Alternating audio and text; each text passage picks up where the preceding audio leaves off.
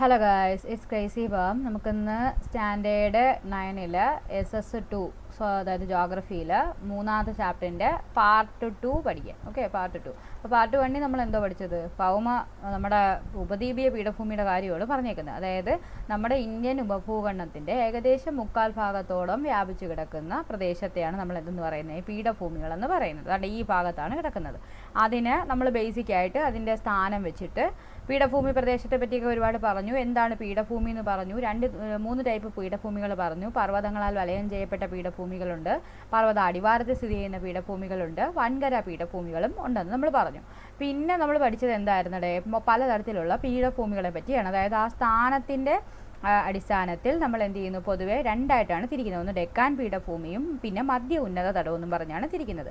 ഇനി ഡെക്കാൻ പീഠഭൂമി എടുത്തു കഴിഞ്ഞാൽ അതുകൊണ്ട് ഈ ഭാഗത്തായിട്ട് ത്രികോണാകൃതിയിലാണ്. അതായത് ഈ കളർ പണ്ടേ പ്രശ്നം വരുന്നത് അല്ലേ? ഈ ഭാഗത്ത് തൻ്റെ ത്രികോണാകൃതിയിൽ വരുന്ന ഈ ഏരിയയാണ് നമ്മൾ എന്തെന്ന് വിളിക്കുന്നത്? ഡെക്കാൻ പീഠഭൂമി എന്ന് വിളിക്കുന്നത്. ഈ ഡെക്കാൻ പീഠഭൂമിയുടെ പടിഞ്ഞാറ് ഭാഗത്താണ് പശ്ചിമഘട്ട മലനിരകൾ സ്ഥിതി ചെയ്യുന്നത്. പശ്ചിമഘട്ട മലനിരകളിലെ ഏറ്റവും വലിയ പീക്ക് എന്ന് പറയുന്നത് ആനമുടിയാണ്. പിന്നെ നമ്മൾ പറയുന്നത് അതിൻ്റെ കിഴക്ക് ഭാഗത്താണ് എന്തുള്ളത്? പൂർവ്വഘട്ടം സ്ഥിതി ചെയ്യുന്നത്.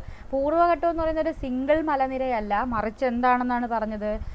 അത് ഒരു ഗ്രൂപ്പ് ഓഫ് മലകളാണ്. അതിൽ ഏതൊക്കെയുണ്ട്? നമ്മുടെ ജവാഡി ഉണ്ട്, പാൽക്കൊണ്ട മലയുണ്ട്, നല്ല മലയുണ്ട്, മഹേന്ദ്രഗിരിയുണ്ട്. ഇതെല്ലാം കൂടെ കമ്പൈൻ ചെയ്തിട്ടുള്ള ഒരു ഗ്രൂപ്പ് ഓഫ് മലകൾ ചേർന്നതാണ് ഈ പൂർവ്വഘട്ടം എന്ന് പറയുന്നത്.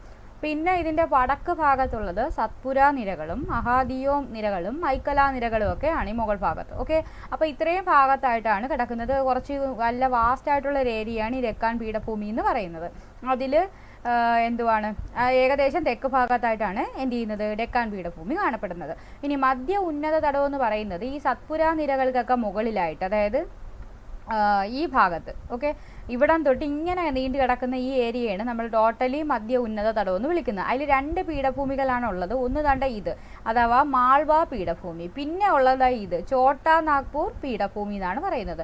മാൾവ പീഠഭൂമി എന്ന് പറയുമ്പോൾ അതിൻ്റെ പടിഞ്ഞാറ് ഭാഗത്ത് അരാവലി നിരകളാണ്. പിന്നെ അതിൻ്റെ സ്തപുര ഉണ്ട്, വിന്ധ്യ സ്തപുര നിരകളും ഉണ്ട് അതിൻ്റെ ഒരു സൈഡിലോട്ട്. ഓക്കെ, പിന്നെ നമ്മൾ ഇങ്ങോട്ട് വരുവാണെങ്കിൽ ചോട്ടാ നാഗ്പൂർ പീഠഭൂമി കാണപ്പെടുന്നുണ്ട്.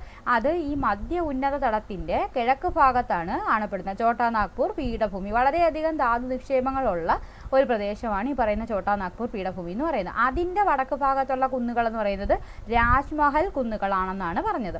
ഓൾറെഡി നമ്മൾ പറഞ്ഞതുകൊണ്ടാണ് വീണ്ടും ഞാൻ പറയാതിരുന്നത്. നമ്മൾ പഠിച്ച ഏരിയകൾ ആദ്യത്തേത് ഉത്തരപർവ്വത മേഖല, ഈ ഡാർക്ക് കാപ്പിപ്പൊടി തവിട്ട് നിറത്തിൽ കാണപ്പെടുന്നത് എന്താണ്? നമ്മുടെ ഉത്തരപർവ്വത മേഖലയാണ്. അതിന് തൊട്ട് താഴെ അതിൻ്റെ തെക്ക് ഭാഗത്തായി കാണപ്പെടുന്ന എന്താണ്? ഉത്തരേന്ത്യൻ സമതലമാണ്. ഈ സമതല പ്രദേശത്തിന് തെക്ക് ഭാഗത്തായി കാണപ്പെടുന്ന വിശാലമായിട്ടുള്ള ഏരിയയാണ് എന്തെന്ന് പറയുന്നത്? നമ്മുടെ പീഠഭൂമി എന്ന് പറയുന്നത്. ഓക്കെ, മെയിനായിട്ട് 2 പീഠഭൂമികളാണ്, ഡെക്കാൻ പീഠഭൂമി പിന്നെ മധ്യ ഉന്നത തടം. മധ്യ ഉന്നത തടത്തിൽ നമ്മൾ 2 ആയിട്ട് തിരിച്ചിട്ടുണ്ട്, മാൾവ പീഠഭൂമിയും ചോട്ടാ നാഗ്പൂർ പീഠഭൂമിയും. ഇതിനെപ്പറ്റിയാണ് നമ്മൾ അങ്ങോട്ട് പോയപ്പോൾ ഡീറ്റെയിൽ ആയിട്ട് പഠിക്കുന്നത്. അതിൽ ആദ്യം ഡെക്കാൻ പീഠഭൂമിയുടെ കാര്യം പറഞ്ഞു, അതിൻ്റെ അതിർത്തികളുടെ കാര്യം, പശ്ചിമഘട്ടവും പൂർവ്വഘട്ടവും പറഞ്ഞു. പിന്നെ ദക്ഷിൺ എന്ന സംസ്കൃത പദത്തിൽ നിന്നാണ് ഡെക്കാൻ എന്ന പേരുണ്ടായതെന്ന് പറഞ്ഞു. പിന്നെന്താ പറഞ്ഞത്? ഡെക്കാൻ ട്രാപ്പ് മേഖല എന്ന് പറയുന്നത് ഏകദേശം ഒരു വടക്ക് പടിഞ്ഞാറ് ഭാഗത്ത്, അതായത് ഈ ഇങ്ങനെ ട്രയാങ്കിൾ റീജിയൻ അല്ലേ, അതിൻ്റെ വടക്ക് പടിഞ്ഞാറ് ഭാഗത്ത് കാണപ്പെടുന്ന എന്തുവാണ്? ലാവ, ബസാൾട്ട് എന്ന ലാവ ശിലകളാൽ അടിഞ്ഞ് ഉണ്ടായ ഒരു ഏരിയ ഉണ്ട്. അതിനെയാണ് നമ്മൾ ഡെക്കാൻ ട്രാപ്പ് മേഖല എന്ന് പറയുന്നത്. ബസാൾട്ട് അവക്ഷയം സംഭവിച്ച് രൂപം കൊള്ളുന്ന കറുത്ത മണ്ണായിട്ടുള്ള റിഗർ മണ്ണ്, പരുത്തി കൃഷിക്ക് അനുയോജ്യമായിട്ടുള്ള റിഗർ മണ്ണ് കൂടുതൽ കാണപ്പെടുന്നത് ഈ പറയുന്ന മേഖലയിലാണ് എന്ന് പറഞ്ഞിട്ടുണ്ടായിരുന്നു. പിന്നെ എന്താ പറഞ്ഞത്? നമ്മളിതിൻ്റെ എൻഡിലുള്ള, അതായത് ഇതിൻ്റെ ഈ സൈഡിൽ എന്താണ്? പശ്ചിമഘട്ടവും ഇപ്പുറത്തെ സൈഡിൽ പൂർവ്വഘട്ടമാണ്. പിന്നെ നമ്മൾ അതിനെ പറ്റിയാണ് പറഞ്ഞുകൊണ്ടിരുന്നത്. കേരളത്തിൻ്റെ കിഴക്ക് ഭാഗത്തായി സ്ഥിതി ചെയ്യുന്ന സഹ്യപർവ്വത നിര, അതായത് കേരളത്തിൽ സഹ്യപർവ്വത നിര എന്നാണ് അറിയപ്പെടുന്നത്. യഥാർത്ഥത്തിൽ അത് കന്യാകുമാരി മുതൽ എവിടം വരെ ഉണ്ട്? ഗുജറാത്ത് വരെ വ്യാപിച്ചു കിടക്കും. തെക്ക് കന്യാകുമാരി മുതൽ വടക്ക് ഗുജറാത്ത് വരെ, അതായത് ഇങ്ങനെയല്ലേ നമ്മൾ ഇന്ത്യയുടെ മാപ്പ് വരയ്ക്കുന്നത്. അപ്പോൾ തെക്ക് കന്യാകുമാരി മുതൽ അങ്ങ് ഗുജറാത്ത് വരെ, ഇവിടെയാണ് ഗുജറാത്ത് എങ്കിൽ ഗുജറാത്ത് വരെ വ്യാപിച്ചു കിടക്കുന്ന ആ മലനിരകളെയാണ് പൊതുവേ നമ്മൾ എന്തെന്ന് വിളിക്കുന്നത്? പശ്ചിമഘട്ട മലനിരകൾ എന്ന് വിളിക്കുന്നത്. ഏകദേശം 1600 കിലോമീറ്ററോളം എന്തുണ്ട്? ഇതിന് നീളം ഉണ്ട് എന്നാണ് പറഞ്ഞത്. ഈ മലനിരകൾ പടിഞ്ഞാറ് അരികിലാണ് കാണപ്പെടുന്നത്. പിന്നെ എന്തോ പറഞ്ഞിട്ട് അതിൽ ഏറ്റവും വലിയ പീക്ക് മീൻസ് കൊടുമുടി എന്ന് പറയുന്നത് ആനമുടിയാണ്. 2695 മീറ്ററാണ് ആനമുടിയുടെ എന്താണ് ഉയരം. അത് ആനമലയിലാണ് സ്ഥിതി ചെയ്യുന്നതെന്ന് പറഞ്ഞു. പിന്നെ അത് കേരളത്തിലുള്ള ഒരു എന്തുവാണ് കേരളത്തിലുള്ള ഒരു കൊടുമുടിയാണ് ആനമുടി എന്ന് പറയുന്നത്. ഇനി കേരളത്തിലെ ആനമല, ഏലമല എന്നീ പേരുകളിൽ അറിയപ്പെടുന്ന പശ്ചിമഘട്ട നിരയ്ക്ക് കർണാടകത്തിലും തമിഴ്നാട് ഭാഗത്ത് നീലഗിരി എന്നറിയപ്പെടും. മഹാരാഷ്ട്രയിലെ സഹ്യാദ്രി എന്നാണ് അറിയപ്പെടുന്നത്. ഇനി തമിഴ്നാട്ടിലെ നീലഗിരിയിൽ ഉൾപ്പെട്ട ദോഡാബേട്ട എന്ന് പറയുന്നത് ഈ മറ്റൊരു കൊടുമുടിയുടെ കാര്യം പറഞ്ഞിട്ടുണ്ട്. 2637 മീറ്റർ ഉയരമുള്ള ദോഡാബേട്ട എന്ന് പറയുന്ന കൊടുമുടിയുടെ കാര്യം പറഞ്ഞു. നമ്മൾ കുറച്ച് കൊടുമുടിയുടെ കാര്യം നോക്കിയിട്ടുണ്ട്. ഇനി പശ്ചിമഘട്ടത്തിലെ പ്രധാന കൊടുമുടികൾ നമ്മൾ കണ്ടെത്തിയായിരുന്നു, കഴിഞ്ഞ ദിവസം കണ്ടെത്തിയിട്ടുണ്ട്. ഇനി പിന്നെ നമ്മൾ എങ്ങോട്ട് വന്നടേ, പശ്ചിമഘട്ടം ഇതിലെന്താണ് ഈ മിക്കവാറുള്ള നദികളെല്ലാം പിറവിയെടുക്കുന്നത് എവിടെ നിന്നാണെന്ന് പറഞ്ഞു. ഈ പറഞ്ഞ പശ്ചിമഘട്ടത്തിൽ നിന്ന് പിറവിയെടുക്കുന്ന നദികളാണ് കൂടുതലുണ്ട് എന്ന് പറഞ്ഞു. പിന്നെ നമ്മൾ എങ്ങോട്ട് പോയടേ, പൂർവ്വഘട്ടം അതാണ് പൂർവ്വഘട്ടത്തിൻ്റെ കാര്യത്തിലേക്കാണ് വന്നത്. അതായത് ആദ്യം പടിഞ്ഞാറ് ഭാഗം പറഞ്ഞു, പിന്നെ കിഴക്ക് ഭാഗത്തേക്ക് വന്നു. കിഴക്ക് ഭാഗത്തിൽ ഒഡീഷയിലെ മഹാനദീ തടം മുതൽ തമിഴ്നാട്ടിലെ നീലഗിരി വരെ ഏകദേശം 800 മീറ്റർ വിസ്തൃതിയിൽ വ്യാപിച്ചിടക്കുന്നതിനെയാണ് എന്തെന്ന് പറയുന്നത്, പൂർവ്വഘട്ടം എന്ന് പറയുന്നത്. ഈ പശ്ചിമഘട്ടവും പൂർവ്വഘട്ടവും കൂടെ ജോയിൻ്റ് ആവുന്ന സ്ഥലത്തിൻ്റെ പേരെന്തുവായിരുന്നു, അതാണ് നീലഗിരി എന്ന് പറയുന്നത്. ഓക്കെ, നീലഗിരി എന്ന് പറയുന്നത്. ഇനി പൂർവ്വഘട്ടത്തെ മുറിച്ചൊഴുകുന്ന ഉപദ്വീപിയൻ നദികൾ ഏതെല്ലാമാണ്, അത് നമ്മൾ നോക്കാമെന്ന് പറഞ്ഞ് പോയതാണ്. അതൊന്ന് എന്തോന്നുള്ളത് ചെക്ക് ചെയ്ത് നോക്കാം. ഞാനത് എടുത്തിട്ടുണ്ടായിരുന്നു. The major peninsular rivers that cut across the eastern Ghats അതായത് നമ്മുടെ ഈ പെൻസിലർ റിവേഴ്സ് എന്ന് പറഞ്ഞാൽ ഉപദ്വീപിയൻ നദികൾ, ഈസ്റ്റേൺ ഗാഡ്സ് എന്ന് പറഞ്ഞാൽ പൂർവ്വഘട്ടത്തെ മുറിച്ചു കിടക്കുന്ന പ്രധാന ഉപദ്വീപീയ നദികളെന്ന് പറയുന്നത് ഗോദാവരി, മഹാനദി, കൃഷ്ണ ആൻഡ് കാവേരി എന്നാണ് ഞാൻ സെർച്ച് ചെയ്തപ്പോൾ കിട്ടിയിരിക്കുന്നത്. അതായത് ഏറ്റവും നീളം കൂടിയ ഉപദ്വീപീയ നദി ഏതായിരുന്നു, അതായത് ഗോദാവരിയാണ്. സെക്കൻഡ് ആരായിരുന്നു, കൃഷ്ണ, പിന്നെ കാവേരി, പിന്നെ മഹാനദി. അങ്ങനെയാണ് നമ്മൾ ഓർഡർ പഠിച്ച് വെച്ചേക്കുന്നത്. ഏറ്റവും നീളം കൂടിയത് ഗോദാവരിയാണെന്ന്. അപ്പോൾ ഈ പറഞ്ഞ 4 നദികളും ഏത് ദിശയിലോട്ടാണ് ഒഴുകുന്നത്, ഓർമ്മയുണ്ടത് എങ്ങോട്ടാണ് ഒഴുകുന്നതെന്ന്? കിഴക്കോട്ടാണോ പടിഞ്ഞാറോട്ടാണോ?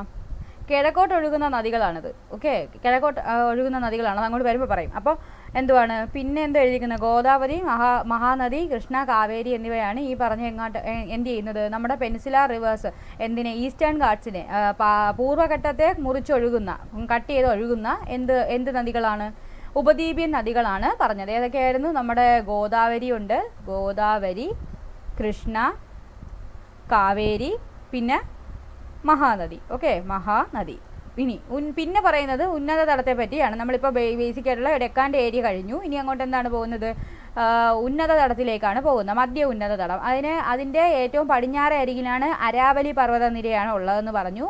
അതുമായിട്ട് ചേർന്ന് കിടക്കുന്ന ഏരിയയാണ് നമ്മൾ എന്തെന്ന് വിളിക്കുന്നത്, മാൾവാ പീഠഭൂമി എന്ന് വിളിക്കുന്നത്. ഓക്കെ, പിന്നെ നമ്മൾ എന്ത് പറഞ്ഞു, അവിടെ ഉള്ള എന്തുവാണ് ഈ അരാവലി പർവ്വതനിരയെ പറ്റി പറയുന്നുണ്ട്. മടക്ക് പർവ്വതത്തിൽ പ്രായം ചെന്ന ഒരു മടക്ക് പർവ്വതം അഥവാ അവശിഷ്ട പർവ്വതമാണ് ഈ പറഞ്ഞ അരാവലി എന്ന് പറഞ്ഞു. പിന്നെ എന്തോ പറഞ്ഞത്, ഏറ്റവും കൂടുതൽ ഉയരമുള്ള കൊടുമുടി അവിടുത്തെ ഈ പറഞ്ഞ മാൾവാ പീഠഭൂമിയിലെ ഏറ്റവും ഉയരം കൂടിയ കൊടുമുടി എന്ന് പറയുന്നത് മൗണ്ട് അബു ആണെന്ന് പറഞ്ഞു. പിന്നെ മൗണ്ട് അബുവിൻ്റെ സ്ഥാനം കണ്ടെത്തിയല്ല, അത് രാജസ്ഥാനിലായിരുന്നു, ഓർമ്മയുണ്ടോ? പിന്നെ മധ്യ ഉന്നതടത്തിൽ നിന്നും ഗംഗാ നദിയിലേക്ക് നേരിട്ട് ഒഴുകിച്ചേർന്ന പോഷക നദികൾ ഏത്, ഭൂപടം നോക്കി കണ്ടെത്താൻ. അതുപോലെ ഉന്നതത്തിൽ നിന്നും യമുനയിൽ ചേരുന്ന, അതായത് ഇത് നമ്മൾ കണ്ടുപിടിക്കാനുള്ളതാണ്. മധ്യ ഉന്നത തടത്തിൽ നിന്നും എങ്ങോട്ട് പോകുന്നത്, ഈ പറഞ്ഞ എവിടെയാണ്, ഗംഗയിലേക്കും യമുനയിലേക്കും ചേരുന്ന നദികളുണ്ട്. അത് തന്നെ എഴുതിക്കുന്നത്. Originated from Kerala, originate from the western Ghats and flowing towards the Arabian sea through the Kerala. അതല്ല, ഇതാണ് peninsular rivers in general not inevitable by. അതല്ലല്ലോ ക്വസ്റ്റ്യൻ പോയോ, ഒരു മിനിറ്റ്, ഞാൻ എടുത്തിട്ടിരുന്നതാണ് ഇപ്പോൾ സംഭവം, ഏതാണെന്ന് അറിയാൻ വയ്യ. ഇതാണെന്നാണ് തോന്നുന്നത്. അതായത് originating from the Malwa plateau, Malwa പീഠഭൂമിയിൽ നിന്ന് ഒറിജിനേറ്റ് ചെയ്തിട്ട് ഗംഗയിലേക്കും യമുനയിലേക്കും ചേരുന്ന നദികൾ ഏതൊക്കെയെന്ന് പറയാനല്ലായിരുന്നോ ക്വസ്റ്റ്യൻ? അതല്ലായിരുന്നോ ഇവിടെ? അതുതന്നെ, മധ്യ ഉന്നത തടത്തിൽ നിന്നും മാൾവാ പ്ലേറ്റ് എന്ന് പറയുന്നത് അതാണ്, നിന്നും ഗംഗാ നദിയിലേക്ക് നേരിട്ട് ഒഴുകിച്ചേരുന്ന പോഷക നദികളും അതുപോലെ തന്നെ യമുന നദിയിലേക്ക് ഒഴുകിച്ചേരുന്ന പോഷക നദികളും ഉണ്ട്. അപ്പോൾ അത് ഏതാണെന്ന് കണ്ടുപിടിക്കലായിരുന്നു പരിപാടി. അത് നോക്കാം എന്തുവായിരുന്നു, ഒരു മിനിറ്റ്. ഇതാണത്, rivers originating from Malwa plateau that flows northward to join either Yamuna or Ganga rivers includes. ആകെ 4 എണ്ണത്തിൻ്റെ പേരാണ് സെർച്ച് ചെയ്തപ്പോൾ കിട്ടിയിട്ടുള്ളത്. ഒന്ന് ചമ്പൽ, പിന്നെ സിന്ധ്, ബെത്വ ആൻഡ് കെൻ. ഇത് 4 എണ്ണമാണ് എന്ത് ചെയ്യുന്നത്, ഈ പറയുന്നിടത്ത് എങ്ങോട്ട്, നമ്മുടെ ഇത് കാണുമ്പോൾ സ്ഥലത്തിൻ്റെ പേരാണെന്നൊന്ന് കൊടുത്തേക്കുന്നത്, എക്സാക്റ്റ് ഇത് കൊടുത്തിട്ടില്ല. എന്ന് വെച്ചാൽ നദികളുടെ പിക്ചറായിട്ട് കൊടുത്തിട്ടില്ല കേട്ടോ. ഇത് കൂട്ടിക്കഴിഞ്ഞാൽ പോകുമെന്തോ. ആടെ ഈ പോയിരിക്കുന്നത് ഇതിപ്പോൾ കെന്നുണ്ട്, ചമ്പാൽ നടക്കുന്നത് ഇത്, പിന്നെ എന്തുവായിരുന്നു, സിന്ധുണ്ട്, പിന്നെ എന്താണ് ബെദ്വ ഉണ്ട്, കെന്നുണ്ട്. ഇത് മൂന്നും കൂടെ വന്ന് ചേരുന്നത് എങ്ങോട്ടാണ്? With Chambal and Sindh joining Yamuna and Betwa and Ken also joining the Yamuna before it join Ganga. ഇതെല്ലാം യമുനയിൽ വന്ന് ചേരുന്ന നദികളാണ് കേട്ടോ. ഇതെല്ലാം വന്ന് ചേരുന്ന യമുനയിലായിരിക്കും. യമുനോത്രി ഗ്ലേസിയർ എന്ന് വരുന്നത് യമുന, ഈ പോണതാണ് യമുന. ഇത് വന്ന് എവിടെ ചേരും? ഇത് ഗംഗോത്രി ഗ്ലേസിയർ എന്ന് വരുന്ന ഗംഗയിൽ വന്ന് ചേരും. ഗംഗയിൽ വന്ന് ചേരുന്നത് പിന്നെ വേറെ ഒരെണ്ണം എഴുതിയേക്കുന്നത് സോൺ എന്ന് പറയുന്ന ഒരു നദി. എന്തോ ഇത് വേറെ എന്തരോ ലോഡായടേ. സോൺ എന്ന് പറയുന്ന ഒരു നദി എങ്ങോട്ടാണ് വന്ന് വരുന്നത്? ഇത് ഗംഗയിലോട്ട് വന്ന് ചേരുന്നുണ്ട്. പിന്നെ ഇവിടെ നിന്ന് ദാമോദർ, അത് മറ്റേ ചോട്ടാ നാഗ്പൂർ പീഠഭൂമിയിലാണ്. ഇത് നമ്മൾ ഇവിടെയല്ലേ പറഞ്ഞുകൊണ്ടിരിക്കുന്നത്. മാൾവ പീഠഭൂമി എന്നുള്ളത് ഈ പറഞ്ഞതൊക്കെയാണ്. എന്താണ്? ചമ്പാൽ, സിന്ധ്, ബെദ്വ, കെൻ എന്നീ നദികളാണ്. ഇത് അതിൻ്റെ പോഷക നദിയായിട്ടാണ് പറയാത്തത് കേട്ടോ. കാലി, സിന്ധും പർബാതി എന്ന് പറഞ്ഞ് എഴുതിയിരിക്കുന്നത് അതിൻ്റെ പോഷക നദിയായിട്ടാണ് പറയാത്തത്. ഇത് ഗംഗ, ഈ ഡാർക്ക് ബ്ലൂ ഗംഗയും ഇത് എന്തുവാണ് ഇത് ഈ പോകുന്നത് യമുനയാണ്. ഓക്കെ, അപ്പോൾ ഈ പറയുന്നതല്ല യമുനയെ ചേരുന്നു. പിന്നീട് യമുന എങ്ങോട്ട് ചേരുന്നു? നമ്മുടെ ഗംഗയിലേക്ക് ചേരുന്നു. ഓക്കെ, അത് ക്ലിയർ അല്ലേ? ഇനി നമുക്ക് അടുത്ത സെക്ഷൻ നോക്കാം. മീൻസ് അത് അപ്പം പറയാൻ വിട്ടുപോയിട്ടാണ് ഇതിപ്പോൾ പറഞ്ഞു പോകുന്നത്. പിന്നെ മധ്യ ഉന്നത തടത്തിൻ്റെ കിഴക്ക് ഭാഗത്ത് സ്ഥിതി ചെയ്യുന്ന പീഠഭൂമിയുടെ പേരെന്തുവായിരുന്നു? ചോട്ടാ നാഗ്പൂർ പീഠഭൂമി എന്നാണ്. അതിനാണ് ഇന്ത്യയിലെ ഏറ്റവും സമ്പുഷ്ട അല്ലെങ്കിൽ സമ്പന്നമായ ധാതു വിഭവ കലവറ കൂടിയാണ് ഈ പറയുന്ന ചോട്ടാ നാഗ്പൂർ പീഠഭൂമി എന്ന് പറയുന്നത്. പീഠഭൂമികൾ എടുത്ത് നോക്കിക്കഴിഞ്ഞാൽ ഇതിന് സൈസ് കുറവാണ്. ഓക്കെ, പിന്നെ എന്ത് പറഞ്ഞടേ, അവിടെ നമുക്ക് ഉള്ള നിക്ഷേപങ്ങളുടെ കാര്യമൊക്കെ പറഞ്ഞു പോയി. ചോട്ടാ നാഗ്പൂർ പീഠഭൂമി, പിന്നെ ഈ നീലഗിരി ഹിൽസ്, അവിടെയുള്ള മെയിനായിട്ടുള്ള ശ്രദ്ധേയമായിട്ടുള്ള സുഖവാസ കേന്ദ്രങ്ങളൊക്കെ നമ്മൾ പറഞ്ഞു പോയതാണ്. ഊട്ടി, കുനൂർ, കോട്ടഗിരി എന്നിവയൊക്കെ ഉണ്ട്. പിന്നെ ഊട്ടി എന്ന് പറയുന്നത് കുന്നുകളുടെ രാജ്ഞി എന്നറിയപ്പെടുന്ന ഒരു സ്ഥലം കൂടിയാണ്. വിനോദസഞ്ചാര കേന്ദ്രമാണ്. ഇന്ത്യയിലെ ആദ്യത്തെ മണ്ഡല ഉദ്യാനം എന്ന് പറയുന്നത് നീലഗിരിയാണ് കേട്ടോ. ജൈവവൈവിധ്യ ഉദ്യാനം നീലഗിരിയാണ്. ഉപദ്വീപീയ പീഠഭൂമിയിലെ കാലാവസ്ഥയുടെ കാര്യം, എന്തൊക്കെ ഘടകങ്ങൾ കൊണ്ടാണ് കാലാവസ്ഥ ഇങ്ങനെ ആയിപ്പോയത് എന്നുള്ളത് ആണ് പിന്നെ പറയുന്നത്. അത് ഉഷ്ണമേഖലയിലെ സ്ഥാനം, അതുപോലെ തന്നെ ഉപദ്വീപിൻ്റെ സവിശേഷ ആകൃതി. അതായത് ഉപദ്വീപ് ഇങ്ങനെ കിടക്കുന്നതെങ്കിൽ ഇതിൻ്റെ ഈ ഭാഗത്തായിട്ടാണ് ഇങ്ങനെ വരുന്നത്. അതായത് ഇവിടെ എന്തുണ്ട്? പശ്ചിമഘട്ടവും ഉണ്ട്, ഇവിടെ പൂർവ്വഘട്ടവും ഉണ്ട്. ഈ ഒരു ഭാഗത്താണ് ഡെക്കാൻ വരുന്നത്. അത് കഴിഞ്ഞിട്ട് മുകളിലോട്ടാണ് നമ്മുടെ മാൾവ പീഠഭൂമി വരുന്നത്. ഈ സൈഡിലാണ് എന്ത് വരുന്നത്? ചോട്ടാ നാഗ്പൂർ പീഠഭൂമി വരുന്നത്. അപ്പോൾ ഉപദ്വീപിൻ്റെ സവിശേഷത എന്ന് പറയുന്ന ഒരു പ്രത്യേകതയാണ് സമുദ്രത്തിൽ നിന്നുള്ള അകലം. അതായത് ഇതിനെ ഈ പറഞ്ഞ സമുദ്രത്തിൽ നിന്നും കുറച്ച് ദൂരെയായിട്ടാണ് എന്ത് ചെയ്യുന്നത്? ഈ രണ്ട് ഏരിയയും കിടക്കുന്നത്. ഇവിടുത്തെ കാര്യം ആയാലും അതെ, ഇപ്പുറത്തെ കാര്യം ആയാലും അത് തന്നെ. പർവ്വതനിരകളുടെ കിടപ്പ്, പർവ്വതങ്ങളുടെ സാന്നിധ്യം ഒരു ഇതാണ്. മൺസൂൺ കാറ്റിൻ്റെ ഗതിയും ഒരു പ്രത്യേക കാര്യമാണ്. പിന്നെ നമ്മൾ പറഞ്ഞ് ദ്വീപിന് പുറത്തുള്ള പീഠഭൂമിയുടെ കാര്യം പറഞ്ഞായിരുന്നു. കുറച്ച് അഡീഷണൽ കണ്ടൻ്റായിട്ട് പറഞ്ഞതാണ്. പിന്നെ ഉഷ്ണകാലത്ത് എന്താണ് കാലാവസ്ഥയല്ല പറയുന്നത്. അപ്പോൾ ഉഷ്ണകാലത്ത് ഏകദേശം ഒരു 30 ഡിഗ്രി സെൽഷ്യസ് വരെ താപനില ഉണ്ടായിരിക്കും. ഡെക്കാൻ പീഠഭൂമിയിലാണെങ്കിൽ 38 ഡിഗ്രി സെൽഷ്യസ് വരെ താപനില ഉയരാറുണ്ട്. അതായത് ദൈനിക താപാന്തരം കൂടുതലുള്ള പീഠഭൂമിയുടെ ഉൾപ്രദേശങ്ങളിൽ ശൈത്യകാലത്ത് ദൈനിക താപാന്തരം എന്ന് പറഞ്ഞാൽ ആ ദിവസം അനുഭവപ്പെട്ട ഏറ്റവും കൂടിയ താപനിലയും കുറഞ്ഞ താപനിലയും തമ്മിലുള്ള അന്തരം അതെന്തായിരിക്കും? വളരെ കൂടുതലാവാൻ ചാൻസ് ഉണ്ടെന്നാണ് പറഞ്ഞത്. പിന്നെ നമ്മൾ പഠിച്ചത് എന്തുവാണ്? മൈസൂരു തുടങ്ങിയ പ്രദേശത്ത്, അതെ, പശ്ചിമഘട്ടത്തിൻ്റെ പടിഞ്ഞാറ് ചരിവ് ഒഴികെ ഉപദ്വീപീയ ഭൂമിയിലെ മിക്കവാറും പ്രദേശങ്ങളും അതായത് മഴയുടെ കാര്യത്തിൽ എന്ത് ചെയ്യത്തില്ല, വലുതായിട്ട് മഴ ലഭിക്കത്തില്ല. എന്തുകൊണ്ടാണ് മഴ ലഭിക്കാത്തത്? കാര്യം നമ്മൾ പറഞ്ഞിട്ടുണ്ട്. നമുക്ക് ഈ പറഞ്ഞ കണക്ക് ഇപ്പം കാറ്റിൻ്റെ കാര്യം ഞാൻ പറഞ്ഞതാണ്. ഇവിടെ നിന്ന് ഇങ്ങോട്ട് കാറ്റടിക്കുന്നു, പശ്ചിമഘട്ടം തടഞ്ഞു നിർത്തി അവിടെ മഴ പെയ്യിപ്പിക്കുന്നു. ആ പശ്ചിമഘട്ടത്തിൻ്റെ കിഴക്ക് ഭാഗം എന്തായിരിക്കും? മഴ നിഴൽ പ്രദേശമായിരിക്കും. അത് ഏത് സമയത്താണ്? സൗത്ത് വെസ്റ്റ് മൺസൂൺ നടക്കുമ്പോൾ, അതായത് തെക്ക് പടിഞ്ഞാറൻ മൺസൂൺ സമയത്ത് അങ്ങനെയാണ് സംഭവിക്കുന്നത്. എന്നിട്ടും കുറച്ച് മൺസൂൺ ഈ ഭാഗത്ത് മറ്റേ നർമ്മദ താപ്തി തടത്തിൽ കൂടെ കയറി പോകുന്ന മൺസൂൺ എവിടെയാണ്? ഈ സ്ഥലത്തൊക്കെ എന്ത് ചെയ്യുന്നുണ്ട്? മഴ പെയ്യിപ്പിക്കുന്നുണ്ട്. പിന്നെ ഇപ്പുറത്തെ സൈഡിൽ പൂർവാചലാണ് കിടക്കുന്നത്. ആ സ്ഥലത്ത് നിന്ന്, അതായത് ബംഗാൾ ഉൾക്കടലിൽ കൂടെ വരുന്ന ഈ മറ്റേ വടക്ക് കിഴക്കൻ മൺസൂണിനെ അത് തടഞ്ഞു നിർത്തി അവിടെ മഴ പെയ്യിക്കുന്നുണ്ട്. അപ്പോൾ തമിഴ്നാട് സൈഡിലൊക്കെ എന്ത് ചെയ്യും? ആ സമയത്ത്, അതായത് വടക്ക് കിഴക്കൻ മൺസൂൺ സമയത്ത് മഴ പെയ്യും, അതിൻ്റെ പടിഞ്ഞാറ് ഭാഗത്ത് മഴ പെയ്യത്തില്ല. ഓക്കെ, അത് നമ്മൾ ഡീറ്റെയിൽ ആയിട്ട് പറഞ്ഞിട്ടുണ്ട്. പിന്നെന്താണ്? മൺസൂൺ തമിഴ്നാട് കർണാടക തീരങ്ങളിൽ എന്താണ്? ഉൾപ്രദേശങ്ങളിൽ തെക്ക് പടിഞ്ഞാറ് മൺസൂൺ മഴ തീരെ കുറവാണ്. കാരണം എന്തായിരുന്നു? കാര്യം അത് മഴ നിഴൽ പ്രദേശമായിട്ടാണ് വരുന്നത്. ഈ പ്രദേശത്ത്, അതായത് കാറ്റ് ഇവിടെ നിന്ന് വരുന്നു, കാറ്റിനെ തണുപ്പിച്ച് മേഘങ്ങളാക്കുന്നു, അവിടെ മഴ പെയ്യുന്നു. അതിൻ്റെ ഓപ്പോസിറ്റ് സൈഡുള്ള സ്ഥലത്ത് എന്തായിരിക്കും? ഈർപ്പരഹിതമായ കാറ്റായിരിക്കും, അവിടെ മഴ നിഴൽ പ്രദേശം എന്നാണ് അറിയപ്പെടുന്നത്. പിന്നെ നമ്മൾ പറഞ്ഞത് ഉപദ്വീപീയ നദികളുടെ കാര്യത്തിലേക്ക് വരുന്നതിന് മുമ്പ് നമ്മൾ ഇതാണ് അതിൻ്റെ ഒരു ഏകദേശ പിക്ചർ.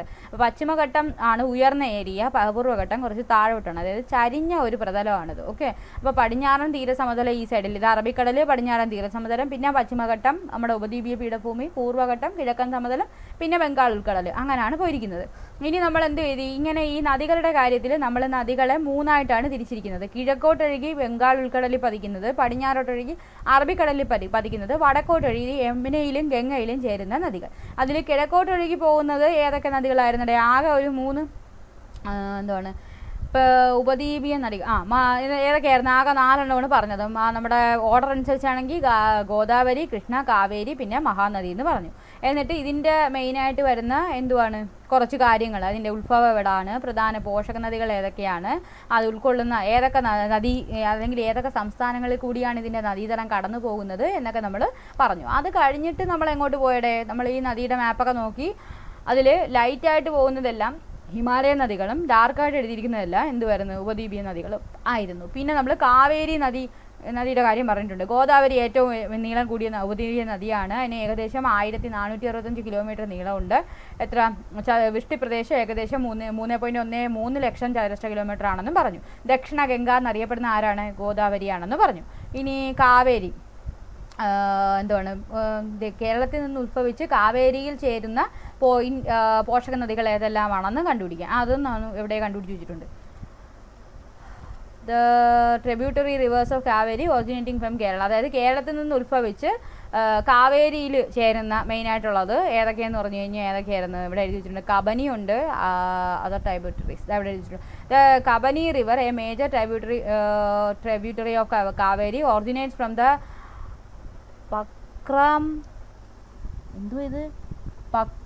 പക്രം തലവും ഹിൽസ് ഇൻ ദ വയനാടെന്ന് പഠിച്ചാലും മതി. ഈ സ്ഥലത്തിൻ്റെ പേര് ഇവരിനി എന്താണെന്നുള്ളത് മലയാളത്തിൽ നോക്കിയാലേ അറിയത്തുള്ളൂ. Wayanad district of Kerala at the confluence of the Panamaram and Mananthavady rivers. Panamaram and Mananthavady റിവേഴ്സിൻ്റെ കാര്യം മെൻഷൻ ചെയ്യുന്നുണ്ട്. സോ കബനി റിവർ എന്ന് പറയുന്നത് വയനാടിൽ നിന്ന് ഉത്ഭവിച്ച് എവിടെ ചെന്ന് കയറുന്നതാണ്? ഈ പറഞ്ഞ കാവേരിയുടെ ഒരു കൈവഴിയാണ്. അത് കേരളത്തിൽ നിന്നുള്ളതാണ്. പിന്നെ Kabani is the main tributary originating from Kerala. Other tributaries of the Kaveri like Bhavani also have their source in the western ghats including Kerala and Tamil Nadu. അതായത് ഭവാനി എന്ന് പറയുന്ന നദിയും അതിൽ ഉൾപ്പെടുന്നുണ്ട്. അത് വെസ്റ്റേൺ ഗാർഡ്സിൻ്റെ റീജിയൻ, അതായത് തമിഴ്നാട് കേരള റീജിയനിൽ നിന്ന് ഉത്ഭവിക്കുന്ന നദിയാണ് ഈ ഭവാനി. അതും ആരുടേതാണ്? ഈ പറഞ്ഞ നമ്മുടെ എന്താണ് കാവേരി അല്ലേ?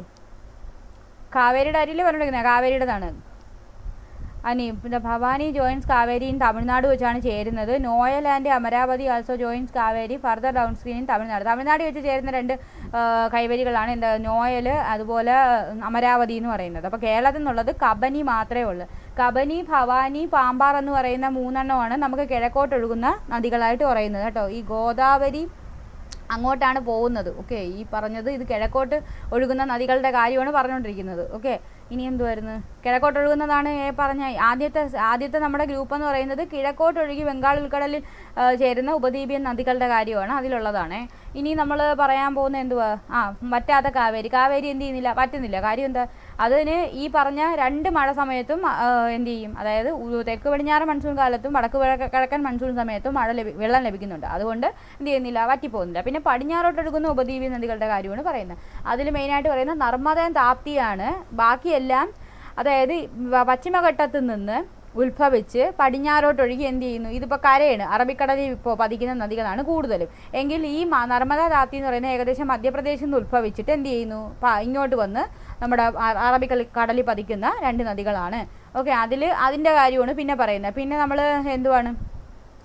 ദുവാൻദാർ വെള്ളച്ചാട്ടവും സർദാർ സരോവർ വിദ്യോദ്ദേശ നദീതട പദ്ധതികളുടെയും കാര്യമൊക്കെ പറഞ്ഞു പോയായിരുന്നു. അതായത് ഒരു ഡാം ഉണ്ടാക്കി കഴിഞ്ഞാൽ അതിന് ബേസിക്കായിട്ട് ഒരു കാര്യമല്ല, വൈദ്യുതി നിർമ്മിക്കുക, അതുപോലെ തന്നെ ജലസേചനം, പിന്നെ ടൂറിസം, അങ്ങനെയുള്ള പല കാര്യങ്ങൾക്ക് വേണ്ടിയാണ് അവരെന്ത് ചെയ്യുന്നത്? ഡാം പണിഞ്ഞു വെക്കുന്നത്. ഓക്കെ, അതാണ് ഈ വിവിധോദ്ദേശ നദീതട പദ്ധതി എന്ന് പറഞ്ഞ് എഴുതിയിരിക്കുന്നത്. പിന്നെ നമ്മൾ നർമ്മദയുടെയും താപ്തിയുടെ ഉത്ഭവം പഠിച്ചു. എവിടെയാണ് വന്ന് പതിക്കുന്നത്? ഇതിനെല്ലാം വെസ്റ്റ് ഫ്ലോയിങ് റിവേഴ്സാണ്. അതായത് പടിഞ്ഞാറോട്ടൊഴുകി എവിടെ ചെന്ന് പതിക്കും? നമ്മുടെ അറബിക്കടലിൽ ചെന്ന് പതിക്കും. പശ്ചിമഘട്ടത്തിൽ നിന്ന് ഉത്ഭവിച്ച് കേരളത്തിലൂടെ ഒഴുകി അറബിക്കടലിലെത്തുന്ന പ്രധാന നദികൾ ഏതൊക്കെയാണെന്ന് അത് എഴുതി എടുത്തിട്ടുണ്ടോ എന്തോന്നല്ലേ നോക്കട്ടെ. Rivers originating from Kerala and find out the major rivers that originate from western ghats and flows flows to Arabian sea to Kerala. അത് തന്നെ. Major rivers originating from west, അതായത് പശ്ചിമഘട്ടത്തിൽ നിന്ന് ഉത്ഭവിച്ച് അറബിക്കടലിൽ പതിക്കുന്ന കേരളത്തിൽ നിന്ന് ഉത്ഭവിക്കുന്ന നദികളെന്ന് പറയുന്നത് പെരിയാറും ഭാരതപ്പുഴയും പമ്പയുമാണ്. ഓക്കെ, അപ്പം എങ്ങോട്ടാണ്? പെരിയാർ, ഭാരതപ്പുഴ, പമ്പ എന്നിവ എങ്ങോട്ട് പോകുന്നു? വെസ്റ്റേൺ ഗാഡ്സ് അഥവാ പശ്ചിമഘട്ടത്തിൽ നിന്ന് ഉത്ഭവിച്ച് എവിടെ ചെന്ന് വീഴുന്നടേ? അവിടെ അറബിക്കടലിൽ ചെന്ന് വീഴുന്നു. നമ്മൾ അത്രയും കാര്യങ്ങളൊക്കെയാണ് പറഞ്ഞത്. പിന്നെ നർമ്മദാ ബച്ചാവോ ആന്തോളൻ, പിന്നെ ഈ പറഞ്ഞ ചെമ്പാൽ എന്ന് പറഞ്ഞ് ഗംഗയിൽ ചേരുന്നത് നമ്മൾ നേരത്തെ നോക്കിയായിരുന്നു. കുറച്ച് നദീതട പദ്ധതികളുടെ കാര്യവും നമ്മൾ എന്ത് ചെയ്തിട്ടുണ്ട് പറഞ്ഞാണ് നമ്മൾ നിർത്തിയിരുന്നത് കേട്ടോ. ഇനി നമുക്ക് പഠിക്കാനുള്ള എന്താണ്? പീഠഭൂമിയിലെ നൈസർഗിക സസ്യജാലങ്ങളെ പറ്റിയാണ്. ഇനി നമുക്ക് പീഠഭൂമിയിലെ നൈസർഗിക സസ്യജാലമാണ് പറയാനുള്ളത്. ഒരുപാട് ലോങ് ഒന്നുമല്ല, കുറച്ച് കണ്ടൻറ്റേ ഉള്ളൂ. ഇതേപോലെ ഇടയ്ക്ക് വരുന്ന ക്വസ്റ്റ്യൻസ് നമുക്ക് എന്ത് ചെയ്യാം, സെർച്ച് ചെയ്ത് കണ്ടുപിടിച്ച് പോകാം. കഴിഞ്ഞ ദിവസം എന്തുകൊണ്ടോ കണ്ടുപിടിക്കാതെ അങ്ങ് പോയതാ, ഇന്നിപ്പം കണ്ടുപിടിക്കുക എന്തായാലും. പീഠഭൂമിയിലെ നൈസർഗിക സസ്യജാലം. ഓരോ പ്രദേശത്തിൻ്റെയും കാലാവസ്ഥയും ഭൂപ്രകൃതിക്കും അനുസൃതമായാണ് നൈസർഗിക സസ്യജാലങ്ങൾ രൂപം കൊള്ളുന്നത്. ഉപദ്വീപീയ പീഠഭൂമി പ്രദേശത്തെ നൈസർഗിക സസ്യജാലങ്ങൾ ഏതൊക്കെയെന്ന് നോക്കാം. അപ്പോൾ ഈ പറയുന്ന ഉപദ്വീപീയ പീഠഭൂമി പ്രദേശം എന്ന് പറയുമ്പോൾ നമ്മുടെ ഡെക്കാൻ പീഠഭൂമി വരും, മാൾവ പീഠഭൂമി വരും, ഛോട്ടാ നാഗ്പൂർ പീഠഭൂമിയും വരും. ഇവിടെ ബേസിക്കലി ഈ ഏരിയകളിലെല്ലാം വരുന്ന സസ്യജാലങ്ങളെ പറ്റിയാണ് പറയാൻ പോകുന്നത്. ഉപദ്വീപീയ പീഠഭൂമിയിലെ ഏറ്റവും വ്യാപകമായ സ്വാഭാവിക വനങ്ങളാണ് ഇവ. എന്തെന്ന് പറയുന്നത്? ഉഷ്ണമേഖല ഇലപൊഴിയും കാടുകളാണ് ആദ്യം പറയുന്നത്. ഉഷ്ണമേഖല ഇലപൊഴിയും കാടുകൾ അതെവിടാണ്? ഉപദ്വീപീയ പീഠഭൂമിയിലെ ഏറ്റവും വ്യാപകമായ സ്വാഭാവിക വനങ്ങളാണ് ഈ പറയുന്നത്. 70 സെൻറ്റിമീറ്റർ മുതൽ 200 സെൻറ്റിമീറ്റർ വരെ വാർഷിക മഴ ലഭിക്കുന്ന പ്രദേശങ്ങളിലാണ് പൊതുവെ ഇത്തരം സസ്യജാലങ്ങൾ കാണപ്പെടുന്നത്. മഴയുടെ ഏറ്റക്കുറച്ചിലുകൾ മുൻനിർത്തി ഇതിനെ രണ്ടായി തിരിക്കാം. എന്താണ്? ആർദ്ര ഇലപൊഴിയും കാടുകളെന്നും അതുപോലെ തന്നെ വരണ്ട ഇലപൊഴിയും കാടുകളെന്നും. നമ്മളിത് സാധാരണ നമ്മളവിടെ എന്തുവാണ് ഉത്തരപർവ്വത മേഖലയിലും പഠിച്ചിട്ടുണ്ട്. ഓർമ്മയുണ്ടോ? ഓർമ്മയില്ലെങ്കിൽ നമുക്കൊന്ന് എടുത്ത് നോക്കാം. എന്ത് വരുന്നു?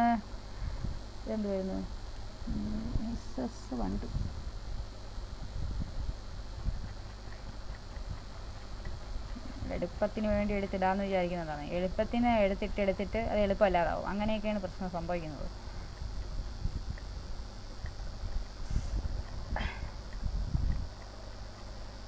ഇവിടെ പറഞ്ഞതായിട്ട് എനിക്ക്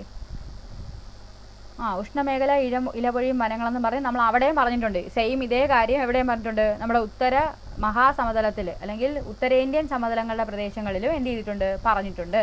ഓക്കെ, അപ്പോൾ ഇപ്പോൾ ഇവിടെ പറയുന്നതും അത് തന്നെയാണ്. എന്താണ്? നമ്മൾ 70 സെൻറ്റിമീറ്റർ മുതൽ 200 സെൻറ്റിമീറ്റർ വരെ വാർഷിക മഴ ലഭിക്കുന്ന പ്രദേശങ്ങളെയാണ് പൊതുവെ എന്തെന്ന് വിളിക്കുന്നത്? ഇത്തരം സസ്യജാലങ്ങൾ അഥവാ ഉഷ്ണമേഖല ഇലപൊഴിയും കാടുകൾ കാണപ്പെടുന്നത്. അതിൽ 2 തരത്തിലുള്ളതുണ്ട്. ഒന്ന് ആർദ്ര ഇലപൊഴിയും കാടുകളും പിന്നത് വരണ്ട ഇലപൊഴിയും കാടുകളുമാണ്. ഈ ആർദ്ര ഇലപൊഴിയും കാടുകൾ എന്ന് പറഞ്ഞാൽ എന്താണ്? 100 സെൻറ്റിമീറ്റർ മുതൽ 200 സെൻറ്റിമീറ്റർ വരെ എന്ത് ചെയ്യുന്നു? വാർഷിക മഴ ലഭിക്കുന്ന പ്രദേശങ്ങളിലാണ് എന്ത് സംഭവിക്കുന്നത്? ആർദ്ര. അവിടെ അങ്ങനെ കണ്ട തന്നെ 100 to 200 സെൻറ്റിമീറ്റർ മഴ ലഭിക്കുന്നെങ്കിൽ അവിടെ ആർദ്ര ഇലപൊഴിയും കാടുകളും. അതുപോലെ പശ്ചിമഘട്ടത്തിൻ്റെ കിഴക്കൻ ചരിവുകളിലാണ് പൊതുവെ കാണും. പശ്ചിമഘട്ടം എവിടെയാണവിടെ? നമ്മൾ മാപ്പ് ഇങ്ങനെ വരയ്ക്കുമ്പോഴത്തേക്ക് ഇവിടെയാണ് എന്ത് വരുന്നത്? പശ്ചിമഘട്ടത്തിൻ്റെ കിഴക്കൻ ചരിവ് എന്ന് പറഞ്ഞാൽ ഏതാണ്? ഈ സൈഡിലാണ്. ഈ സൈഡാണ് പറയുന്നത്. ഓക്കെ, ഈ സൈഡിലാണ് എന്ത് കാണപ്പെടുന്നതെന്നാണ് പറഞ്ഞത്? ഈ പറയുന്ന ആർദ്ര ഇലപൊഴിയും കാടുകൾ കാണപ്പെടുന്നത്. ഇത്തരം സസ്യജാലം കണ്ടുവരുന്നത് ഇത്തരം സസ്യജാലങ്ങളാണ്. ഓക്കെ, ചരിവുകളിലാണ് പൊതുവെ ഇത്തരം സസ്യജാലങ്ങൾ കാണപ്പെടുന്നത്. കൂടാതെ മധ്യപ്രദേശ്, ഛത്തീസ്ഗഡ് സംസ്ഥാനങ്ങളിലെ കുന്നുകളിലും ഛോട്ടാ നാഗ്പൂരിലും ഇത്തരം സസ്യജാലങ്ങളുണ്ട്. ഛോട്ടാ നാഗ്പൂർ എന്ന് പറയുമ്പോൾ ഈ ഏരിയയാണ്. നമ്മുടെ മധ്യപ്രദേശിലെ കുന്നുകളെന്ന് പറയുമ്പോഴത്തേക്ക് എവിടെയാണ്? മറ്റേ ഇവിടെ ഈ ഒരു ഏരിയ ഇല്ലടേ, നമ്മുടെ വിന്ധ്യാസ്തപുര അവിടെയുള്ള കുന്നിൻ പ്രദേശങ്ങൾ, ആ ഏരിയകളിലും എന്ത് കാണുന്നുണ്ട്? ഈ പറയുന്ന ഈ ഉഷ്ണമേഖല ഇലപൊഴിയും കാടുകൾ കാണപ്പെടുന്നുണ്ട് എന്നാണ് പറയുന്നത്. ഓക്കെ, പിന്നെ എന്താ എഴുതിയിരിക്കുന്നത്? തേക്ക്, സാല്, ശിഷം, മൗവ, ചന്ദനം തുടങ്ങിയ വൃക്ഷങ്ങൾ ഈ വനങ്ങളിൽ പൊതുവായി കാണപ്പെടുന്നു. ഇതാ സെയിം സാധനം തന്നെയാണ് നമ്മൾ എന്തിലും പഠിച്ചത്. അതുകൊണ്ട് ഇവിടെയും പഠിച്ചു വെച്ചിട്ടുണ്ട്. തേക്കിൻ്റെ കാര്യം ഇവിടെ എഴുതിയിട്ടുണ്ട്. തേക്ക്, സാൽ, ശിഷം, മഹുവ, നെല്ലി, ചന്ദനം മുതലായവയാണ് ഈ പറയുന്ന ഉഷ്ണമേഖല ഇലപൊഴിയും വനങ്ങളിൽ കാണപ്പെടുന്നത്. അതേ സെയിം സസ്യജാലം തന്നെയാണ് എവിടെയും വരുന്നത്.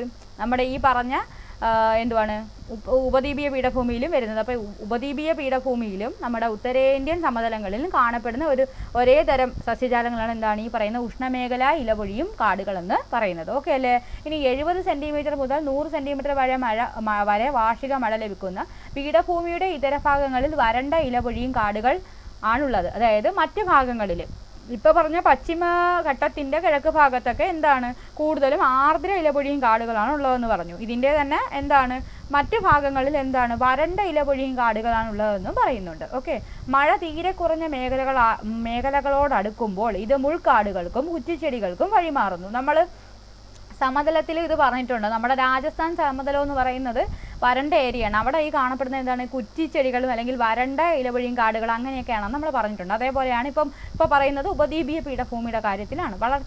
വരൾച്ചാ കാലം എത്തുന്നതോടെ ഈ സസ്യങ്ങൾ പൂർണ്ണമായും ഇലപൊഴിക്കുകയും വനങ്ങൾ ഇലകളില്ലാത്ത സസ്യങ്ങൾ നിറഞ്ഞ പുൽമേടുകളായി മാറുകയും ചെയ്യുന്നു. Same dialogue. ഇത് സെയിം ഡയലോഗാണ് നമ്മൾ എതിലും പഠിച്ചത് നമ്മുടെ സമതലത്തിൻ്റെ കേസിൽ. മീൻസ് ഉത്തരം സമതലത്തിൻ്റെ വിശുദ്ധത ഇത് തന്നെ എഴുതിയിരിക്കുന്നത് സെയിം. തുടക്കത്തിൽ മരങ്ങളെല്ലാം പൂർണ്ണമായി ഇലകൾ പൊഴിക്കുന്നു, തൽഫലമായി മരങ്ങൾ എഴുന്നേറ്റ് നിൽക്കുന്ന പുൽമേടുകളായി മാറുന്നു. അതേ കാര്യം തന്നെയാണ് എവിടെയും പറഞ്ഞേക്കുന്നത്. നമ്മുടെ ഈ പറഞ്ഞ എന്താണ് ഉപദ്വീപീയ പീഠഭൂമിയിലെ ഇലപൊഴിയും വനങ്ങളുടെ കാര്യങ്ങളിലും പറയുന്നത്. എന്താണെന്നുള്ള വായിച്ചു നോക്കാം. വരൾച്ചാ കാലം എത്തുന്നതോടെ ഈ സസ്യങ്ങൾ പൂർണ്ണമായും ഇല പൊഴിക്കുകയും വനങ്ങൾ ഇലകളില്ലാത്ത ഈ സസ്യങ്ങൾ നിറഞ്ഞ പുൽമേടുകളായി മാറുകയും ചെയ്യുന്നു. അവിടെ ഉള്ളത് ഏതൊക്കെ? തേക്ക്, റോസ് വുഡ്, ആക്സൽ വുഡ്, മുളവർഗ്ഗങ്ങൾ തുടങ്ങിയവയാണ് ഇവിടുത്തെ സാധാരണ ആയിട്ട് കാണാറുള്ളതെന്നാണ് പറഞ്ഞത്. ഇനി എന്തുവാണ്? ഉഷ്ണമേഖലാ മുൾക്കാടുകൾ. ഇത് നമ്മളവിടെ പറഞ്ഞു തോന്നുന്നു. ഉഷ്ണമേഖലാ മുൾക്കാടുകൾ ഉണ്ടായിരുന്നു തോന്നുന്നു. ഉഷ്ണമേഖലാ മുൾക്കാടുകൾ എന്നും പറഞ്ഞ് അതും പറഞ്ഞിട്ടുണ്ട്. അതും എവിടെ ഉണ്ടായിരുന്നു? നമ്മുടെ ഈ പശ്ചിമയല്ലല്ലോ, നമ്മുടെ സമതല പ്രദേശങ്ങളിൽ ഉണ്ടായിരുന്നു. ഇവിടെ ഇപ്പോൾ എന്താണ് നമ്മുടെ പീഠഭൂമി പ്രദേശങ്ങളിലും ഉണ്ട്. 75 സെൻറ്റിമീറ്റർ താഴെ വാർഷിക മഴ, അതായത് 75 സെൻറ്റിമീറ്ററിനേക്കാൾ കുറവാണ്. ഓക്കെ, 75 അല്ലെങ്കിൽ 70 തൊട്ട് 100 വരെ വാർഷിക മഴ ലഭിക്കുന്ന പീഠഭൂമിയിലെ ഏരിയകൾ അല്ലെങ്കിൽ സമതലത്തിലെ ഏരിയകളിൽ ഉണ്ടാകാൻ ചാൻസ് ഉള്ള കാടുകൾ എന്താണ്? വരണ്ട ഉഷ്ണമേഖല ഇലപൊഴിയും കാടുകളാണ്. ഇനി 100 to 200 സെൻറ്റിമീറ്റർ ആണ് മഴ ലഭിക്കുന്നതെങ്കിൽ അത് ആർദ്ര ഇലപൊഴിയും കാടുകളായിരിക്കും. ഓക്കെ, 75 സെൻറ്റിമീറ്റർ താഴെയാണെങ്കിൽ അത് എന്തായിരിക്കും? ഉഷ്ണമേഖല മുൾക്കാടുകളായിരിക്കും. ഓക്കെ, 75 സെൻറ്റിമീറ്റർ താഴെ വാർഷിക മഴ ലഭിക്കുന്നതും ഉയർന്ന താപനിലയുള്ളതുമായ പ്രദേശങ്ങളിലാണ് ഇത്തരം സസ്യജാലങ്ങൾ പൊതുവായി കാണപ്പെടുന്നത്. അതായത് 75 സെൻറ്റിമീറ്റർ താഴെ വാർഷിക മഴ ലഭിക്കുന്നതും എങ്കിൽ അതുകൊണ്ട് തന്നെ എന്താണ് ഉയർന്ന താപനിലയുള്ളതുമായ പ്രദേശങ്ങളിലാണ് ഉഷ്ണമേഖല മുൾക്കാടുകൾ കാണപ്പെടുന്നത്. ഇനി എന്താ പറഞ്ഞേക്കുന്നത്? പൊതുവായി അങ്ങിങ്ങായി ഉയരം കുറഞ്ഞ മരങ്ങൾ കാണപ്പെടുന്നു. അക്കേഷ്യ, യൂഫോർബിയ, അതുപോലെ തന്നെ ഈന്തപ്പന, ചിലയിനം പുൽ വർഗ്ഗങ്ങൾ തുടങ്ങിയവയാണ് പ്രധാന സസ്യങ്ങൾ. അതായത് ഒരുപാട് സാധനങ്ങളൊന്നും എന്ത് ചെയ്യത്തില്ലടെ, വളരത്തില്ല. കാര്യം അവിടെ മഴ കുറവാണ്, പോരാത്തതിന് നല്ല ചൂടുമാണ്. ഓക്കെ, അപ്പോൾ അതുകൊണ്ടാണ് ഇങ്ങനെ എത്ര വനങ്ങൾ, അതായത് അക്കേഷ്യക്കൊക്കെ വെള്ളം കുറവാണ്. അപ്പം കുറഞ്ഞ ജലലഭ്യതയിൽ നന്നായി ജീവിക്കാൻ കഴിയുന്ന സസ്യങ്ങളായിരിക്കും എന്ത് ചെയ്യുന്നത്? ആ മേഖലയിൽ നന്നായിട്ട് വളരുന്നത്. ഓക്കെ, എവിടെയാണ് ഈ ഉഷ്ണമേഖലാ മുൾക്കാടുകൾ എന്ന് പറയുന്നത്? ആ കാറ്റഗറി വരുന്നതാണ്. അപ്പോൾ അതിൽ വരുന്ന സസ്യങ്ങൾ അക്കേഷ്യ, യൂഫോർബിയ, ഈന്തപ്പന എന്നിവയൊക്കെയാണ്. ഓക്കെ, ഇനി നമുക്ക് പശ്ചിമഘട്ടത്തിൻ്റെ കിഴക്കായി മഹാരാഷ്ട്ര, കർണാടക എന്നീ സംസ്ഥാനങ്ങളുടെ അർദ്ധ മരുപ്രദേശങ്ങളിലും ആന്ധ്രാപ്രദേശ്, തെലങ്കാന, തമിഴ്നാട് സംസ്ഥാനങ്ങളിലെ വരണ്ട പ്രദേശങ്ങളിലും ഇത്തരം സസ്യജാലങ്ങളുണ്ട്. അതായത് നമ്മൾ വീണ്ടും മാപ്പ് എടുത്ത് വെച്ച് വരക്ക് പോകുമ്പോൾ ഇങ്ങനെ പോകുന്ന പശ്ചിമഘട്ടം, ഇവിടെ നിന്ന് ഇങ്ങനെ പോകുന്നത് പൂർവ്വഘട്ടം. ആ പശ്ചിമഘട്ടത്തിൻ്റെ ഏത് ഭാഗത്താണ്? കിഴക്ക് ഭാഗത്ത് എന്തെന്ന് പറഞ്ഞു? ആദ്യം പറഞ്ഞത് നമ്മൾ ഉഷ്ണമേഖല ഇലപൊഴിയും വനങ്ങളെന്ന് പറഞ്ഞു. ഇപ്പോൾ പറയുന്നത് എന്തുവാണ്? എല്ലായിടത്തും ഉണ്ടോ ഇത്? ഇല്ല. എന്തുകൊണ്ട്? പശ്ചിമഘട്ടത്തിൻ്റെ കിഴക്കായി മഹാരാഷ്ട്ര, കർണാടക ഈ ഏരിയയാണ്. അവിടെ എന്നീ സംസ്ഥാനങ്ങളുടെ അർദ്ധ മരുപ്രദേശങ്ങളിൽ, അതായത് മരുപ്രദേശങ്ങളായിട്ടുള്ള സ്ഥലങ്ങളിൽ, അവിടെ മരുപ്രദേശങ്ങളായിട്ടുള്ള സ്ഥലങ്ങളിലും അതുപോലെ ആന്ധ്രാപ്രദേശ്, തെലങ്കാന എന്ന് പറയുമ്പോൾ ഈ ഭാഗം, ആന്ധ്രാപ്രദേശ്, തെലങ്കാന എന്തായാലും ഈ സൈഡ് ആയിരിക്കുമല്ലോ വരുന്നത്, അതായത് പൂർവ്വഘട്ടത്തിൻ്റെ ഏരിയയാണ്. അവിടെ തമിഴ്നാട് സംസ്ഥാനങ്ങളിലെ വരണ്ട പ്രദേശങ്ങളിൽ എന്ത് കാണുന്നു എന്നാണ് പറഞ്ഞത്? ഈ പറയുന്ന കണക്കുള്ള ഉഷ്ണമേഖല മുൾക്കാടുകൾ കാണപ്പെടുന്നു. ഇനി ദക്ഷിണ പർവ്വത വനങ്ങൾ എന്താണെന്ന് നോക്കാം. പീഠഭൂമിയിലെ ഉയർന്ന പ്രദേശങ്ങളായ പശ്ചിമഘട്ടം, വിന്ധ്യാനിരകൾ, നീലഗിരി കുന്നുകൾ എന്നിവിടങ്ങളിൽ കാണപ്പെടുന്ന സസ്യജാലങ്ങളെ പൊതുവിൽ ദക്ഷിണ പർവ്വത വനങ്ങൾ എന്ന വിഭാഗത്തിൽ ഉൾപ്പെടുത്താം. അപ്പോൾ എവിടേക്കാണ് ഈ പറഞ്ഞ നമ്മുടെ ഇത് പശ്ചിമഘട്ടം. ഇനി വിന്ധ്യ എന്ന് പറയുന്നത് ഈ ഭാഗത്താണ്. നമ്മുടെ എവിടാണ്? മധ്യപ്രദേശിൻ്റെ ആ ഒരു ലൈനിലാണ് വിന്ധ്യാസ്തപുര ഇവിടെ, പിന്നെ ഇപ്പുറത്തെ സൈഡിലാണ് അരാവലിയൊക്കെ വരുന്നത്. അപ്പോൾ ഈ പറയുന്ന വിന്ധ്യാനിരകൾ, പിന്നെ നീലഗിരി കുന്നുകൾ എന്ന് പറയുന്നത് ഈ ഭാഗത്താണ്. നീലഗിരി കുന്നുകളൊക്കെ വരുന്നത് ഈ ഭാഗത്തും കണ്ടാണ്. അപ്പോൾ എന്നിവിടങ്ങളിൽ കാണപ്പെടുന്ന സസ്യജാലങ്ങളെ നമ്മൾ എന്തെന്ന് വിളിക്കൂടെ? ദക്ഷിണ പർവ്വത വനങ്ങൾ എന്ന വിഭാഗത്തിൽ ഉൾപ്പെടുത്തും. ഇവിടങ്ങളിൽ ഏകദേശം 1500 മീറ്ററിൽ കൂടുതൽ ഉയരമുള്ള ഇടങ്ങളിൽ മിതോഷ്ണ സസ്യജാലങ്ങളും താഴോട്ട് വരുമ്പോൾ ഉപോഷ്ണ സസ്യജാലങ്ങളും കാണപ്പെടുന്നു. അതായത് ഇത് പർവ്വത മേഖലയാണ്. ഓക്കെ, ആ പർവ്വത മേഖല ഇവിടങ്ങളിൽ എങ്ങനെയാണ് 500 മീറ്ററിൽ കൂടുതൽ ഉയരമുള്ള ഇവിടെ ഇപ്പോൾ 1500 മീറ്റർ ഉയരം വരെ എന്ന് പറയുമ്പോൾ ഇതാണെന്ന് വെച്ചോ. അപ്പോൾ അതിന് മുകളിലോട്ടുള്ള പ്രദേശങ്ങളിൽ എന്താണ് എന്ത് തരത്തിലുള്ള സസ്യങ്ങളാണ് കാണുന്നത്? മിതോഷ്ണ സസ്യജാലങ്ങൾ കാണപ്പെടുന്നു. അതുപോലെ താഴോട്ട് വരുമ്പോൾ, അതായത് 1500 മീറ്ററിന് താഴെ ആണ് വരുന്നതെങ്കിൽ എന്താണ്? ഉപോഷ്ണ സസ്യജാലങ്ങളും കാണപ്പെടുന്നു, ഉപോഷ്ണ മേഖലാ സസ്യജാലങ്ങളും കാണപ്പെടുന്നു. നീലഗിരി, പളനി, ആനമല നിരകളിലെ ഉപോഷ്ണ സസ്യജാലങ്ങളെ ചോലവനങ്ങൾ എന്ന് വിളിക്കുന്നു. അപ്പം ചോലവനങ്ങൾ എന്ന് പറഞ്ഞാൽ എന്താണ്? നീലഗിരി, പളനി, ആനമല ഇതെവിടെ വരും? നീലഗിരി എന്ന് പറയുന്നത് ഇവിടെയാണ്. ഈ പശ്ചിമഘട്ടവും പൂർവ്വഘട്ടവും കൂടെ ജോയിൻ ചെയ്യുന്ന സ്ഥലത്തിനാണ് നമ്മൾ എന്തെന്ന് വിളിക്കുന്നത്? നീലഗിരി എന്ന് വിളിക്കുന്നത്. അപ്പം നീലഗിരിയിൽ, അതുപോലെ പളനി, ആനമല, അതെല്ലാം ഈ റേഞ്ചാണ്. ആനമലയിലാണ് ആനമുടി സ്ഥിതി ചെയ്യുന്നത് കേരളത്തിൽ. ഓക്കെ, ആനമല, നീലഗിരി, പളനി എന്നൊക്കെ പറയുന്ന ആ പ്രദേശങ്ങളിലെ ഉപോഷ്ണ സസ്യജാലങ്ങളെ വിളിക്കുന്ന പേരെന്താണ്? ചോലവനങ്ങൾ എന്നാണ്. ഓക്കെ, ചോലവനങ്ങൾ. അപ്പോൾ ചോലവനങ്ങൾ ഏത് സെക്ഷനിലാണ് വരുന്നത്? നമ്മുടെ ഉപദ്വീപീയ പീഠഭൂമിയിലെ ദക്ഷിണ പർവ്വത വനങ്ങളിൽ വരുന്നതാണ് എന്ത്? ചോലവനങ്ങൾ. അത് ഉപോഷ്ണ സസ്യജാലങ്ങളാണ്.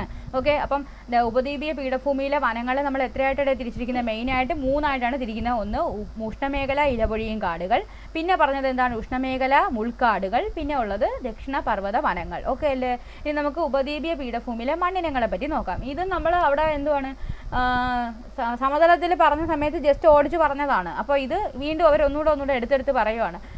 ഇതുവരെ പഠിച്ചതിൽ ഈ പറഞ്ഞ മീൻസ് ഉപദ്വീപീയ പീഠഭൂമിയിൽ ഏതെങ്കിലും ഒരു മണ്ണിൻ്റെ കാര്യം പറഞ്ഞായിട്ട് ഓർക്കുന്നുണ്ടോ? ഒന്നും പറഞ്ഞിട്ടില്ല ഇതുവരെ.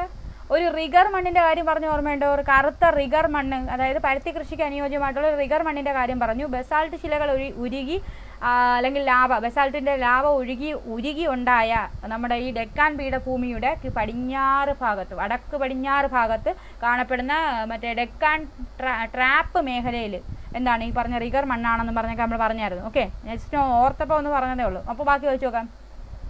ഉപദ്വീപീയ പീഠഭൂമിയിലെ മണ്ണിനങ്ങൾ. ഉപദ്വീപീയ പീഠഭൂമിയിൽ കാണപ്പെടുന്ന മണ്ണിനങ്ങൾ ഏറെയും തനതിടത്ത് രൂപപ്പെട്ടവയാണ്. അതായത് അവിടെ തന്നെ രൂപപ്പെട്ടതെന്നാണെന്നാണ് തോന്നുന്നത്. എന്താണ് ഈ തനതിടമെന്ന് നമുക്ക് വായിച്ചു നോക്കാം, എന്നിട്ട് അങ്ങോട്ട് വരാം. തനതിട മണ്ണിനങ്ങളും വഹിച്ചുകൊണ്ട് വരുന്ന മണ്ണിനങ്ങളും. തനതിട മണ്ണിനങ്ങളും അതുപോലെ വഹിച്ചുകൊണ്ട് വന്ന മണ്ണിനങ്ങളും. In situ soils and transporter soils.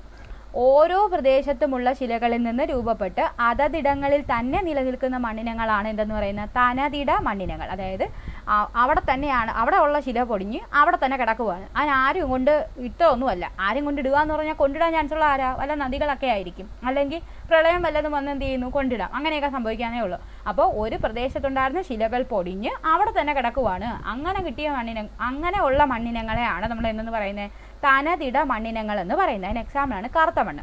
Okay, എന്നാൽ നദികളാലോ കാറ്റിലൂടെയോ നീക്കം ചെയ്യപ്പെട്ട് മറ്റു പ്രദേശങ്ങളിൽ നിക്ഷേപിച്ച് കാണുന്ന മണ്ണിനങ്ങളെ വഹിച്ചു കൊണ്ടുവരുന്ന മണ്ണിനങ്ങൾ എന്ന് പറയുന്നു. ഉദാഹരണം എക്കൽമണ്ണ്. എക്കൽമണ്ണ് കൊണ്ടുവരുന്ന ആരാ? നദികളാണ്. അപ്പോൾ കാറ്റ് എന്തുവാ കൊണ്ടുവരുന്നത്? അതായത് കാറ്റിൻ്റെ കേസിൽ മണ്ണ് കൊണ്ടുവരുന്നത് അത് കൂടുതലായിട്ട് കാണപ്പെടുന്നത് മരുഭൂമി പ്രദേശങ്ങളിലാണ്. നമുക്ക് മരുഭൂമിയിൽ വന്നു കഴിഞ്ഞാൽ ഉള്ള മെയിൻ പ്രശ്നം എന്താണ്? നമുക്ക് ദിശ അറിയാൻ പറ്റത്തില്ല. മരുഭൂമിയുടെ മറ്റേ ഇങ്ങനെയല്ലേ പോയിക്കൊണ്ടിരിക്കുന്നത്. അതിൽ കാറ്റ് എപ്പോഴും വീശുന്ന കാരണം ഇപ്പോൾ കാണുന്ന സ്ട്രക്ചറിലായിരിക്കത്തില്ല അതെന്ത് ചെയ്യുന്നത്, കുറച്ച് കഴിഞ്ഞിട്ട് കാണുന്നത്. എന്ന് വെച്ചാൽ ഒരു നേരം ഇരുട്ടി വെളുക്കുമ്പോഴത്തേക്ക് ഇതിൻ്റെ സ്ട്രക്ചർ എന്ത് ചെയ്യും? ടോട്ടലി മാറും. അതായത് കാറ്റ് ഈ മണലിനെ വഹിച്ചുകൊണ്ട് വേറെ എവിടെയെങ്കിലുമൊക്കെ കൊണ്ടിട്ടുകൊണ്ടിരിക്കും. അതാണ് നദികൾ കൊണ്ടിടുന്നുണ്ട്, കാറ്റ് കൊണ്ടിടുന്നതെന്ന് പറയുന്നത്. കാറ്റ് ഈ നമ്മുടെ ഇപ്പം പൊടികളുള്ള, അതായത് വരണ്ട പ്രദേശങ്ങളിലാണ് കാറ്റ് എന്ത് ചെയ്യുന്നത്? ഈ മണ്ണിനെ വഹിച്ചുകൊണ്ട് പോകുന്നത്. നനവുള്ള പ്രദേശങ്ങളിൽ കാറ്റിന് എന്ത് ചെയ്യത്തില്ല? ഒന്നിനെയും വഹിച്ചുകൊണ്ട് പോകാൻ, അതായത് വെയിറ്റ് ഉള്ള സാധനമല്ലേ, വഹിച്ചുകൊണ്ട് പോകാൻ പറ്റത്തില്ല. മീൻസ് വരണ്ട ഏരിയയിൽ നിന്ന് കാറ്റ് എന്ത് ചെയ്യുന്നുണ്ട്? ഇതുപോലെ എന്തെങ്കിലും മണ്ണ് ശിലകളും പൊടികളും ഒക്കെ നീക്കിക്കൊണ്ടുപോയി മറ്റ് പ്രദേശങ്ങളിൽ നിക്ഷേപിക്കുന്നുണ്ട്.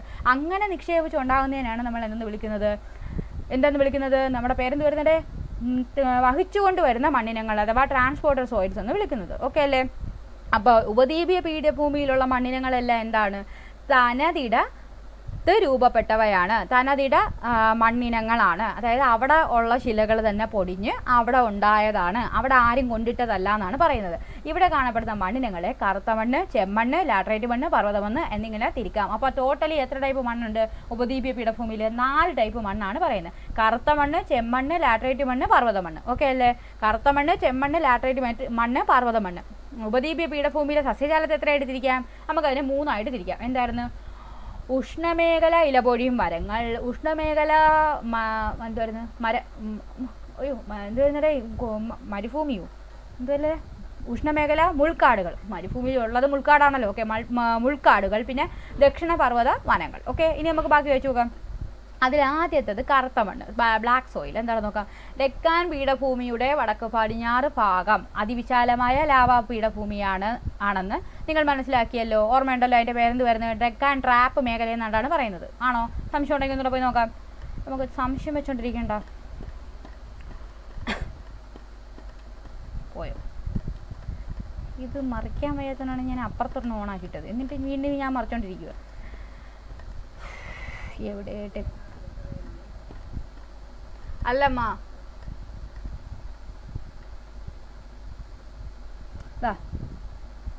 ഡെക്കാൻ ട്രാപ്പ് മേഖല എന്നാണ് അറിയപ്പെടുന്നത്. വടക്ക് പടിഞ്ഞാറ് ഭാഗം ബസാൾട്ട് ശിലകൾ എന്ന് പറഞ്ഞാൽ ഡെക്കാൻ ട്രാപ്പ് മേഖല. തെറ്റിയിട്ടില്ല, അത് തന്നെ.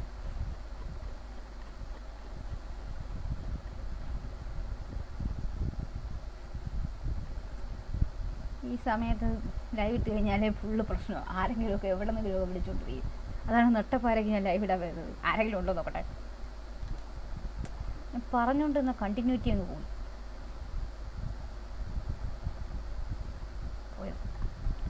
ഓക്കെ, ഇവിടെ ഓക്കെ. കറുത്ത മണ്ണ് എന്താണ്? ഡെക്കാൻ പീഠഭൂമിയുടെ വടക്ക് പടിഞ്ഞാറ് ഭാഗം അതിവിശാലമായ ലാവാ പീഠഭൂമിയാണ്. അതിനെയാണ് നമ്മൾ എന്തെന്ന് വിളിച്ചത്? ഡെക്കാൻ ട്രാപ്പ് മേഖല എന്ന് വിളിച്ചത്. ഓക്കെ, നിങ്ങൾക്ക് നമ്മൾ മനസ്സിലാക്കിയത് ഈ പ്രദേശത്തെ ബസാൾട്ട് ലാവാ ശിലകൾക്ക് ദീർഘകാലത്തെ അപക്ഷയം സംഭവിച്ച് രൂപം കൊള്ളുന്നതാണ് എന്തെന്ന് പറയുന്നത്? ഈ കറുത്ത മണ്ണെന്ന് പറയുന്നത്. ഈ കാണുന്നതാണ് ഈ കറുത്ത മണ്ണ്. ഇനി മഹാരാഷ്ട്ര, മധ്യപ്രദേശ് എന്നീ സംസ്ഥാനങ്ങളിൽ, പ്രധാനമായും കർണാടക, തെലങ്കാന, ആന്ധ്രാപ്രദേശ്, ഗുജറാത്ത്, തമിഴ്നാട് എന്നീ സംസ്ഥാനങ്ങളിൽ ഭാഗികമായും കറുത്ത മണ്ണ് കാണപ്പെടുന്നു. ഈ മണ്ണ് മറ്റേതെല്ലാം പേരുകളിൽ അറിയപ്പെടുന്നു? അതർ നെയിംസ് ഓഫ് എന്തായിരുന്നു പേര്? ബ്ലാക്ക് സോയിൽ അല്ലേ? അത് നമുക്ക് തപ്പാം. വെയിറ്റ്. അപ്പോൾ മഹാരാഷ്ട്ര, മധ്യപ്രദേശ് എന്നീ സംസ്ഥാനങ്ങളിൽ പ്രധാനമായും അപ്പോൾ കറുത്ത മണ്ണ് കൂടുതൽ കാണപ്പെടുന്ന രണ്ട് സംസ്ഥാനങ്ങൾ ഏതൊക്കെയാണ്? മഹാരാഷ്ട്രക്ക് എം ആർന്നിട്ടാൽ മതിയല്ലോ. മഹാരാഷ്ട്ര, മധ്യപ്രദേശ്, MP. അപ്പോൾ രണ്ടും എമ്മിലുള്ളതാണ്. വേറെ എമ്മിലുള്ള സംസ്ഥാനങ്ങളൊന്നും ഇല്ലല്ലോ അല്ലേ? മേഘാലയ ഉണ്ട്, എന്തായാലും അങ്ങ് പോകത്തില്ലല്ലോ. നമ്മൾ ഉപദ്വീപീയ പീഠഭൂമിയിലേ പറയുന്നത്. അപ്പോൾ കറുത്ത മണ്ണ് ഉപദ്വീപീയ പീഠഭൂമിയിലാണ് മെയിനായിട്ട് പറയുന്നത്. അപ്പം ഏതൊക്കെയാണ്? മഹാരാഷ്ട്രയിലും അതുപോലെ തന്നെ മധ്യപ്രദേശിലുമാണ് കൂടുതലായിട്ട് കാണപ്പെടുന്നത്. അതായത് എവിടെയാണ് നമ്മുടെ പിക്ചർ വരയ്ക്കുമ്പോഴത്തേക്ക് മധ്യപ്രദേശ് എന്ന് പറയുമ്പോൾ ഇവിടെ വരും, മഹാരാഷ്ട്ര എന്ന് പറയുമ്പോൾ ഈ ഭാഗത്ത് വരും. ഇവിടെയൊക്കെയാണ് എന്ത് ചെയ്യുന്നത്? കൂടുതലായിട്ട് കാണപ്പെടുന്നത്. പിന്നെ എന്ത് പറഞ്ഞിട്ടുണ്ട്? കർണാടകം, തെലുങ്കാന, ആന്ധ്രാപ്രദേശ്. കർണാടകം എന്ന് പറയുമ്പോൾ എവിടെ വരും? ഇത് കേരളം, തമിഴ്നാട്, ഇവിടെ കർണാടകം, ഇവിടെ ആന്ധ്രാപ്രദേശ്, ഇവിടെ കർണാടകം, പിന്നെ ഇവിടെ തെലുങ്കാന, പിന്നെ ഏതായിരുന്നേ? തമിഴ്നാട്. ഓക്കെ, അപ്പോൾ തമിഴ്നാട്, ആന്ധ്രാപ്രദേശ്, തെലങ്കാന, കർണാടക അല്ലായോ? ഗുജറാത്ത് എന്ന് പറയുമ്പോൾ ഈ ഭാഗത്താണ്. അവിടെ എന്തുണ്ടെന്നാണ് പറഞ്ഞാൽ ഏകദേശം ഒരു ചില ഭാഗങ്ങളിൽ, സംസ്ഥാനങ്ങളിൽ ഭാഗികമായിട്ട് എന്ത് കാണപ്പെടുന്നുണ്ട്? കറുത്ത മണ്ണ് കാണപ്പെടുന്നുണ്ട്. അപ്പോൾ കറുത്ത മണ്ണ് കാണപ്പെടുന്ന സംസ്ഥാനങ്ങൾ കർണാടക, KR എന്നിരുന്നാണ്. കർണാടക, തെലങ്കാനയുണ്ട്, ആന്ധ്രാപ്രദേശ് ഉണ്ട്, പിന്നെന്തുണ്ട്? ഗുജറാത്ത് ഉണ്ട്, തമിഴ്നാട് ഉണ്ട്. ഓക്കെ, കുഴപ്പമില്ലല്ലോ. അപ്പം ഏറ്റവും കൂടുതലും കാണപ്പെടുന്ന സംസ്ഥാനങ്ങൾ എന്ന് പറഞ്ഞാൽ മഹാരാഷ്ട്ര, മധ്യപ്രദേശാണ്. കറുത്ത മണ്ണ്. ഓക്കെ അല്ലേ? ഡെക്കാൻ ട്രാപ്പ് മേഖലയിലാണ് കാണപ്പെടുന്നത്. മഹാരാഷ്ട്ര, മധ്യപ്രദേശ്. ഓക്കെ, ഇനി അടുത്ത ചെമ്മണ്ണിലോട്ട് വരാം. ചെമ്മണ്ണ് അതിൻ്റെ ഇടയ്ക്ക് എന്തോ വിട്ടുമായിരുന്നല്ലോ. മറ്റേതെല്ലാം പേരുകളിൽ അറിയപ്പെടുന്നു എന്നുള്ളതല്ലേ? കറുത്ത മണ്ണ് നോക്കാം. other names of black soil.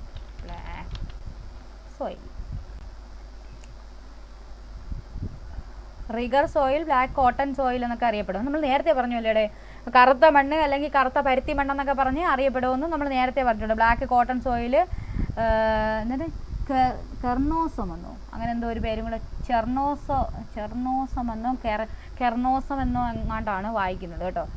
അത് നമുക്ക് വായിക്കാം. നിങ്ങളൊന്ന് വായിച്ചെടുക്കുന്നത് നല്ലതായിരിക്കും. ഇനിയിപ്പോൾ ഞാൻ ഇതിനെക്കൊണ്ട് വായിപ്പിക്കാനൊന്നും നടക്കുന്ന കേസല്ല. ഓക്കെ, അപ്പോൾ മെയിനായിട്ട് റിഗർ മണ്ണെന്നും അല്ലെങ്കിൽ കറുത്ത പരുത്തി മണ്ണെന്നും എന്തറിയപ്പെടുന്നുണ്ട്? ഈ കറുത്ത മണ്ണ് അറിയപ്പെടുന്നുണ്ട്. ഏറ്റവും കൂടുതൽ കാണപ്പെടുന്നത് മഹാരാഷ്ട്ര, മധ്യപ്രദേശ്, പിന്നെ ഭാഗികമായിട്ട് കാണപ്പെടുന്നത് ഇവിടെ നിന്ന് അങ്ങോട്ട് കൂട്ടിയാലും മതി ഇതിനെ വിട്ടിട്ട്. അതായത് ഗുജറാത്ത് ഉണ്ട്, തെലങ്കാന ഉണ്ട്, കർണാടക, ആന്ധ്രാപ്രദേശ്, തമിഴ്നാട്, കേരളം ഇല്ല. ഓക്കെ. ഇനി ചെമ്മണ്ണ് എന്ന് പറയുന്നത് റെഡ് സോയിൽ എന്നാണ് അറിയപ്പെടുന്നത്. ഉപദ്വീപീയ പീഠഭൂമിയിലെ പ്രാചീന പരരൂപ കായാന്തരിക ശിലകൾക്ക് അപക്ഷയം സംഭവിച്ചാണ് ചെമ്മണ്ണ് ഉണ്ടാകുന്നത്. അപ്പോൾ ചെമ്മണ്ണ് എങ്ങനെ ഉണ്ടാകുന്നത്? പരൽ രൂപ കായാന്തരിത ശിലകൾക്ക് അപക്ഷയം സംഭവിച്ചു. പ്രാചീന പരൽ രൂപ കായാന്തരിക ശിലകൾക്ക് അപക്ഷയം സംഭവിച്ചാണ് എന്തുണ്ടാവുന്നത്? നമ്മുടെ ചെമ്മണ്ണ് രൂപപ്പെടുന്നതെന്നാണ് പറയുന്നത്. ഓക്കെ, ചെമ്മണ്ണ് രൂപപ്പെടുന്നത്. ഇനി പൊതുവെ ചെമ്മണ്ണെന്ന് വിളിക്കുമെങ്കിലും ചിലയിടങ്ങളിൽ ഇത് തവിട്ട്, ചാരം, മഞ്ഞ തുടങ്ങിയ നിറങ്ങളിലാണ് കാണപ്പെടുന്നത്. അതായത് പ്രദേശം മാറുന്നതനുസരിച്ച് ഈ മണ്ണിൻ്റെ നിറത്തിലും വ്യത്യാസം വരുമെന്നാണ് പറയുന്നത്. ഈ മണ്ണിൽ വലിയ തോതിൽ അടങ്ങിയിട്ടുള്ള ഇരുമ്പിൻ്റെ സാന്നിധ്യമാണ് ചുവപ്പ് നിറത്തിന് കാരണം. അപ്പോൾ ചെമ്മണ്ണിന് ചുവപ്പ് നിറത്തിന് കാരണം എന്താണ്? അതിലടങ്ങിയിരിക്കുന്ന ഇരുമ്പിൻ്റെ സാന്നിധ്യമാണ് ചുവപ്പ് നിറം ഉണ്ടാവാൻ കാരണം. എങ്ങനെയാണ് ഈ പറയുന്ന ചുവന്ന മണ്ണ് അല്ലെങ്കിൽ ചെമ്മണ്ണ് ഉണ്ടാവുന്നത്? പ്രാചീന പരൽ രൂപ കായാന്തരിത ശിലകൾക്ക് അപക്ഷയം സംഭവിച്ചാണ് ചെമ്മണ്ണ് ഉണ്ടാവുന്നത്. ഓക്കെ അല്ലേ? ചെമ്മണ്ണെന്നിങ്ങനെ പറയുമെങ്കിലും അതിന് തവിട്ട് കളറിൽ കാണാം, ചാര കളറിൽ കാണാം, മഞ്ഞ കളറിലും കാണാം. ഇനി നമുക്ക് മെയിനായിട്ടുള്ള സാധനം ലാറ്ററൈറ്റ് മണ്ണാണ്. ലാറ്ററൈറ്റ് മണ്ണ് പൊതുവേ കേരളത്തിൽ ഏറ്റവും കൂടുതലുള്ളത് ലാറ്ററൈറ്റ് മണ്ണ് എങ്ങാണ്ടാണ്. നമുക്കൊന്ന് വായിച്ചു നോക്കാം. കനത്ത മഴയും വരൾച്ചയും മാറി മാറി അനുഭവപ്പെടുന്ന പ്രദേശങ്ങളിൽ മണ്ണിലെ സിലിക്ക, ചുണ്ണാമ്പ് തുടങ്ങിയ ലവണങ്ങൾ ഊർനിറങ്ങൾ പ്രക്രിയയിലൂടെ നീക്കം ചെയ്യപ്പെടുന്നതിൻ്റെ ഫലമായി രൂപപ്പെടുന്നതാണ് ലാറ്ററൈറ്റ് മണ്ണ്. അപ്പോൾ എന്താണ് സംഭവിക്കുന്നതെന്നാണ് പറഞ്ഞത്? കനത്ത മഴയും വരൾച്ചയും മാറി മാറി അനുഭവപ്പെടുന്ന പ്രദേശങ്ങളിൽ മണ്ണിൽ സിലിക്കയും അതുപോലെ ചുണ്ണാമ്പും ഒക്കെ അടങ്ങിയിട്ടുണ്ട്. ഈ ലവണങ്ങളൊക്കെ എന്ത് ചെയ്യും? ഊർനിറങ്ങൾ പ്രക്രിയയിലൂടെ നീക്കം ചെയ്യപ്പെട്ടു. അപ്പോൾ ഈ പറഞ്ഞ ലാറ്ററൈറ്റ് മണ്ണിൽ സിലിക്കയും ഇല്ല, ചുണ്ണാമ്പും ഇല്ല. ഇതെല്ലാം എന്ത് ചെയ്തു? നീക്കം ചെയ്യപ്പെട്ടതിൻ്റെ ഫലമായിട്ട് രൂപപ്പെടുന്ന ഒരു ടൈപ്പ് മണ്ണാണ് ലാറ്ററൈറ്റ് മണ്ണ്. പീഠഭൂമിയിൽ പശ്ചിമഘട്ടം, പൂർവ്വഘട്ടം, രാജ്മഹൽ കുന്നുകൾ, വിന്ധ്യാസ്തപുര പർവ്വതങ്ങൾ, മാൾവ പീഠഭൂമി തുടങ്ങിയ പ്രദേശങ്ങളിലാണ് മുഖ്യമായും ലാറ്ററൈറ്റ് മണ്ണ് കാണപ്പെടുന്നത്. അതായത് എവിടെയൊക്കെയാണ്? പർവ്വത ഏരിയയിലാണ് കൂടുതൽ എഴുതിയിരിക്കുന്നത്. ഇപ്പോൾ പശ്ചിമഘട്ടത്തിലുണ്ട്, പൂർവ്വഘട്ടത്തിലുണ്ട്. രാജ്മഹൽ കുന്നുകൾ എന്ന് പറഞ്ഞാൽ ഏത് ഭാഗത്തായിരുന്നു? നമ്മുടെ അതായത് ഇങ്ങനെ വരച്ചു കഴിയുമ്പോഴത്തേക്ക് ഈ ഭാഗത്തെങ്ങാണ്ടായിരുന്നു ഈ രാജ്മഹൽ കുന്നുകൾ അല്ലേ? വെയിറ്റേ, പിക്ചർ എടുത്തിടണം.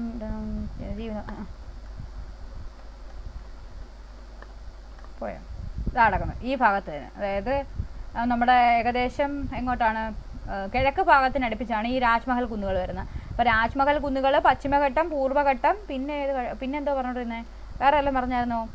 വിന്ധ്യാസ്തപുര നിലകൾ എന്നീ പ്രദേശങ്ങളിൽ എന്ത് കാണുന്നുണ്ട്? ഈ പറഞ്ഞ ലാറ്ററൈറ്റ് മണ്ണ് കാണുന്നുണ്ട്. മാൾവ പീഠഭൂമി എന്ന് പറയുന്നത് എവിടെ ആയിട്ട് വരും? ഇവിടെ ഇതിങ്ങനെയാണ് പോകുന്നത്. ഈ ഭാഗത്ത് വരുന്നതാണ് മാൾവ പീഠഭൂമി. ഇവിടെ അല്ല, കുറച്ചുകൂടെ ഇങ്ങോട്ട് കയറി വരും. അതായത് ഇവിടെ വരത്തില്ല, ഇവിടെ വന്നു കഴിഞ്ഞാൽ ശരിയാവത്തില്ല. ഇവിടെ നമ്മളെ സമതലമല്ലേ ഈ ഭാഗത്ത്.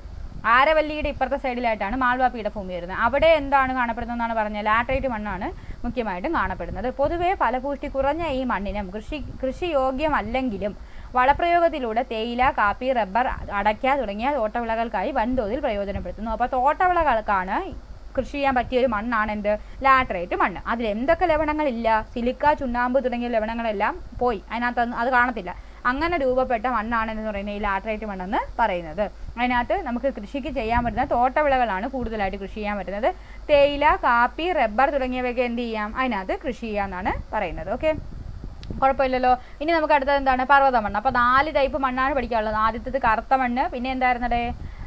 ചുമന്ന മണ്ണ്, ലാറ്ററൈറ്റ് മണ്ണ്, ഇപ്പോൾ പർവ്വത മണ്ണ്. ഓക്കെ, ഇനി പർവ്വത മണ്ണെന്ന് പറയുമ്പോൾ എവിടെയാണ്? ദക്ഷിണേന്ത്യയിൽ പർവ്വത മണ്ണ് കാണപ്പെടുന്നത് പശ്ചിമഘട്ട, പൂർവ്വഘട്ട മലനിരകളിലാണ്. അത് നമുക്കറിയാമല്ലോ എവിടെയാണ്. ഇത് ഫുൾ ടൈം എനിക്ക് ഇന്ത്യയുടെ സൈഡ് വരപ്പ് തന്നെ വേല. ഇവിടെ പശ്ചിമഘട്ടം, ഇവിടെ നിങ്ങോട്ട് പൂർവ്വഘട്ടം. ഓക്കെ, ഇത് കണ്ടിന്യൂസ് അല്ലേ? ഇതിങ്ങനെ വിട്ടാണ് പോയിരിക്കുന്നത്. നമ്മൾ വരയ്ക്കുമ്പോഴത്തേക്ക് അങ്ങ് ജോയിൻ്റ് ആയി വരയ്ക്കുന്നത് ഇങ്ങനെയാണ് പോയിക്കൊണ്ടിരിക്കുന്നത്. ഓക്കെ, ഇവിടെ ഒരു മഹേന്ദ്രഗിരി അങ്ങനെ എന്തോ തോന്നുന്നു. ഓക്കെ, അപ്പോൾ എന്തോ പറഞ്ഞുകൊണ്ടിരിക്കുന്നത്. അപ്പോൾ ഈ പറയുന്ന ദക്ഷിണേന്ത്യയിൽ പർവ്വതമണ്ണ് കാണപ്പെടുന്നത് എവിടെയാണ്? പശ്ചിമഘട്ട, പൂർവ്വഘട്ട മലനിരകളിലാണ്. കർണാടകം, തമിഴ്നാട്. കർണാടകം എവിടെ വരും?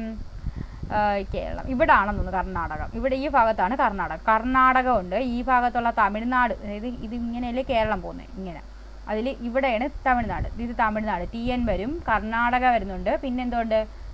തമിഴ്നാട്, കർണാടകം, കേരളം എന്നീ സംസ്ഥാനങ്ങളിൽ കേരളം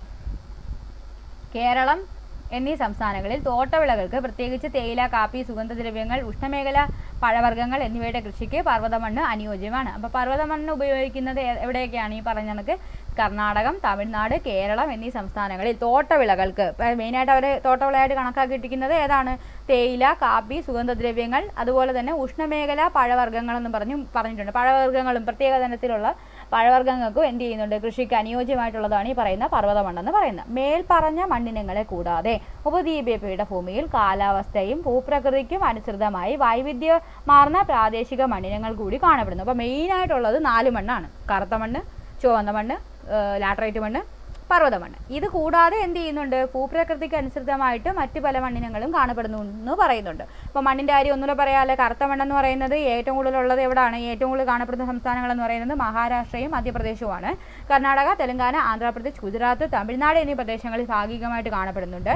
നമ്മുടെ ഡെക്കാൻ ട്രാപ്പ് മേഖലയിലാണ് ഇത് കാണപ്പെടുന്നത്. പരുത്തി കൃഷിക്ക് അനുയോജ്യമായത് കൊണ്ട് തന്നെ കറുത്ത പരുത്തി മണ്ണെന്നും അതുപോലെ റിഗർ മണ്ണെന്നും ഒക്കെ എന്തറിയപ്പെടുന്നുണ്ട്? കറുത്ത മണ്ണ് അറിയപ്പെടുന്നുണ്ട്. ഓക്കെ, ആർക്കാണ്? ലാവാശിലകൾക്ക് അപക്ഷയം സംഭവിച്ചാണ് ഈ മണ്ണുണ്ടാവുന്നത്. ഓക്കെ, പിന്നെ നമ്മൾ ചെമ്മണ്ണിലോട്ട് വന്നു. അതെന്താണ്? പ്രാചീന പരൽരൂപ കായാന്തരിത ശിലകൾക്ക് അപക്ഷയം സംഭവിച്ചാണ് ചെമ്മണ്ണ് ഉണ്ടാകുന്നത്. തവിട്ടു കളറിലും മഞ്ഞ കളറിലും ചാര കളറിലും ഒക്കെ എന്ത് ചെയ്യുന്നുണ്ട്? ഈ പറഞ്ഞ ചെമ്മണ്ണ് കാണുന്നുണ്ട്. എന്തുകൊണ്ടാണ് ചെമ്മണ്ണെന്ന് പറയുന്നത്?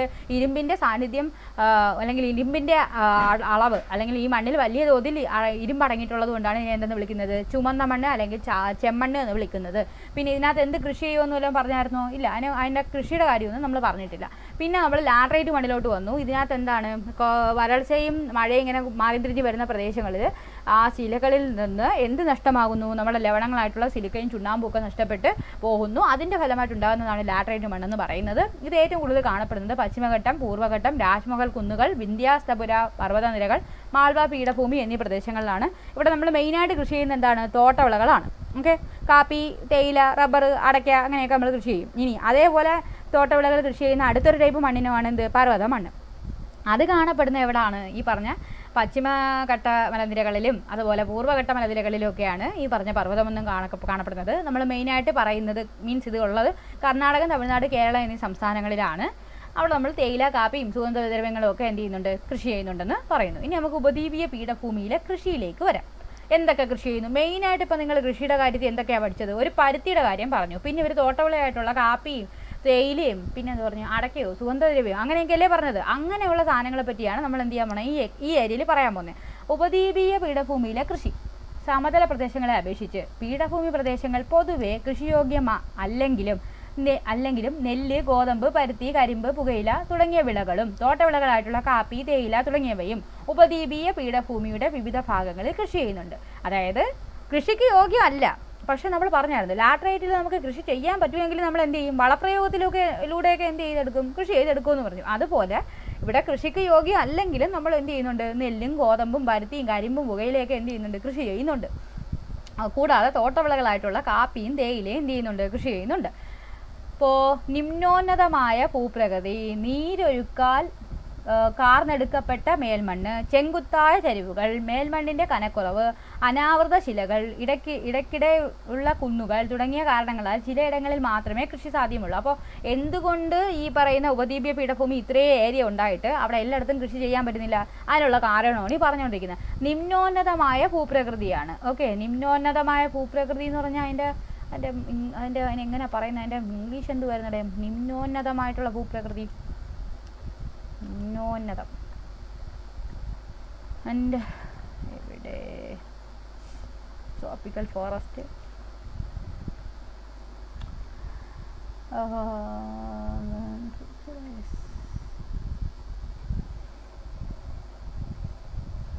constraints such as undulating topography. ആ ഭൂപ്രകൃതിയുടെ കിടപ്പിൻ്റെ കാര്യമാണ് ഉദ്ദേശിച്ചിരിക്കുന്നത്. ഓക്കെ, അപ്പം നിമ്നോന്നതമായ ഭൂപ്രകൃതിയാണ്, അതായത് ഒരു ലെവലുള്ള ഇതല്ല എന്ന്. ഓക്കെ, എന്ന് വെച്ചാൽ ആ നിമ്നോന്നതമായ ഭൂപ്രകൃതി നമുക്ക് അനുയോജ്യമല്ല, അതാണ്. ഇനി നീരൊഴുക്കാൽ കാർന്നെടുക്കപ്പെട്ട മേൽമണ്ണ്, അതായത് ഇതിങ്ങനത്തെ ഏരിയയാണ്. അപ്പോൾ ആ മീൻസ് ഇങ്ങനെയാണ് നമ്മുടെ ഭൂപ്രകൃതി മീൻസ് പീഠഭൂമി പ്രദേശം കിടക്കുന്നത്. ആ ഏരിയയിലോട്ട് വരുന്ന കുറേ നദികളൊക്കെ ഉണ്ട്. ഇവരെന്ത് ചെയ്യുന്നുണ്ട്? മേൽമണ്ണ് നീരൊഴുക്കാൽ കാർന്നെടുക്കപ്പെട്ട മേൽമണ്ണ് എന്ന് പറയുമ്പോൾ നദികൾ ഒഴുകുന്നത് മൂലം കുറേ മേൽമണ്ണ് എന്ത് ചെയ്യാറുണ്ട്, ഒലിച്ചു പോകാറുണ്ട്. അതുപോലെ ഈ പറയുന്ന നമുക്ക് മഴ പെയ്യുന്നത് മൂലവും എന്ത് ചെയ്യുന്നുണ്ട്, ഈ പറയുന്ന മേൽമണ്ണ് ഒലിച്ചു പോകാറുണ്ട്. നമുക്കൊരു കൃഷി ചെയ്യണമെങ്കിൽ മേൽമണ്ണിനാണ് വളക്കൂറ് ഉണ്ടാവേണ്ടത്. നമ്മൾ മേൽമണ്ണിലാണല്ലോ വലമൊക്കെ നട്ടുപിടിപ്പിക്കുന്നത്, അല്ലാതെ നമ്മൾ ഒരുപാട് വലിയ കുഴിയെടുത്തല്ലേ നടുന്നത്. അപ്പോൾ ആ മേൽമണ്ണില്ലാത്ത സാഹചര്യത്തിൽ ചെടികൾ എന്ത് ചെയ്യത്തില്ല, പിടിക്കത്തില്ല. അപ്പം മേൽമണ്ണ് എന്ത് ചെയ്യുന്നു, ഒലിച്ചുപോയ ഒരു ഭൂപ്രകൃതിയാണിത്. നീരൊഴുക്കാൽ കാർന്നെടുക്കപ്പെട്ട മേൽമണ്ണാണ്. ചെങ്കുത്തായ ചരിവ്, അതേപോലെ വലിയ ചരിവുകൾ കാണും. അതുപോലെ തന്നെ കനവും കുറവാണ്. ഇതിൻ്റെ ഈ മേൽമണ്ണിന് കനവും കുറവാണ്. അനാവൃത ശിലകൾ, അതായത് ഇപ്പം ആദ്യം പറഞ്ഞില്ലേ അവിടെ ബസാൾട്ടിൻ്റെ ശിലകൾ, അങ്ങനെയുള്ള ശിലകളുടെ കാര്യം പറഞ്ഞു. പലതരത്തിലുള്ള ശിലകൾ ഉണ്ട്. ഓക്കെ, അങ്ങനെയുള്ള കുറേ ശിലകളുടെ കാര്യം. പിന്നെ ഇടയ്ക്കിടയ്ക്ക് കുന്നുകൾ, അതായത് ഈ ഏരിയയിൽ തന്നെ നമ്മൾ പറഞ്ഞതിൽ നമ്മുടെ റീജിയൻ പറഞ്ഞില്ലേടേ, ഇങ്ങനെയല്ലേ പോയിരിക്കുന്നത്. ഡെക്കാൻ റീജിയനിൽ ഇവിടെ ഒരു മല, ഇപ്പുറത്തൊരു 3-4 കുന്നുകൾ, സത്പുര, വിന്ധ്യ, അതൊക്കെ പർവ്വത മേഖലകളാണ്. അപ്പോൾ അതുമായിട്ട് ചേർന്നുകൊണ്ട് കുന്നുകളും അങ്ങനെയൊക്കെ വരുന്നുണ്ട്. ഓക്കെ, അങ്ങനെയൊക്കെയുള്ള കുന്നുകളൊക്കെ വന്നു കഴിഞ്ഞാൽ കുന്നിൻ്റെ മുകളിൽ കൊണ്ട് കൃഷി ചെയ്യാൻ പാടായിരിക്കും. അപ്പോൾ അതുകൊണ്ട് അങ്ങനെയുള്ള കാരണങ്ങൾ കൊണ്ട് കൃഷി എന്താണ്, നമുക്ക് പാടാണ്. എല്ലായിടത്തും എന്ത് ചെയ്യാൻ പറ്റത്തില്ല. ഈ പറഞ്ഞ മീൻസ് നമ്മുടെ ഈ ഉത്തര ഉപദ്വീപീയ പീഠഭൂമിയിൽ കൃഷി എല്ലായിടത്തും കൃഷി ചെയ്യാൻ പറ്റില്ല. ഓക്കെ, ഇനി പശ്ചിമഘട്ട നിരകളിൽ തോട്ടവിളകൾക്കാണ് പ്രാമുഖ്യം. നീലഗിരി മേഖലയിൽ തേയില, കാപ്പി തുടങ്ങിയവയുടെ തോട്ടങ്ങൾ വ്യാപകമാണ്. പശ്ചിമഘട്ടത്തിൻ്റെ കാര്യമാണ് ഇപ്പോഴും പറയുന്നത്. ഇതല്ലേ പശ്ചിമഘട്ടം. ഇവിടെ ഇതിൻ്റെ എൻഡിൻ്റെയാണ് നമ്മൾ നീലഗിരി എന്ന് പറയുന്ന പോയിന്റ് പറയുന്നത്. അവിടെ ആ ഏരിയയിലുള്ളതാണ് നീലഗിരി മേഖല. ഓക്കെ, അവിടെ തേയിലയും കാപ്പി തുടങ്ങിയവയുടെ തോട്ടങ്ങൾ ഒരുപാടുണ്ട്. എന്നാൽ മലഞ്ചെരിവുകളിൽ തട്ടുതട്ടായി നെൽകൃഷി അടക്കം ഇവിടെ സാധ്യമാക്കുന്നുണ്ട്. അവരെന്ത് ചെയ്യുന്നുണ്ട്, മലഞ്ചെരിവുകളൊക്കെ എന്ത് ചെയ്യുന്നുണ്ട്, തട്ടുതട്ടായിട്ട് കൃഷി ചെയ്യുന്നുണ്ട്. അത് നമ്മൾ ഉത്തരപർവ്വത മേഖലയിലും പഠിച്ചില്ലേടെ, തട്ടുതട്ടായിട്ടുള്ള കൃഷിയുടെ കാര്യം. എവിടെ തട്ടുതട്ടായിട്ടുള്ള പടമൊക്കെ ഉണ്ടായിരുന്നല്ലേ കൃഷിയുടെ കാര്യം. കൃഷി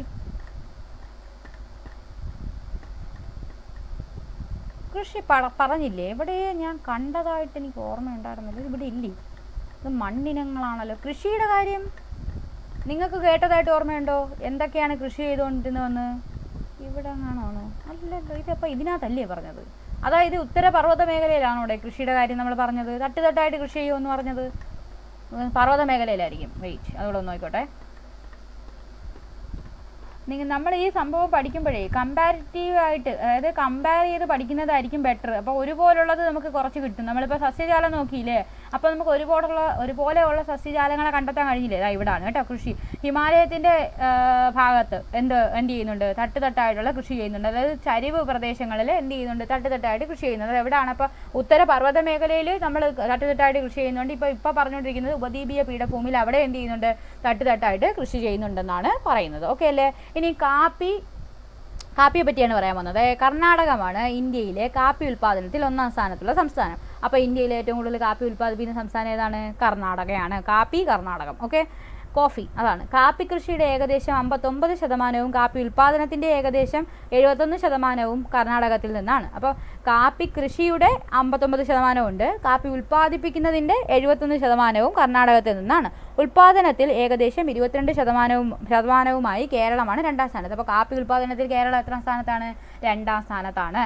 അറബിക്ക, റോബസ്റ്റ എന്നീ ഇനങ്ങളിലുള്ള മുന്തിയതരം കാപ്പി ഇനങ്ങളാണ് മുഖ്യമായും കൃഷി ചെയ്യുന്നത്. അപ്പോൾ മെയിനായിട്ട് അറബിക്ക എന്ന് പറഞ്ഞാൽ എന്താണ്? അത് കോഫിയാണ് അല്ലെങ്കിൽ കാപ്പിയാണ്. റോബസ്റ്റ പഴമല്ല, കാപ്പിയുടെ ഇനമാണ് കേട്ടോ. റോബസ്റ്റ പഴമൊന്നും എടുത്തുകളായിരുന്നു. ഓക്കെ, കാപ്പി കൃഷി ഏറ്റവും കൂടുതലുള്ള കാപ്പി കൃഷി ചെയ്യുന്ന സംസ്ഥാനം കർണാടക, കേരളം എഴുതുവാണേ. 2ാം സ്ഥാനത്ത് സെക്കൻഡ് പ്ലേസിലുള്ളത് നമ്മുടെ കേരളമാണ്. കേരളത്തിന് കെ മാത്രമേ എഴുതുന്നുള്ളൂ. അടുത്തത് പിന്നെ നമ്മൾ പറഞ്ഞ എന്താണ് മെയിനായിട്ടുള്ള ഇനങ്ങൾ, അറബിക്ക എന്ന് പറയുന്നതും റോബസ്റ്റ എന്ന് പറയുന്നതും കാപ്പി ഇനങ്ങളാണ്. ഇതെവിടാണ് ഇപ്പോൾ കൃഷി ചെയ്തുകൊണ്ടിരിക്കുന്നത്? ഉപദ്വീപീയ പീഠഭൂമിയിലാണ് പീഠഭൂമിയിലെ കൃഷിയുടെ കാര്യമാണ് പറഞ്ഞുകൊണ്ടിരിക്കുന്നത്. ഓക്കെ അല്ലേ? നമുക്ക് തേയിലയുടെ കാര്യം എടുക്കാം. പീഠഭൂമിയിലെ തേയില കൃഷി പ്രധാനമായും തമിഴ്നാട്, കർണാടകം, കേരളം, ഇത് ഈ ഏരിയ ചുറ്റിപ്പറ്റിയാണ് പോയിക്കൊണ്ടിരിക്കുന്നത്. തമിഴ്നാട് നേരത്തെ പറഞ്ഞതിൽ കേരളവും കർണാടകയായിരുന്നു കാപ്പി കൃഷി. ഓക്കെ, ഇപ്പോൾ ആരും കൂടെ വന്ന് തമിഴ്നാട് ഇവിടെ വന്നു. കർണാടകം, കേരളം, തമിഴ്നാട് എന്നീ സംസ്ഥാനങ്ങളിലായി വ്യാപിച്ചു കിടക്കുന്ന നീലഗിരി കുന്നുകളിലും പശ്ചിമഘട്ട നിരകളിലുമാണ് എന്ത് കൃഷി ചെയ്യുന്നത്? തേയില കൂടുതലായിട്ട് കൃഷി ചെയ്യുന്നത്. പീഠഭൂമിയിലെ തേയില കൃഷി പ്രധാനമായിട്ടും ഉള്ളത് തമിഴ്നാട്, കർണാടകം, കേരളം എന്നീ സംസ്ഥാനങ്ങളിലായി വ്യാപിച്ചു കിടക്കുന്ന നീലഗിരി കുന്നുകളിലും പശ്ചിമഘട്ട നിരകളിലുമാണ്. ഇന്ത്യയിലെ ആകെ ഉൽപ്പാദനത്തിന്റെ 25%വും തോട്ടവിള വിസ്തൃതിയുടെ തോട്ട വിസ്തൃതിയുടെ 44% ഈ മേഖലയിലാണ്. അപ്പം ഇന്ത്യയിലുള്ള ടോട്ടൽ ഉൽപ്പാദനത്തിൻ്റെ 25% എവിടെയാണ്? ഈ പറയുന്ന 3 സംസ്ഥാനങ്ങളിലാണ് കിടക്കുന്നത്. അതുപോലെ തന്നെ തോട്ട വിസ്തൃതിയുടെ കാര്യത്തിലാണെങ്കിൽ 44% ഈ മേഖലയിലാണ് കാണപ്പെടുന്നത്. ധാരാളം തൊഴിലാളികൾ ആവശ്യമായതിനാൽ തേയിലത്തോട്ടങ്ങളിലും അനുബന്ധ വ്യവസായങ്ങളിലുമായി അനവധി തൊഴിലവസരങ്ങൾ ലഭ്യമാണ് എന്നാണ് പറയുന്നത്. ഏറ്റവും കൂടുതൽ തേയില ഉൽപ്പാദിപ്പിക്കുന്ന സംസ്ഥാനം ഒന്നും പറഞ്ഞിട്ടില്ല. നമുക്ക് കണ്ടുപിടിക്കാം. ലാർജസ്റ്റ്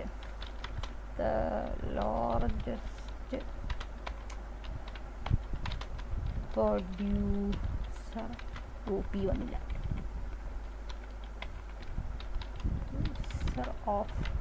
അതിന് തന്നെ അറിയാം, നമ്മൾ ഇതൊക്കെയാണ് അടിക്കാൻ പോകുന്നുണ്ട്. ആസാമാണ്. ആസാം ആപ്പിൾ വാലി ടീ എന്ന് കേട്ടിട്ടില്ലേ? അതിൻ്റെ കാര്യമായിരിക്കും കേട്ടോ. The largest producers of tea in India is a state of Assam which is accounts for 50% of the country's total tea production. തേയില ഉൽപ്പാദിപ്പിക്കുന്നതിൽ 50% തേയില ഉൽപ്പാദിപ്പിക്കുന്നത് ഈ ആസാം എന്നാണ്. അപ്പോൾ ആസാം ആപ്പിൾ വാലി ടീ എന്നൊക്കെ കേട്ടിട്ടില്ലേ? അതാണെന്ന് തോന്നുന്നു കേട്ടോ. ആസാമാണ് ഏറ്റവും കൂടുതൽ തേയില ഉൽപ്പാദിപ്പിക്കുന്ന സംസ്ഥാനം ഇന്ത്യയിൽ. ഓക്കെ, നമുക്ക് ഇവിടെ എഴുതി വെച്ചേക്കാം. ഫസ്റ്റ് ഉൽപ്പാദനത്തിൽ ഒന്നാമതുള്ളത് ആസാമാണ്. അസം എന്നും പറയും കേട്ടോ, അസം. ഇനി ചരിത്രം കുറിച്ച 7 കാപ്പിക്കുരുക്കൾ. എന്ത് കാപ്പിക്കുരു? 17-ാം നൂറ്റാണ്ടിൻ്റെ അവസാനത്തോടെയാണ് ഇന്ത്യയിൽ കാപ്പി കൃഷി ആരംഭിച്ചത്. 17-ാം നൂറ്റാണ്ടിലെ മുസ്ലിം പുരോഹിതനായിരുന്ന ബാബാ ബുദാനാണ് അറേബ്യയിൽ നിന്ന് 7 കാപ്പിക്കുരുകൾ ഇന്ത്യയിൽ എത്തിച്ച് കർണാടകത്തിലെ ചിക്കമംഗളൂരുവിലെ മലയോരത്ത് കാപ്പി കൃഷിക്ക് തുടക്കം കുറിച്ചത്. ഇന്ത്യൻ കാപ്പിയുടെ ജന്മദേശമായ ഈ പ്രദേശം, അപ്പോൾ ഇന്ത്യൻ കാപ്പിയുടെ ജന്മദേശം ഏതാണ്? ഈ പറഞ്ഞോളൂ. അതായത് കർണാടകയിലെ ചിക്കമംഗളൂരുവിലെ മലയോര പ്രദേശത്താണ് ആദ്യം കാപ്പി കൃഷി തുടങ്ങുന്നത്. അപ്പോൾ കർണാടക അല്ലെങ്കിൽ ചിക്കമംഗളൂരു എന്ന് പറയുന്നതാണ് ഇന്ത്യൻ കാപ്പിയുടെ ജന്മദേശമായിട്ട് പറയുന്നത്. ഈ പ്രദേശം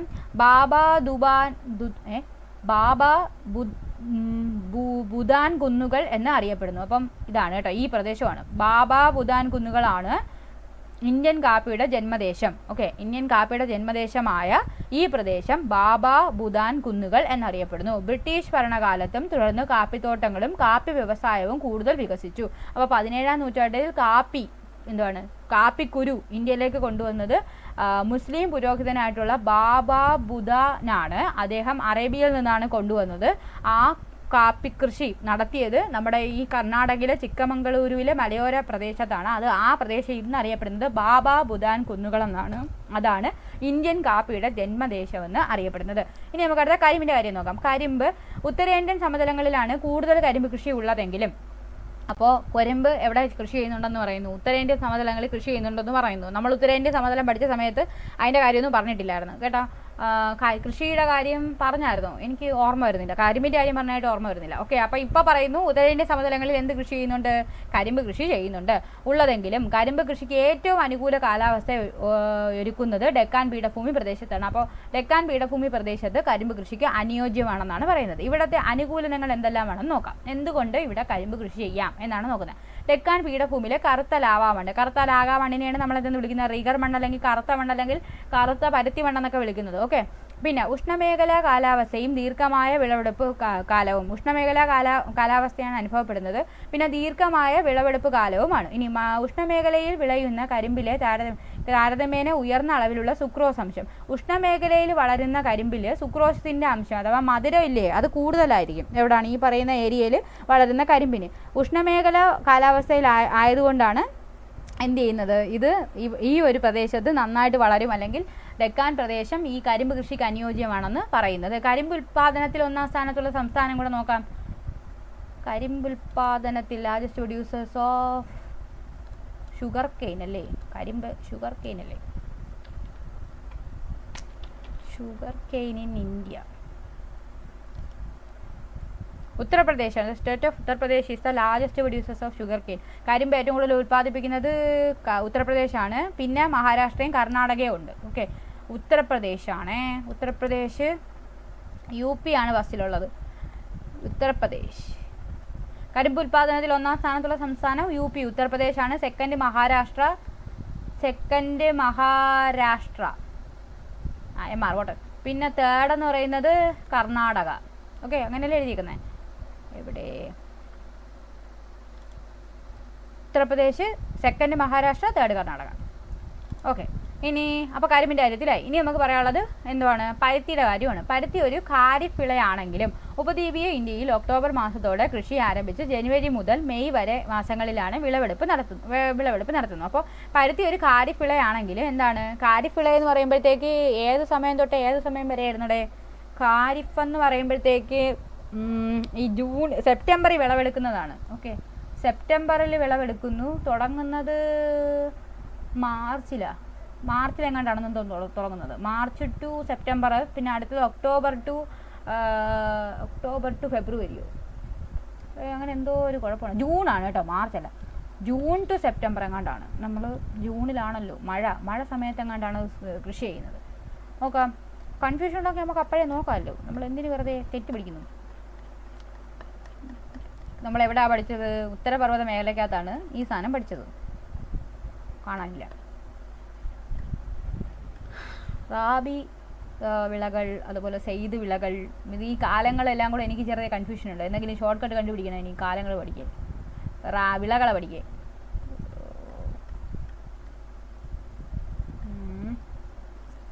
ഇതിങ്ങനെ മിക്സ് ചെയ്ത് പറയുന്നത് നിങ്ങൾക്ക് ബുദ്ധിമുട്ടാണോ? നിങ്ങൾ കമ്പാരിറ്റീവ് പഠിക്കുന്നതായിരിക്കും ബെറ്റർ. ഖാരിഫ് അത് തന്നെ, ജൂൺ തൊട്ട് സെപ്റ്റംബർ വരെയാണ് ഖാരിഫ്, മാർച്ചല്ല. ഒക്ടോബർ ടു മാർച്ച് വരെ റാബിയാണ്. ഏപ്രിൽ തൊട്ട് ജൂൺ വരെ വീണ്ടും എന്താണ്? ഖാരിഫാണ്. ഓക്കെ, അപ്പോൾ ജൂൺ ടു സെപ്റ്റംബർ കഴിഞ്ഞാൽ പിന്നെ ഒക്ടോബർ ടു എന്തുവാണ്? മാർച്ച് കഴിഞ്ഞ് ഏപ്രിൽ ടു വീണ്ടും June October to March April to June. Okay, അപ്പോൾ ഇത് ഖാരിഫ്, റാബി, സെയ്ദ്. ഓക്കെ, അങ്ങനെ എന്തെങ്കിലും വെച്ച് പഠിച്ചു വെച്ചേക്കാം. ഓക്കെ, അപ്പോൾ ഇവിടെ ഒന്നുകൂടെ എഴുതാം. അതായത് ജൂൺ തൊട്ട് സെപ്റ്റംബർ വരെ ഖാരിഫ്, ഒക്ടോബർ തൊട്ട് സെപ്റ്റംബർ കഴിഞ്ഞാൽ ഒക്ടോബർ തൊട്ട് June, July, August, September, October, November, December, January, March വരെ സെപ്റ്റംബർ അല്ല October, November, December, January, February, March, 5 മാസത്തെ ഗ്യാപ്പിൽ റാബി. മാർച്ച് കഴിഞ്ഞ് ഏപ്രിൽ തൊട്ട് ജൂൺ വരെ സെയ്ദിൻ്റെ സെയ്ദ്. അങ്ങനെയല്ലേ എഴുതിയേക്കുന്നത്? ജൂൺ തൊട്ട് സെപ്റ്റംബർ വരെ, June, July, August, September, total 3-4 മാസത്തെ കണക്ക്. ഇവിടെ ആണെങ്കിൽ ഒക്ടോബർ ടു മാർച്ച് വരെയല്ലേ എഴുതിയിരിക്കുന്നത്. ഒക്ടോബർ ടു മാർച്ച് എന്ന് പറയുമ്പോഴത്തേക്ക് November, December, January, February, March, total 6 മാസം കൊണ്ടാണ് വരുന്നുണ്ട് ഇവിടെ. ഇനി ഇപ്പുറത്ത് ഏപ്രിൽ തൊട്ട് ജൂൺ വരെ എന്ന് പറയുമ്പം ഏപ്രിൽ, മെയ്, ജൂൺ, ആകെ ഒരു 2-3 അടുപ്പിച്ചേ വരുന്നുള്ളൂ. ഓക്കെ, അങ്ങനെയാണ് പോകുന്നത്. അപ്പം ജൂൺ തൊട്ട് സെപ്റ്റംബർ വരെ ഖാരിഫ്, ഒക്ടോബർ തൊട്ട് മാർച്ച് വരെ റാബി, ഏപ്രിൽ തൊട്ട് ജൂൺ വരെ സെയ്ദ്. ഓക്കെ, ഖാരിഫ്, റാബി, സെയ്ദ്. ഓക്കെ, അപ്പോൾ ഇപ്പോൾ പറയുന്നത് പരുത്തി ഒരു ഖാരിഫ് വിളയാണ് എന്ന് പറഞ്ഞാൽ അത് എപ്പോൾ കൃഷി ചെയ്യണമായിരുന്നു? ജൂണിൽ കൃഷി ചെയ്യണം. പക്ഷേ ഉപദ്വീപീയ ഇന്ത്യയിൽ അത് എപ്പോഴാണ് കൃഷി ചെയ്യുന്നത്? ഒക്ടോബറിലാണ് കൃഷി ചെയ്യുന്നത്. റാബി വിളകളാണ് സാധാരണ ഒക്ടോബറിൽ കൃഷി ചെയ്യുന്നത്. അപ്പോൾ ഒക്ടോബറിലാണ് കൃഷി ചെയ്യുന്നത്. ഒക്ടോബർ മാസത്തോടെ കൃഷി ആരംഭിച്ച് ജനുവരി മുതൽ മെയ് വരെ മാസങ്ങളിലായി വിളവെടുപ്പ് നടത്തുന്നു. ജനുവരി മുതൽ മെയ് വരെ, ഈ ഒരു ഭാഗം തന്നെ, മാർച്ച്, ഏപ്രിൽ, മെയ്, ആ ഒരു ലൈനിൽ കൃഷി നടത്തുന്നു എന്നാണ് പറഞ്ഞത്. കാരണം വളർച്ചയുടെ 7 മാസത്തോളം മഞ്ഞുണ്ടാകാൻ പാടില്ല. അതെന്താണ്? ഈ മഞ്ഞ് വീണ് കഴിഞ്ഞാൽ ഈ സാധനം ചീത്തയായി പോത്തില്ലേ? അതുകൊണ്ടാണ്. കാര്യം പരുത്തി പഞ്ഞിയാണ് സാധനം. ഓക്കെ, പരുത്തി എന്ന് പറഞ്ഞിട്ട് പഞ്ഞിയാണ്. അപ്പോൾ അത് മഴ പെയ്ത് കഴിഞ്ഞാൽ എന്താവും? അതിൻ്റെ കാര്യത്തിൽ വെറുതെ കൃഷി ചെയ്തതായി പോകും, അത് കിട്ടത്തില്ല. അപ്പം എന്താണ്? മഞ്ഞുണ്ടാകുന്നതിന് മുമ്പേ എന്ത് ചെയ്യണം? ഇതിനെടുക്കണം. കാരണം വളർച്ചയുടെ 7 മാസത്തോളം മഞ്ഞ് ഉണ്ടാകാൻ പാടില്ല. അതുകൊണ്ടാണ് ഇങ്ങനത്തെ ഒരു കാലത്ത് എന്ത് ചെയ്യുന്നത്? ഈ ഖാരിഫുളയായിട്ടുള്ള പരുത്തി എന്ത് ചെയ്യുന്നത്? കൃഷി ചെയ്യുന്നത്. 21 ഡിഗ്രി മുതൽ 30 ഡിഗ്രി സെൽഷ്യസ് വരെ താപനിലയും 50 സെൻറ്റിമീറ്റർ മുതൽ 100 സെൻറ്റിമീറ്റർ വരെ വാർഷിക വർഷപാതവുമാണ് പരുത്തി കൃഷിക്ക് ആവശ്യം. അതൊന്ന് ഓർത്ത് വെച്ചേക്കണം കേട്ടോ. കാരണം ഇത്രയും ഡീറ്റെയിൽ ആയിട്ട് എഴുതിയേക്കുന്നതല്ലേ. 21 ഡിഗ്രി സെൽഷ്യസ് തൊട്ട് 30 ഡിഗ്രി സെൽഷ്യസ് വരെ പരുത്തി കൃഷിക്ക് എന്ത് വേണം? താപനില ആവശ്യമാണ്. അതുപോലെ തന്നെ 50 സെൻറ്റിമീറ്റർ തൊട്ട് 100 സെൻറ്റിമീറ്റർ വരെ എന്തും വേണം? വാർഷിക വർഷപാതം, ഒരു വർഷത്തിൽ ഇത്രയും മഴയും കൂടെ കിട്ടണം, എങ്കിൽ മാത്രമേ എന്ത് നടക്കത്തുള്ളൂ, പരുത്തി കൃഷി നന്നായിട്ട് നടക്കത്തുള്ളൂ. ഓക്കെ, വാർഷിക വർഷപാതവുമാണ് പരുത്തി കൃഷിക്ക് ആവശ്യം. എന്നാൽ മഴ കുറഞ്ഞ പ്രദേശങ്ങളിലും ജലസേചന സഹായത്തോടെ പരുത്തി കൃഷി ചെയ്യാം. മഴ ഇല്ലാത്ത പ്രദേശങ്ങളിൽ എന്ത് ചെയ്യാന്നാണ് പറയുന്നത്, നമുക്ക് പരുത്തി കൃഷി ചെയ്യാൻ കഴിയുമെന്നാണ് പറഞ്ഞത്. ഡെക്കാൻ, മാൾവ പീഠഭൂമി പ്രദേശങ്ങളിലെ കറുത്ത മണ്ണാണ് പരുത്തി കൃഷിക്ക് ഏറ്റവും അനുയോജ്യം. രാജ്യത്താകെ ഉൽപാദനത്തിൽ ഒന്നാം സ്ഥാനം ഗുജറാത്താണ്. അപ്പം പരുത്തി കൃഷിയിൽ ഫസ്റ്റ് പ്ലേസിലുള്ളത് ആരാണ്? ഗുജറാത്താണ്. ഓക്കെ, മഹാരാഷ്ട്രയാണ് എന്ത് ചെയ്യുന്നത്, രണ്ടാം സ്ഥാനത്തുള്ളത്. മഹാരാഷ്ട്രയാണ് രണ്ടാം സ്ഥാനത്ത് ഉള്ളത്. ഓക്കെ അല്ലേ? അപ്പോൾ നമ്മൾ ആകെ പഠിച്ചത് എത്ര തരത്തിലുള്ള വിളകളുടെ കാര്യമാണ്. ആദ്യം പഠിച്ചത് കാപ്പി, പിന്നെ നമ്മൾ തേയില, പിന്നെ പഠിച്ചത് കരിമ്പ്, പിന്നെ പരുത്തി. ഇനി കാപ്പിയുടെ കാര്യത്തിൽ എന്തോ പറഞ്ഞത്, കാപ്പിയായിട്ട് ബന്ധപ്പെട്ടിട്ട് ഉള്ള ഏറ്റവും കൂടുതൽ കാപ്പി ഉൽപ്പാദിപ്പിക്കുന്ന സംസ്ഥാനം ഏതായിരുന്നു? കാപ്പി കർണാടകയായിരുന്നു. ഓക്കെ അല്ലേ? ഇവിടെ പോയോ? തന്നല്ലോ, കാപ്പി കർണാടകയാണ് ഏറ്റവും കൂടുതൽ എന്താണ് കാപ്പി ഉൽപ്പാദിപ്പിക്കുന്നത്. അറബിക്ക, റോബസ്റ്റ എന്ന് പറയുന്നത് അതിൻ്റെ പ്രധാനപ്പെട്ട മുന്തിയ ഇനം കാപ്പി ഇനങ്ങളാണ്. സെക്കൻഡ് പ്ലേസ് നമുക്കാണ്, കേരളത്തിനാണ്. പിന്നെ എന്തോ പറഞ്ഞത്, കാപ്പി കൃഷിയുടെ ഏകദേശം, അതായത് എത്രത്തോളം ഉൽപ്പാദിപ്പിക്കുന്നതെന്ന് പറയുന്നുണ്ട്. കേരളം രണ്ടാം സ്ഥാനത്ത് ഏകദേശം 22% എന്ത് ഉൽപ്പാദിപ്പിക്കുന്നുണ്ട്, കാപ്പി നമ്മൾ ഉൽപ്പാദിപ്പിക്കുന്നുണ്ട്. ഇന്ത്യയിലാണ് കേട്ടോ രണ്ടാം സ്ഥാനത്ത്. ഇനി പിന്നെ നമ്മൾ തേയിലയിലോട്ട് വന്നാൽ തേയില കൃഷി ചെയ്യുന്ന സംസ്ഥാനങ്ങൾ കേരളം, കർണാടക, തമിഴ്നാട് എന്നിവയാണ്. എന്നിവയാണ് എന്ത് ചെയ്യുന്നത്, ടോട്ടലുള്ള ഇന്ത്യ 25% എന്ത് തേയില കൃഷി ചെയ്യുന്നത്. ആകെ ഉൽപ്പാദനത്തിൻ്റെ 25% തേയില കൃഷി ചെയ്യുന്നത് ഈ 3 സംസ്ഥാനങ്ങളിലാണ്. 50% തേയില കൃഷി ചെയ്യുന്നത് ആസാമാണ്. അതാണ് ഏറ്റവും കൂടുതൽ തേയില ഉൽപ്പാദിപ്പിക്കുന്ന ഇന്ത്യയിലെ സംസ്ഥാനമായിട്ട് പറയുന്നത്. പിന്നെ നമ്മൾ വന്ന എന്തിലാണ്, കരിമ്പിൻ്റെ കാര്യമാണ്. കരിമ്പ് ഏറ്റവും കൂടുതൽ കൃഷി ചെയ്യുന്ന UP, ഉത്തർപ്രദേശാണ്. സെക്കൻഡ് മഹാരാഷ്ട്രയാണ്. തേർഡ് കർണാടകയാണ്. നമുക്ക് ഉത്തരേന്ത്യൻ സമതലങ്ങളിൽ നമുക്ക് കരിമ്പ് കൃഷി ചെയ്യാം, എങ്കിലും ഡെക്കാൻ പീഠഭൂമി പ്രദേശമാണ് കരിമ്പ് കൃഷിക്ക് ഉത്തമമായിട്ടുള്ള ഏരിയ. അവിടെ ഒരുപാട് അനുകൂലനങ്ങളുണ്ടെന്ന് പറഞ്ഞാൽ അത് ഉഷ്ണമേഖല കാലാവസ്ഥയാണ് ഉള്ളത്. ഈ ഉഷ്ണമേഖലയിൽ വിളയുന്ന കരിമ്പിനാണെങ്കിൽ മധുരം കൂടുതലായിരിക്കും, സുക്രോസിൻ്റെ അംശം കൂടുതലായിരിക്കും എന്നാണ് പറയുന്നത്. പിന്നെ നമ്മൾ ഇങ്ങോട്ട് വന്നാൽ പരുത്തിയുടെ കാര്യത്തിലോട്ട് വന്നു. പരുത്തി എന്ന് പറയുന്ന കാരിപ്പിളയാണെങ്കിലും അതിനെ നമ്മൾ ഒക്ടോബറിലാണ് കൃഷി ചെയ്യുന്നത്. ഒക്ടോബറിൽ കൃഷി ചെയ്തിട്ട് മെയ് ആകുമ്പോഴത്തേക്ക് എന്ത് ചെയ്യും, അതിനെ വിളവെടുക്കും. അത് 7 മാസത്തോളം മഞ്ഞ് ഉണ്ടാവാൻ പാടില്ല അത് കൃഷി ചെയ്യുന്ന സമയത്ത്. അതിൻ്റെ ടെമ്പറേച്ചർ എന്ന് പറയുന്നത് ഏകദേശം 21 ഡിഗ്രി തൊട്ട് 30 ഡിഗ്രി സെൽഷ്യസ് വരെ എന്ത് വേണം, താപനിലയും വേണം. 50 സെൻറ്റിമീറ്റർ തൊട്ട് 100 സെൻറ്റിമീറ്റർ വരെ എന്തും വേണം, മഴയും ലഭിക്കണം. വാർഷിക മഴയാണ്, ഒരു മാസത്തെ അല്ല, വാർഷിക വർഷപാതമാണ് പറഞ്ഞുകൊണ്ടിരിക്കുന്നത്. വാർഷിക വർഷപാതം എന്ന് പറഞ്ഞാൽ ഒരു വർഷം ലഭിക്കുന്ന മഴ അത്രയും വേണം. അതിൽ ഏറ്റവും കൂടുതൽ പരുത്തി കൃഷി ചെയ്യുന്ന സംസ്ഥാനം എന്ന് പറയുന്നത് ഗുജറാത്താണ്. സെക്കൻഡ് പ്ലേസിൽ ആരാണ്? മഹാരാഷ്ട്രയാണ്. അപ്പോൾ അത് ഓക്കെ അല്ലേ? ഇനി നമുക്ക് ധാതുക്കളുടെ കലവറയിലോട്ടാണ് വരാനുള്ളത്. ധാതുക്കളുടെ കലവറയാണ് ഉപദ്വീപീയ പീഠഭൂമിയിലുള്ള ചോട്ടാ നാഗ്പൂർ പീഠഭൂമി എന്ന് പറഞ്ഞ് നമ്മൾ പഠിച്ചില്ലേ, അതിൻ്റെ ഡീറ്റെയിൽസ് ആണ് ഇനി പറയാൻ പോകുന്നത്. ഉപദ്വീപീയ പീഠഭൂമിയിലെ പരൽ രൂപ ശിലാപാളികളിലും ഉയരം കുറഞ്ഞ കുന്നുകളിലുമാണ് ധാതു വിഭവങ്ങൾ ഏറെയും കേന്ദ്രീകരിച്ചിരിക്കുന്നത്. അപ്പോൾ ചോട്ടാ നാഗ്പൂർ പീഠഭൂമിയെ ധാതുക്കളുടെ ഹൃദയഭൂമി എന്ന് വിശേഷിപ്പിക്കുന്നു. അപ്പം ചോട്ടാ നാഗ്പൂർ പീഠഭൂമിയിലാണ് കൂടുതൽ എന്തുള്ളത്, ധാതുക്കളുടെ കലവറ ഉള്ളത്. ജാർഖണ്ഡ്, പശ്ചിമ ബംഗാൾ, ഒഡീഷ സംസ്ഥാനങ്ങളിലായി വ്യാപിച്ചു കിടക്കുന്ന ചോട്ടാ നാഗ്പൂർ ഒഡീഷ പീഠഭൂമിയാണ്. അപ്പോൾ ചോട്ടാ നാഗ്പൂർ പീഠഭൂമിയെ ചോട്ടാ നാഗ്പൂർ ഒഡീഷ പീഠഭൂമി എന്ന് വിളിക്കാറുണ്ട്. അത് ഏതൊക്കെ സംസ്ഥാനങ്ങളിലായിട്ടാണ് വ്യാപിച്ചു കിടക്കുന്നത്? ജാർഖണ്ഡ്, പശ്ചിമ ബംഗാൾ, ഒഡീഷ. ഓക്കെ, കുഴപ്പമില്ലല്ലോ. എവിടെയാണെന്ന് പൊസിഷൻ സംശയമുണ്ടോ? അതായത് നമ്മൾ ഇന്ത്യയുടെ മാപ്പ് വരയ്ക്കുമ്പോഴത്തേക്ക് ഇങ്ങനെ പോയിട്ട് ഇങ്ങനെയല്ലേ പോകുന്നു. ഇവിടെ നിന്ന് ഇവിടെ വരച്ചൊക്കെ വരുമ്പോഴത്തേക്ക് വേറെ എല്ലാവർക്കൊക്കെ കായ്പോകും.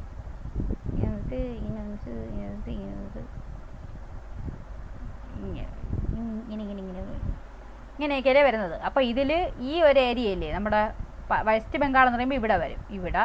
പിന്നെ എന്താണ് ജാർഖണ്ഡ് എന്ന് പറയുന്നത് ഈ ഭാഗത്തെങ്ങാണ്ടാണ്. ഒഡീഷ എന്ന് പറയുന്നത് ഈ ഭാഗത്താണ്. അത് ഇവിടെ ഈ റീജിയനിലാണ് എന്ത് വരുന്നത്, ഈ ചോട്ടാ നാഗ്പൂർ പീഠഭൂമി വരുന്നത്. അപ്പോൾ ജാർഖണ്ഡ്, പശ്ചിമ ബംഗാൾ, ഒഡീഷ സംസ്ഥാനങ്ങളിലായി വ്യാപിച്ചു കിടക്കുന്ന ചോട്ടാ നാഗ്പൂർ പീഠഭൂമിയിലാണ് ധാതുക്കളുടെ കലവറ അല്ലെങ്കിൽ ധാതുക്കളുടെ ഹൃദയഭൂമി എന്ന് അറിയപ്പെടുന്നത്. ഇന്ത്യയിലെ ഏറ്റവും സമ്പന്നമായ ധാതുമേഖല ഇതാണ്. ഏത്? ഈ ചോട്ടാ നാഗ്പൂർ ഒഡീഷ പീഠഭൂമിയാണ്. കൽക്കരി, ഇരുമ്പയിര്, മാംഗനീസ്, മൈക്ക, ബോക്സൈറ്റ്, ചെമ്പ് തുടങ്ങി ധാരാളം അലോഹ ധാതുക്കളാൽ സമൃദ്ധമാണ് ഇവിടെ. അപ്പോൾ ഇവിടെ ഉള്ള ധാതുക്കൾ ഏതൊക്കെയാണ്? കൽക്കരിയുണ്ട്, ഇരുമ്പയിരുണ്ട്, മാംഗനീസ് ഉണ്ട്, മൈക്കയുണ്ട്, ബോക്സൈറ്റ് ഉണ്ട്, ചെമ്പുണ്ട്. ഓക്കെ, ലോഹങ്ങളായിട്ടുള്ള ധാതുക്കളും ഉണ്ട്, അലോഹങ്ങളായിട്ടുള്ള ധാതുക്കളും ഉണ്ട്. ധാതു വിഭവങ്ങളുടെ ലഭ്യതയ്ക്കനുസരിച്ച് ഉപദ്വീപീയ പീഠഭൂമിയെ വിവിധ ധാതു മേഖലകളായി തിരിക്കാം. ഇനി എന്ത് ചെയ്യുന്നുണ്ട്, ഇതൊരു പുതിയ ഡിവിഷനാണ്, ഇത് ഇതുവരെ പറഞ്ഞതിൽ വരാത്തൊരു ഡിവിഷനാണ്. ഉപദ്വീപീയ പീഠഭൂമിയെ ധാതു മേഖലകളായി തിരിച്ചിട്ടുണ്ട്. ധാതുക്കളുടെ ലഭ്യതയെ അനുസരിച്ച് ഉപദ്വീപീയ പീഠഭൂമിയെ നമ്മൾ ധാതു മേഖലയായിട്ട് തിരിച്ചിട്ടുണ്ട്. 5 മേഖലയായിട്ടാണ് തിരിച്ചിരിക്കുന്നത്. ആദ്യത്തേത് വടക്ക് കിഴക്കൻ പീഠഭൂമി പ്രദേശം. വടക്ക് കിഴക്കൻ എന്ന് പറയുമ്പോൾ ഇന്ത്യയുടെ വടക്ക് കിഴക്കൻ സംസ്ഥാനങ്ങൾ അറിയത്തില്ലേടെ, ആ സൈഡാണ്. നമ്മുടെ ഈ പറഞ്ഞ ഛോട്ടാ നാഗ്പൂർ പീഠഭൂമിയുടെ കാര്യമാണ് പറഞ്ഞുകൊണ്ടിരിക്കുന്നത്. ഏറ്റവും വലിയ ധാതു മേഖലയാണ് ഛോട്ടാ നാഗ്പൂർ, ഒഡീഷ പീഠഭൂമികൾ. ജാർഖണ്ഡ്, പശ്ചിമ ബംഗാൾ, ഒഡീഷ എന്നീ സംസ്ഥാനങ്ങളിലായി ഈ മേഖല വ്യാപിച്ചു കിടക്കുന്നു. കൽക്കരി, ഇരുമ്പയിര്, മാംഗനീസ്, അഫ്രം, ബോക്സൈറ്റ്, ചെമ്പ് തുടങ്ങിയ ധാതുക്കൾ ഈ മേഖലയിൽ ഖനനം ചെയ്യപ്പെടുന്നു. അതാണ് എന്ത്, വടക്ക് കിഴക്കൻ പീഠഭൂമി പ്രദേശം. അതായത് വീണ്ടും ഇന്ത്യയുടെ പടം. നിങ്ങൾ ഒരു ഇന്ത്യയുടെ പടം വരച്ച് പഠിക്കാൻ നോക്കണം കേട്ടോ. അപ്പോൾ അത് മാത്രം പോലെ അതിൻ്റെ എന്തുവാണ് സംസ്ഥാനങ്ങളും ഇതും കൂടെ ഒക്കെ പഠിക്കുന്നത്. ഞാൻ വരയ്ക്കുമ്പോഴത്തേക്ക് ചെറിയ ചെറിയ പ്രശ്നങ്ങളൊക്കെ വരാറുണ്ട്. എനിക്ക് ഏകദേശ ഫിഗർ കിട്ടിയാൽ മതി. ഇങ്ങനെ ഇവിടെയാണ് നമ്മുടെ ഇങ്ങനെ വരും. വോട്ട് ഈ ഭാഗത്ത് എന്താണ്, പശ്ചിമ ബംഗാളാണ്.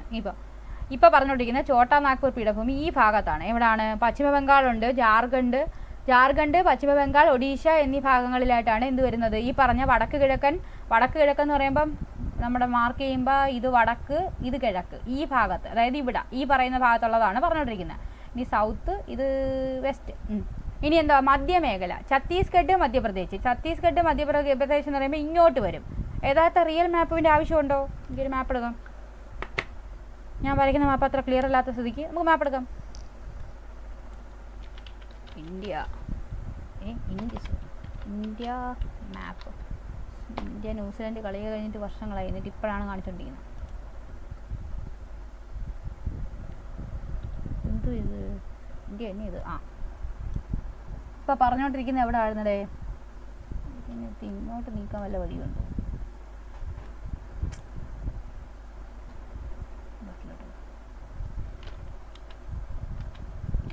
ഇപ്പോൾ കുഴപ്പമില്ല. അതായത് നമ്മളിപ്പോൾ പറഞ്ഞത് ആദ്യം വെസ്റ്റ് ബംഗാൾ, ജാർഖണ്ഡ്, ഒഡീഷ ഈ ഭാഗത്ത് കിടക്കുന്നത് ഛോട്ടാ നാഗ്പൂർ പീഠഭൂമി. ആ പ്രദേശത്തുള്ളതാണ് വടക്ക് കിഴക്കൻ പീഠഭൂമി പ്രദേശം എന്ന് പറഞ്ഞ് ഇപ്പോൾ പറഞ്ഞത് അല്ലേ, വടക്ക് കിഴക്കൻ പീഠഭൂമി പ്രദേശം. ഇനി മധ്യമേഖല എന്ന് പറയുന്നത് ഛത്തീസ്ഗഡ്, മധ്യപ്രദേശ്, തെലങ്കാന, ആന്ധ്രാപ്രദേശ്, മഹാരാഷ്ട്ര എന്ന് പറഞ്ഞ് കിടക്കുന്നതാണ്. നമ്മളല്ലാതെ ഛത്തീസ്ഗഡ് ഇത് മധ്യപ്രദേശ് ഇവിടെ വരും, മധ്യപ്രദേശ്, തെലങ്കാന എന്ന് പറയുമ്പോൾ ഇവിടെ താഴെയിടും, തെലങ്കാന, ആന്ധ്രാപ്രദേശ് ഇവിടെ തന്നെ, അടുത്തത് പിന്നെ അതായത് മഹാരാഷ്ട്ര അതിവിടെ. ഓക്കെ, എന്നീ സംസ്ഥാനങ്ങളിലായി വ്യാപിച്ചു കിടക്കുന്ന മധ്യമേഖലയിൽ മാംഗനീസ്, ബോക്സൈറ്റ്, ചുണ്ണാമ്പുകല്ല്, മാർബിൾ, കൽക്കരി, അഫ്രം, ഇരുമ്പ്, ഗ്രാഫൈറ്റ് തുടങ്ങിയ ധാതുക്കൾ സുലഭമാണ്. അപ്പോൾ മധ്യമേഖല എന്ന് പറയുമ്പോൾ ഛത്തീസ്ഗഡ് ഒരു മധ്യ ഏരിയ ആണെന്നാണ് തോന്നുന്നത്. ഛത്തീസ്ഗഡ് എവിടെ? ഇത് ഛത്തീസ്ഗഡ്. പിന്നെ പറഞ്ഞത് മധ്യപ്രദേശ് ഉണ്ടായിരുന്നു, ഇത് മധ്യപ്രദേശ്. പിന്നെ മഹാരാഷ്ട്ര ഉണ്ടായിരുന്നു, തെലങ്കാന, ആന്ധ്രാപ്രദേശ്, പിന്നെ ഏതോ ഒരു സ്ഥലം കൂടെ ഉണ്ടായിരുന്നല്ലേ. ഛത്തീസ്ഗഡ്, മധ്യപ്രദേശ്, തെലങ്കാന, ആന്ധ്രാപ്രദേശ്, മഹാരാഷ്ട്ര. ഛത്തീസ്ഗഡ്, മധ്യപ്രദേശ്,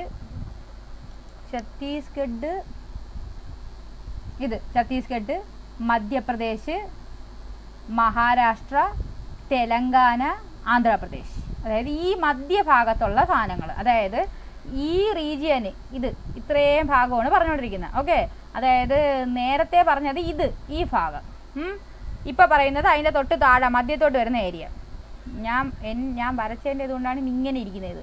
അതായത് പിക്ചർ വരുമ്പോഴത്തേക്ക് ഇതിങ്ങനെ എല്ലടെ വരുന്നത്. ഇവിടെ മധ്യപ്രദേശ് ഇങ്ങനെ ഇരിക്കുന്നത്, മഹാരാഷ്ട്ര വരുന്നത്, തെലങ്കാന ഇവിടെ വരും, ആന്ധ്രാപ്രദേശ് ഇവിടെ വരും. ഇതിൻ്റെ ഇടയ്ക്ക് ഇവിടെ വരുന്നത് മറ്റേ ഒറീസയും ഇതുമൊക്കെയാണ്. ഇവിടെ ഛത്തീസ്ഗഡ് ഇവിടെയും വരും. അപ്പോൾ ഈ ഏരിയ കിടന്ന് ഇതിനെ ചേർത്തിട്ടാണ് എന്തെന്ന് പറയുന്നത്, ഈ പറയുന്ന മധ്യമേഖല എന്ന് പറയുന്നത്. ഇതൊക്കെയാണ് ഛത്തീസ്ഗഡ്, മധ്യപ്രദേശ്, തെലങ്കാന, ആന്ധ്രാപ്രദേശ്, മഹാരാഷ്ട്ര. മധ്യപ്രദേശ്, മഹാരാഷ്ട്ര ഇവിടെ വരും. തെലങ്കാന എന്ന് പറയുമ്പോൾ ഈ ഭാഗത്ത് വരും, ആന്ധ്രാപ്രദേശും ആ ഭാഗത്ത് തന്നെ. മഹാരാഷ്ട്ര അത് പറഞ്ഞല്ലോ ഇവിടെ. ഛത്തീസ്ഗഡ് എന്ന് പറയുന്നത് ഈ ഭാഗത്ത് വരും. ഛത്തീസ്ഗഡിനോട് ചേർന്നാണ് ഈ പറഞ്ഞ ജാർഖണ്ഡ് വരുന്നത്. കണ്ടോ ആ പിക്ചർ കണ്ടോ? ഇവിടെ പിക്ചർ ആണ്ടെ, ഛത്തീസ്ഗഡ്, ജാർഖണ്ഡ്, അവിടെ ഒഡീഷ. അതായത് ഈ ഒരു റീജിയനിലാണ് പറഞ്ഞുകൊണ്ടിരിക്കുന്നത്. കണ്ടോ, ഈ ഒരു റീജിയനാണ് കേട്ടോ. ഇനി ഇപ്പുറത്ത് ഈ ഭാഗത്താണ് ജാർഖണ്ഡ്, ഒഡീഷ, ജാർഖണ്ഡ്, ഒഡീഷ അതുപോലെ വെസ്റ്റ് ബംഗാൾ എന്നീ പറഞ്ഞ 3 സംസ്ഥാനങ്ങളിലായിട്ട് കിടക്കുന്നതാണ് എന്ത് വടക്ക് കിഴക്കൻ പീഠഭൂമി പ്രദേശം എന്ന് പറഞ്ഞത്. കുഴപ്പമില്ലല്ലോ. ഇനി നമുക്ക് അവിടെ ഉള്ള എന്തുവാണ്, അവിടെ ആ മേഖലയിൽ മാംഗനീസ് ഉണ്ട്, ബോക്സൈറ്റ്, ചുണ്ണാമ്പുകല്ല്, മാർബിള്, കൽക്കരി, അഫ്രം, ഇരുമ്പയിര്, ഗ്രാഫൈറ്റ് തുടങ്ങിയ ധാതുക്കളാണ് കൂടുതലായിട്ട് കാണപ്പെടുന്നത്. മിക്കവാറും എല്ലാ ധാതുക്കളും എല്ലാ സ്ഥലങ്ങളിലും കാണുന്നുണ്ട്. കണ്ടേ, അഫ്രം ഇവിടെ ഉണ്ട്, അവിടെ ഉണ്ട്. പിന്നെ ഇരുമ്പയിരിൻ്റെ കാര്യം ഉണ്ട്, എവിടെ ഇരുമ്പയിരുണ്ട്, ഇവിടെ ഇരുമ്പയിരുണ്ട്. മാംഗനീസ് ഉണ്ട്. ഗ്രാഫൈറ്റിൻ്റെ കാര്യം പറഞ്ഞിട്ടില്ല. ബോക്സൈറ്റ് ഉണ്ട് ഇവിടെ, അതിവിടെ ബോക്സൈറ്റ് ഉണ്ട്. ചുണ്ണാമ്പുകല്ല് കാണുന്നില്ല. ചെമ്പ് അപ്പുറത്തുണ്ട്, ഇവിടെ ചെമ്പില്ല. ഓക്കെ, അങ്ങനെ. ഇനി ദക്ഷിണ മേഖല എന്ന് പറയുമ്പോൾ വീണ്ടും കർണാടക പീഠഭൂമിയും അതിനോട് ചേർന്ന് സ്ഥിതി ചെയ്യുന്ന തമിഴ്നാടിൻ്റെ ഭാഗങ്ങളും ഉൾപ്പെട്ട ഈ മേഖലയിൽ ഇരുമ്പയിര്, ബോക്സൈറ്റ്, ലിഗ്നൈറ്റ് തുടങ്ങിയ ധാതുക്കൾ കാണപ്പെടുന്നു. അപ്പോൾ കർണാടകയിലും തമിഴ്നാടിൻ്റെ ഏരിയയാണ്. അപ്പോൾ വീണ്ടും നമ്മൾ മാപ്പ് എടുത്ത് നോക്കുമ്പോൾ കർണാടക എന്ന് പറയുന്നത് എവിടെയായിട്ട് വരും? മഹാരാഷ്ട്രയുടെ താഴെയാണ് കർണാടക വരുന്നത്. കർണാടക ഇവിടെ ഈ ആന്ധ്രാപ്രദേശിൻ്റെ താഴെ ആര് വരും? തമിഴ്നാട് വരും. പിക്ചർ എടുക്കാവുന്നതാ എവിടെ? ഇവിടെ തെലങ്കാന, ആന്ധ്രാപ്രദേശിൻ്റെ താഴെ ആരാ? തമിഴ്നാട്. ഇവിടെ എന്തുവാണ്? ഇത് തമിഴ്നാട്. ഇനി ഈ പറഞ്ഞ മഹാരാഷ്ട്ര നമ്മൾ നേരത്തെ മധ്യ ഏരിയയിൽ പറഞ്ഞു. അതിൻ്റെ താഴെ കിടക്കുന്ന ആരാ? കർണാടക. അപ്പം ഈ പറയുന്ന കർണാടകയിലും തമിഴ്നാടിലുമായിട്ട് കിടക്കുന്ന ഏരിയയാണ് എന്തെന്ന് പറയുന്നത്? ഇപ്പം പറയുന്ന എന്തുവാണ്? ദക്ഷിണ മേഖല എന്ന് പറയുന്നത്. ഓക്കെ, ദക്ഷിണ മേഖലയിലെ കർണാടക പീഠഭൂമിയും അതിനോട് ചേർന്ന് സ്ഥിതി ചെയ്യുന്ന തമിഴ്നാടിൻ്റെ ഭാഗങ്ങൾ ഉൾപ്പെട്ട മേഖലയാണ് വരുന്നത്. ഇരുമ്പയിര്, ബോക്സൈറ്റ്, പിന്നെ ഏതാണ്? ലിഗ്നൈറ്റ്. പ്രധാനമായിട്ട് പറയുന്ന ഡിഫറൻ്റ് ആയിട്ട് പറയുന്നത് ലിഗ്നൈറ്റിൻ്റെ കാര്യങ്ങളാണ്. ധാതുക്കൾ കാണപ്പെടുന്നു എന്ന് പറഞ്ഞു. ഇനി തെക്ക് പടിഞ്ഞാറൻ മേഖല എന്ന് പറയുമ്പോൾ പടിഞ്ഞാറൻ കർണാടക, വീണ്ടും ഇത് കേരളം, ഇത് തമിഴ്നാട്, ആന്ധ്രാപ്രദേശിൻ്റെ ആദ്യത്തെ ഭാഗം ഇങ്ങനെ, പിന്നെ ഇങ്ങനെയാണെന്ന് തോന്നുന്നു. പിന്നെ ഇവിടെ കർണാടക, മഹാരാഷ്ട്രയ്ക്കും ഇടയ്ക്കങ്ങണ്ടല്ലേ ഗോവ. ഒന്ന് നോക്കിക്കോട്ടെ. അതിന് കർണാടക മഹാരാഷ്ട്രയുടെ ഇടയ്ക്കാണ് ഗോവ. തമിഴ്നാട്, ആന്ധ്രാപ്രദേശ്, തെലങ്കാന. ആന്ധ്രാപ്രദേശിൻ്റെ മാതിരി വാല് പോലാണല്ലേ കിടക്കുന്നത്. ഞാൻ വരച്ചാൽ ശരിയല്ല.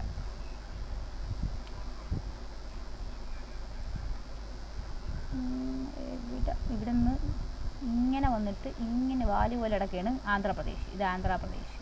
ഇവിടെ നിന്ന് ഇങ്ങനെ കിടക്കുന്നത് തെലങ്കാന. ഇനി ഇതിൻ്റെ ഇടയ്ക്ക് ഇവിടെ ഗോവ, ഇവിടെ നിന്ന് ഇങ്ങനെ മഹാരാഷ്ട്ര. ഇനി ഇവിടെ ഈ ലൈനിൽ ആന്ധ്രാപ്രദേശ് കഴിഞ്ഞിട്ട് ഇവിടെ എനിക്ക് തോന്നുന്നു ഒറീസ ആയിരിക്കും. ഒറീസ തന്നെ. ആന്ധ്രാപ്രദേശ് കഴിഞ്ഞിട്ട് പിന്നെ ഒറീസ, ഛത്തീസ്ഗഡാണ് വരുന്നത്. പോയോ? ഓക്കെ. അപ്പോൾ തെക്ക് പടിഞ്ഞാറൻ മേഖല. അപ്പോൾ ദക്ഷിണ മേഖല ഒക്കെ അല്ലേ? അപ്പം ഇങ്ങ് താഴെ വരെ എത്തി. അതായത് ഏകദേശം കർണാടക, തമിഴ്നാട് വരെ എത്തിയായിരുന്നു. ഇത് ആന്ധ്രാപ്രദേശാണ്, ഇത് തമിഴ്നാട്, ഇത് കർണാടക, ഇത് മഹാരാഷ്ട്ര, ഇത് തെലങ്കാന. ഇങ്ങോട്ട് പോകുമ്പോഴത്തേക്ക് മീൻസ് ഇതിങ്ങനെ നീണ്ടു കിടക്കുകയാണ്. ഈ ഭാഗത്ത് ഒറീസ, ഇവിടെ ഛത്തീസ്ഗഡ്, അങ്ങനെയൊക്കെയാണ് പോയിക്കൊണ്ടിരിക്കുന്നത്. ഛത്തീസ്ഗഡല്ലേ? ഝാർഖണ്ഡ്. ഝാർഖണ്ഡാണോ ഛത്തീസ്ഗഡാണോ? ഒന്നുകൂടെ നോക്കിക്കോട്ടെ. ഝാർഖണ്ഡ് ആവാനാണ് ചാൻസ്. ഛത്തീസ്ഗഡ്. ഝാർഖണ്ഡ് അപ്പുറത്താണ്. ഛത്തീസ്ഗഡ്. ഞാൻ പറഞ്ഞത് തെറ്റില്ലല്ലോ. ഒഡീഷ, ഝാർഖണ്ഡ്, വെസ്റ്റ് ബംഗാൾ ചേർത്തല്ലേ ഞാൻ മീൻസ് ചോട്ടാ നാഗ്പൂർ പീഠഭൂമി പറഞ്ഞുകൊണ്ടിരിക്കുന്നത്? തെറ്റിപ്പോയോ? ഇനി പശ്ചിമ ബംഗാൾ, ഒഡീഷ, ഝാർഖണ്ഡ്, അതായത് ഈ ഭാഗത്ത് തന്നെ പറഞ്ഞത്. ഛത്തീസ്ഗഡ് അടുത്തേലല്ലേ വരുന്നത്? ഓക്കെ തന്നെ. അപ്പോൾ ഇനി എന്തോ തെക്ക് പടിഞ്ഞാറൻ മേഖലയാണ് പറയാനുള്ളത്. തെക്ക് പടിഞ്ഞാറൻ കർണാടകവും ഇത് കർണാടകയുടെ പടിഞ്ഞാറെന്ന് പറയുമ്പോൾ എവിടെ വരും? ഇവിടെ ഇപ്പുറത്ത് വരുമോ അപ്പുറത്ത് വരുമോ? പടിഞ്ഞാറ് അറബിക്കടൽ ഇവിടെയാണ്. അപ്പോൾ എന്താണ്? ഈ ഭാഗത്താണേ. അപ്പോൾ ഇതിൻ്റെ ഇടയിൽ കൂടെയാണ് ഇങ്ങനെ എന്ത് പോകുന്നത്? നമ്മുടെ പശ്ചിമഘട്ടം വരെ പോകുന്നത്. അപ്പോൾ കർണാടകവും ഗോവയും ചേർന്ന ഈ മേഖലയിൽ പടിഞ്ഞാറൻ കർണാടകവും ഗോവയും എന്ന് പറയുമ്പോൾ ഗോവയുടെ ആ ലൈനാണ് ഇവിടെ. ഈ ഭാഗത്ത് ഈ മേഖലയിൽ ഇരുമ്പയിര്, കളിമണ്ണ് തുടങ്ങിയവ ധാരാളമായി കാണുന്നു. തെക്ക് പടിഞ്ഞാറൻ മേഖല എന്ന് പറയുമ്പം മാപ്പ് നമ്മൾ എടുക്കുമ്പോൾ ഇത് തെക്ക്, ഇത് പടിഞ്ഞാറ് എന്ന് പറയുമ്പോൾ ഈ ഭാഗത്താണ് ഉദ്ദേശിക്കുന്നത്. ഓക്കെ, ഇവിടെ ഈ ഒരു ഏരിയ. അതായത് ഇതിപ്പം എന്തുവാണ്? വെളിയിലായി പോവും. വെളിയിലല്ല, അകത്ത് തന്നെ. എന്തുവാണ്? ഈ ഒരു ഏരിയയിലാണ് പറഞ്ഞുകൊണ്ടിരിക്കുന്നത്. കളർ മാറ്റി വരയ്ക്കാം. ഇവിടെ നിന്ന് ഇങ്ങനെ. ഓക്കെ, ഈ ഒരു റീജിയനിലാണ് പറയുന്നത്. നമ്മുടെ കർണാടകയുടെ പടിഞ്ഞാറ് ഭാഗവും ഗോവയും കൂടെ ചേരുന്ന ഏരിയയിൽ എന്ത് കാണപ്പെടുന്നു എന്നാണ് പറഞ്ഞത്? ഇരുമ്പയിരും കളിമണ്ണും കാണപ്പെടുന്നു. ഇനി വടക്ക് പടിഞ്ഞാറൻ മേഖല എന്ന് പറയുമ്പോൾ രാജസ്ഥാനിലെ അരാവലി നിരയും അതിനോട് ചേർന്നിട്ടുള്ള അതിനോട് ചേർന്ന് സ്ഥിതി ചെയ്യുന്ന ഗുജറാത്തിൻ്റെ ഭാഗങ്ങളിലും എന്ത് കാണുന്നു? ചെമ്പ്, ഈയം, സിങ്ക്, യുറേനിയം, മൈക്ക തുടങ്ങിയവയാൽ സമ്പന്നമാണ്. അതായത് എന്താണ്?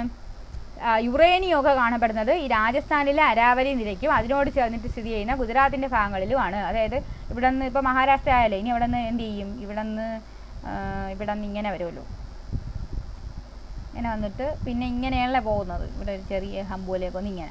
അപ്പോൾ ഈ പറയുന്ന അരാവലി എന്ന് പറയുന്നത് ഇവിടെ വരും, ഇത് ഥാർ മരുഭൂമി. അപ്പോൾ അരാവലി നിരയുടെ നിരയും അതിനോട് ചേർന്ന രാജസ്ഥാനിലെ അരാവലി നിരയും അതിനോട് ചേർന്നുള്ള ഗുജറാത്തിൻ്റെ ഭാഗങ്ങളും അതുമായിട്ട് ബന്ധപ്പെട്ടിട്ടുള്ള ഗുജറാത്തിൻ്റെ ഭാഗങ്ങളിലുമാണ് എന്ത് വരുന്നതെന്നാണ് പറഞ്ഞത്.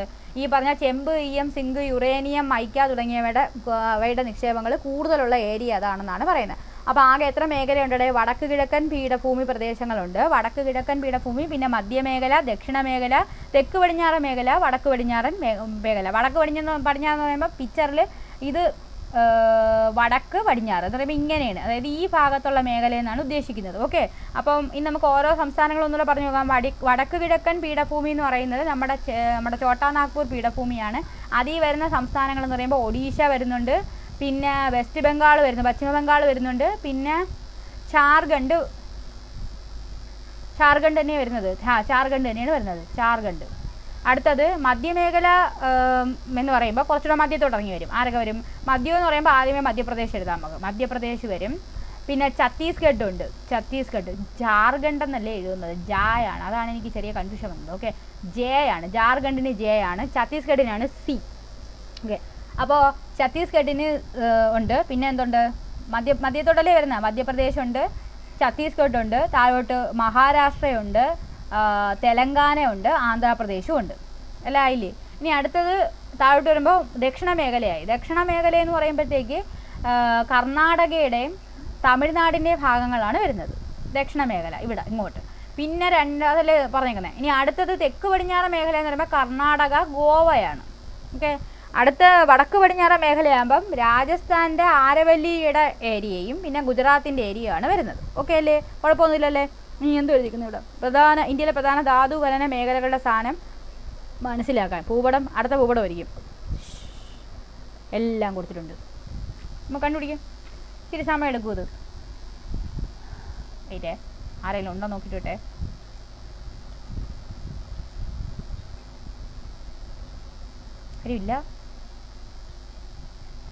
ആരും ഇല്ലാതെ മൂന്നിലേക്ക് പോട്ട്.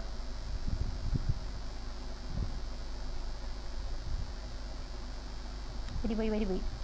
ഓക്കെ, ഇനി നമുക്ക് ഈ ഗ്രാഫ് പഠിക്കാം. എന്താണ്? ധാതു വിഭവങ്ങളുടെ കാര്യമാണ് കൊടുത്തേക്കുന്നത്. അതിൽ നമുക്ക് ആദ്യം സൂചകങ്ങൾ നോക്കാം. എന്തൊക്കെയാണ് എഴുതി വെച്ചേക്കുന്നത് നോക്കാം. ഇതിൻ്റെ സൂചകങ്ങൾ അത്ര ക്ലിയർ അല്ല. ഈ വട്ടത്തിൽ കിടക്കുന്നത് ആസ്ബറ്റോസ്. എന്തിൻ്റെ നിക്ഷേപം വരുന്നത്? ധാതു വിഭവങ്ങളാണ്. പ്രധാന ധാതുഖനന മേഖലകളുടെ സ്ഥാനം മനസ്സിലാക്കി ഓരോ സംസ്ഥാനത്തിൻ്റെയും പ്രധാനമായും കാണപ്പെടുന്ന ധാതുക്കൾ പട്ടികപ്പെടുത്താൻ. ഓരോ സംസ്ഥാനത്തിലും ഒരുപാടെണ്ണം ഉണ്ട്. അപ്പോൾ നമുക്ക് ആസ്പെറ്റോസ് എന്ന് പറഞ്ഞാൽ എന്താണ്, സർക്കിളിൽ നീല കളർ സർക്കിളാണ്. ത്രികോണത്തിലുള്ളതാണെങ്കിൽ ബോക്സൈറ്റ് ആണ്, കറുപ്പ് കൽക്കരിയാണ്, കറുപ്പ് കളറിലുള്ള സ്ക്വയർ ആണെങ്കിൽ ചെമ്പാണ്, ചുമന്ന സ്ക്വയർ ആണെങ്കിൽ ഡോളമൈറ്റ് ആണ്. സോ ഗോൾഡ് വട്ടത്തിലുള്ളതാണെങ്കിൽ സ്വർണ്ണമാണ്. ഈ ത്രികോണത്തിൽ പിങ്ക് കളറാണെങ്കിൽ ജിപ്സം, കറുപ്പിൽ കുത്തുണ്ടെങ്കിൽ അത് ഇരുമ്പാണ്. ഇത് കൊടുത്തേക്കുന്നത്? ഇതൊന്നും ക്ലിയർ അല്ല. ചുണ്ണാമ്പിന് എന്തോ കളർ എടുത്ത് കൊടുത്തേക്കുന്നത്? പ്ലസ് ആടേ ചുണ്ണാമ്പ് കല്ലിന് എന്തോ പ്ലസ് എങ്ങാണ്ടാണ്. അതിനെ എവിടെ നിന്ന് കണ്ടുപിടിക്കുമല്ലോ? അതാ സ്റ്റാർ ആണാന്ന് അറിയാൻ വയ്യ. എനിക്കൊന്ന് സ്റ്റാർ ആയിരിക്കും. എന്നാണ്ട് ഇവിടെയൊക്കെ ചുണ്ണാമ്പ് കല്ല് കിടക്കുന്നില്ല. ലെഡ്, സിങ്ക് ഒക്കെ ആണെങ്കിൽ ചുമന്ന സ്റ്റാറും, നീല സ്റ്റാർ ആണെങ്കിൽ ചുണ്ണാമ്പ് കല്ല്, മാംഗനീസ് ആണെങ്കിൽ പ്ലസ്, മൈക്ക ആണെങ്കിൽ സ്ക്വയറിലുള്ള എന്താണ് സ്ക്വയർ, വയലറ്റ് സ്ക്വയർ, പെട്രോളിയം പ്രകൃതിവാതകമാണെങ്കിൽ എന്തായിരിക്കും? നീല വട്ടമാണ്. നമുക്ക് ആദ്യം പെട്രോളിയം പ്രകൃതിവാതകം തപ്പാം. നീലവട്ടം ഉണ്ടോ എവിടെയെങ്കിലും? തമിഴ്നാട് നീലവട്ടം ഇതാ കിടക്കുന്നുണ്ടെണ്ണം. നീലവട്ടം എന്ന് പറഞ്ഞാൽ മഹാരാഷ്ട്ര കിടപ്പുണ്ട്. ഇതാ ഇവിടെ ഗുജറാത്തിലൊരെണ്ണം കിടക്കുന്നുണ്ട്. പിന്നെ എവിടെ ഉണ്ട്? ഇവിടെ കാണാനുണ്ടോ നീല? കറുത്ത വട്ടം. നീലവട്ടം ഈ മറ്റേ വടക്ക് കിഴക്കൻ സംസ്ഥാനങ്ങളിൽ കാണുന്നുണ്ട് കേട്ടോ. നാഗാലാൻഡ്, അരുണാചൽ പ്രദേശ്. ഓക്കെ, അപ്പോൾ നമുക്ക് അത് എന്താണ് പെട്രോളിയം പ്രകൃതിവാതകമാണ് എഴുതി വെച്ചേക്കുന്നത്. ഈ എവിടെ കൊണ്ടിട്ട് എഴുതും ഇപ്പോൾ? ഇവിടെ എഴുതാം പെട്രോളിയം. അപ്പോൾ കിട്ടിയ സംസ്ഥാനങ്ങൾ ഏതൊക്കെയായിരുന്നു? മഹാരാഷ്ട്രയുണ്ട്, ഗുജറാത്തുണ്ട്, പിന്നെ മഹാരാഷ്ട്രയുണ്ട്, ഗുജറാത്തുണ്ട്, പിന്നെ എവിടെയെങ്കിലും കണ്ടായിരുന്നാടെ? പിന്നെ ഇവിടെ നാഗാലാൻഡ് ഉണ്ട്. നാഗാലാൻഡ് അല്ലേ ഇത്? ഇത് ആസാമാണേ, നാഗാലാൻഡ് ഇതാണ് കേട്ടോ. മണിപ്പൂർ ഇത്, മിസോറാം, ത്രിപുര, മേഘാലയ, അരുണാചൽ പ്രദേശുണ്ട്. അസവും അരുണാചൽ പ്രദേശും, അസം അതുപോലെ അരുണാചൽ പ്രദേശ്. എ പി എന്നിട്ടാ പ്രശ്നമാവോ? അരുണ എഴുതി വെച്ചേക്കാം. അപ്പോൾ അരുണാചൽ പ്രദേശാണ്. പെട്രോളിയത്തിൻ്റെ കാര്യമാണ് നമ്മൾ നോക്കിയത്. ഇനി നമുക്ക് നോക്കാനുള്ളത് മൈക്ക. മിക്കവാറും എല്ലായിടത്തും കാണാൻ ചാൻസ് ഉള്ള സാധനമാണ്. മൈക്ക എന്ന് പറയുന്നത് ഇവിടെ തമിഴ്നാട്ടിലെ ഏരിയയിലുണ്ട്, ആന്ധ്രാപ്രദേശുണ്ട്. അതായത് മൈക്ക എന്ന് പറയുമ്പോഴത്തേക്ക് സ്ക്വയർ എന്താണ്, violet colour square. ഏതൊക്കെയുണ്ട്?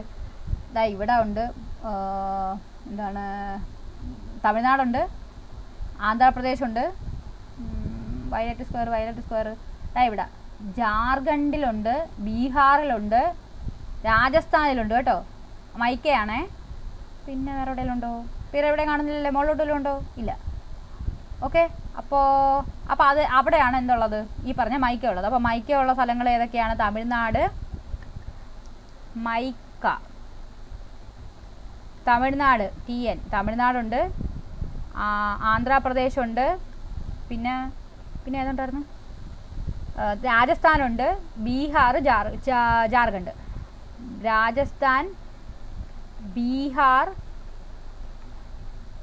Jharkhand. Okay. ഇനി അടുത്തത് എല്ലായോ? ഓക്കെ. ഇനി അടുത്തത് മാംഗനീസ് നോക്കാം. മാംഗനീസ്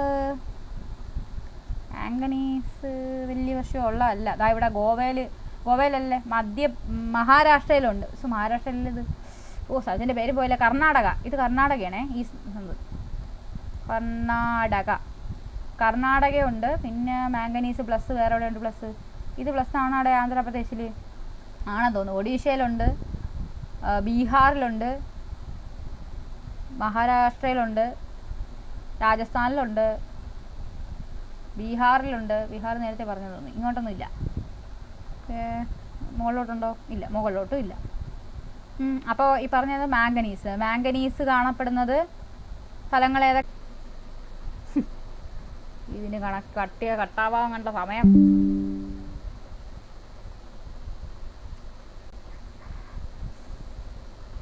നിങ്ങളുടെ അടുത്ത് കട്ട് ചെയ്ത് കാണാൻ പറഞ്ഞപ്പോൾ എൻ്റെ കണക്ഷൻ കട്ടായി. പോട്ട്. കർണാടക, ആന്ധ്രാപ്രദേശ്, മഹാരാഷ്ട്ര, രാജസ്ഥാൻ, രാജസ്ഥാൻ, പിന്നെ ഏതുണ്ട്? ഇനി പ്ലസ് വേറെ എവിടെയെങ്കിലും ഉണ്ടോ? ബീഹാറുണ്ട്, മധ്യപ്രദേശ് എഴുതിയായിരുന്നോ? ബീഹാർ ഉണ്ട്, ഒരു പ്ലസ് ഇവിടെ കിടക്കുന്നത്. മധ്യപ്രദേശുണ്ട്, ഒഡീഷയുണ്ട്. എല്ലായിടത്തും ഉണ്ടോ ഇത്? മധ്യപ്രദേശ്, ഒഡീഷ, പിന്നെ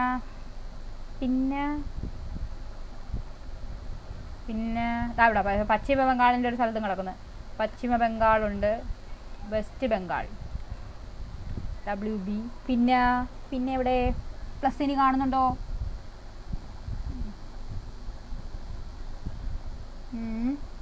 മധ്യപ്രദേശ് എഴുതി.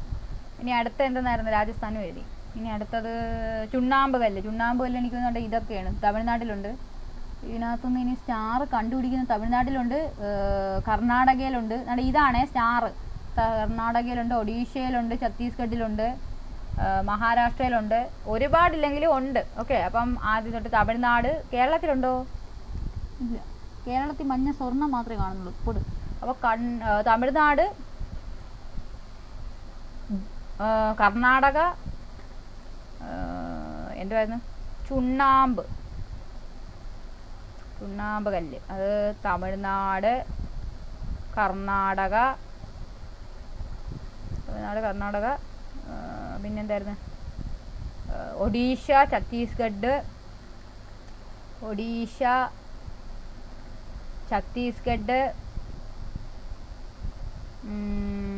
പിന്നെന്തുവായിരുന്നു? ഇവിടെ രാജസ്ഥാനിലുണ്ട്, മധ്യപ്രദേശ്, ഉത്തർപ്രദേശ്, എല്ലായിടത്തും ഉണ്ടോ ഇത്? ജാർഖണ്ഡ്, ബീഹാർ, മധ്യപ്രദേശ്, ഉത്തർപ്രദേശ്,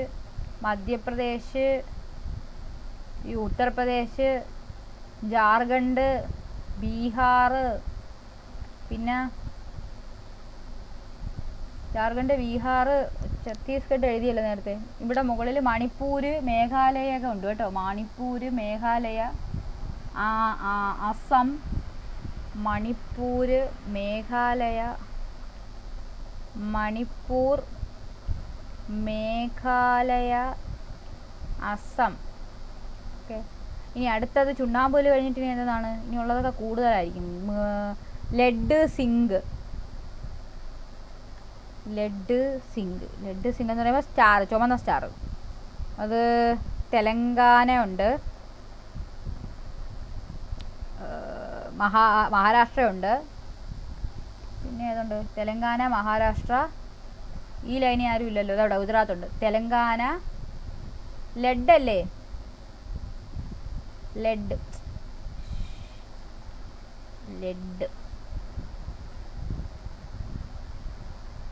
തെലങ്കാന, മഹാരാഷ്ട്ര, പിന്നെ തെലങ്കാന, മഹാരാഷ്ട്ര, ഗുജറാത്ത്,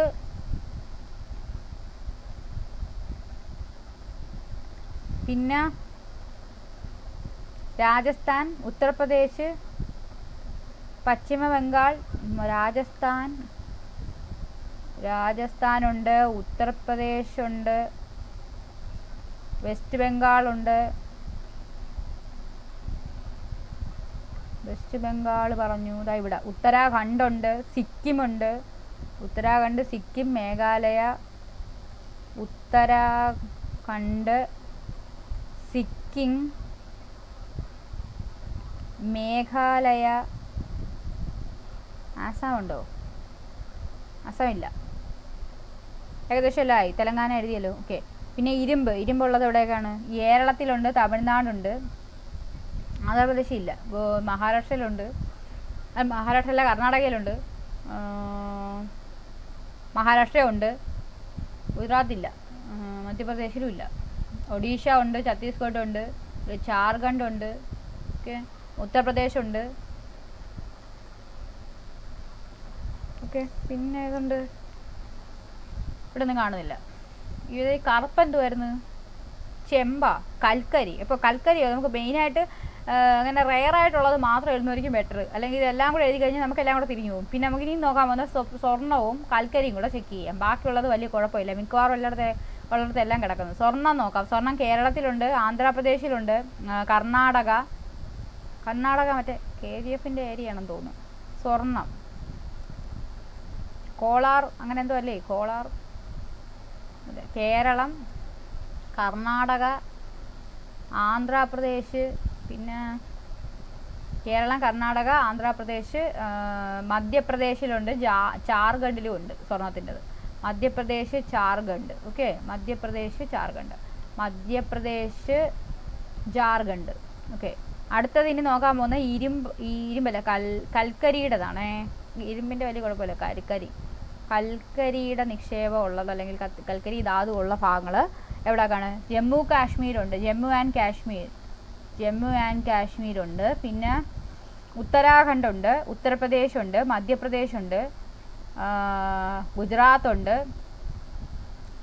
മഹാരാഷ്ട്ര. കേരളത്തിലില്ല. കേരളത്തിൽ ഇരുമ്പാണ്. കേരളത്തിൽ ഇല്ല. ഒഡീഷ ഉണ്ട്, ജാർഖണ്ഡ് ഉണ്ട്, എല്ലാം ഉണ്ട് ഇവിടെ. മേഘാലയ, ഈ പറയുന്ന ഇവിടെയൊക്കെ ഉള്ളത് ഈ അസം, അരുണാചൽ പ്രദേശ് എന്നീ ഭാഗങ്ങളിലും ഉണ്ട്. വീണ്ടും എല്ലാം ജമ്മു കാശ്മീരിൽ ഉള്ളത് കൽക്കരി നിക്ഷേപമാണ്. ഇരുമ്പിൻ്റെതും കൂടെ ഒന്ന് നോക്കാം. ഇരുമ്പെന്ന് പറയുന്നത് എവിടെയൊക്കെ ഉണ്ട്? ഇരുമ്പ് ഇതാണ് ഇരുമ്പ്. ഇത് കേരളത്തിലുണ്ട് ഇരുമ്പ്. പിന്നെ കർണാടകയുണ്ട്, മഹാരാഷ്ട്രയുണ്ട്, ഒഡീഷ, ഛത്തീസ്ഗഡ് ഉണ്ട്, ജാർഖണ്ഡ് ഉണ്ട്, പിന്നെ ഏതുണ്ട്? മുകളിൽ രാജസ്ഥാനുണ്ട്. ഇവിടെ എങ്ങാനുണ്ടോ? ഇവിടെ ഒന്നുമില്ല. അപ്പോൾ അത്രയും ഭാഗങ്ങളിലാണ് ഉള്ളത്. അപ്പോൾ ഈ കേരളത്തിൽ എന്തിൻ്റെയൊക്കെ നിക്ഷേപം ഉണ്ടെന്ന് ചോദിച്ചാൽ ത്രികോണത്തിലുള്ള സാധനമുണ്ട്. അതായത് ബോക്സൈഡ് നിക്ഷേപമുണ്ട്, സ്വർണ്ണത്തിൻ്റെ നിക്ഷേപമുണ്ട്, അതുപോലെ ഇരുമ്പിൻ്റെ നിക്ഷേപം ഉണ്ട്. ഓക്കെ അല്ലേ? അപ്പോൾ ഞാൻ എല്ലാം കിടന്ന് എഴുതുന്നില്ല. നിങ്ങളൊന്ന് ഈ മാപ്പ് നോക്കി നന്നായിട്ട് എന്ത് ചെയ്യുക, ഒന്ന് പഠിക്കുന്നത് ബെറ്റർ ആയിരിക്കും. ഓക്കെ, നമുക്ക് ബാക്കി വായിച്ചു നോക്കാം. ഇതിവിടെ ആകുമ്പോൾ തീരുമായിരിക്കും. ഉപദ്വീപീയ പീഠഭൂമിയിലെ ജനജീവിതമാണ് പറയാൻ പോകുന്നത്. നമ്മൾ ആദ്യം പറഞ്ഞ എന്തുവായിരുന്നു? അവിടെയുള്ള ആദ്യം പറഞ്ഞത് അവിടുത്തെ സസ്യജാലങ്ങളുടെ കാര്യമാണ്. ഒരു 3 ടൈപ്പ് സസ്യങ്ങളുടെ കാര്യം പറഞ്ഞു. അത് കഴിഞ്ഞിട്ട് നമ്മൾ അവിടുത്തെ മണ്ണിൻ്റെ കാര്യം പറഞ്ഞു. ഒരു 4 ടൈപ്പ് മണ്ണിൻ്റെ കാര്യത്തിലേക്ക് വന്നു. അത് കഴിഞ്ഞിട്ട് നമ്മൾ അവിടുത്തെ മണ്ണ് കഴിഞ്ഞിട്ട് നമ്മളവിടെ ഉള്ള ധാതുക്കളുടെ കാര്യം വെച്ചിട്ട് അവർ 5 ടൈപ്പായിട്ട് തിരിച്ചെന്ന് പറഞ്ഞു. ഓക്കെ, അതാണ് ഇപ്പോൾ എൻഡ് ചെയ്ത് പറഞ്ഞത്. ഇനി അവസാനത്തെ കണ്ടന്റ് ഇതാണ്: ഉപദ്വീപീയ പീഠഭൂമിയിലെ ജനജീവിതം. ഉപദ്വീപീയ പീഠഭൂമിയിൽ മിതമായ ജനസംഖ്യയാണുള്ളത്. ജനസംഖ്യ കുറവാണ്. പൊതുവെ കൃഷിയോഗ്യമല്ലാത്ത ഭൂപ്രകൃതിയും വൻകര കാലാവസ്ഥയും കാരണം ആദ്യകാലങ്ങളിൽ ഉപദ്വീപീയ പീഠഭൂമിയിൽ ജനവാസം പരിമിതമായിരുന്നു. പിൽക്കാലത്ത് ധാതു ഖനന പ്രവർത്തനങ്ങൾ ആരംഭിച്ചതും റെയിൽ റോഡ് ഗതാഗത മാർഗങ്ങൾ വികസിച്ചതും ധാതു അധിഷ്ഠിത വ്യവസായങ്ങളുടെ ആവിർഭാവവും ജനങ്ങളെ പീഠഭൂമിയിലേക്ക് അടുപ്പിച്ചു. അല്ലെങ്കിൽ അങ്ങനെയാണല്ലോ, ഒരു ഏരിയയ്ക്കകത്ത് ഇപ്പോൾ കൃഷി ചെയ്യാൻ പറ്റില്ല. മനുഷ്യൻ കൃഷി തുടങ്ങിയതിന് ശേഷമാണ് സെറ്റിൽമെൻ്റായി അവിടെ താമസം ആരംഭിച്ചു എന്ന് പറയുന്നു. അപ്പോൾ അവിടെ അവർക്ക് കൃഷി ചെയ്യാൻ പറ്റാത്തൊരു സ്ഥിതിയിൽ അവരവിടെ താമസം ആരംഭിക്കത്തില്ല.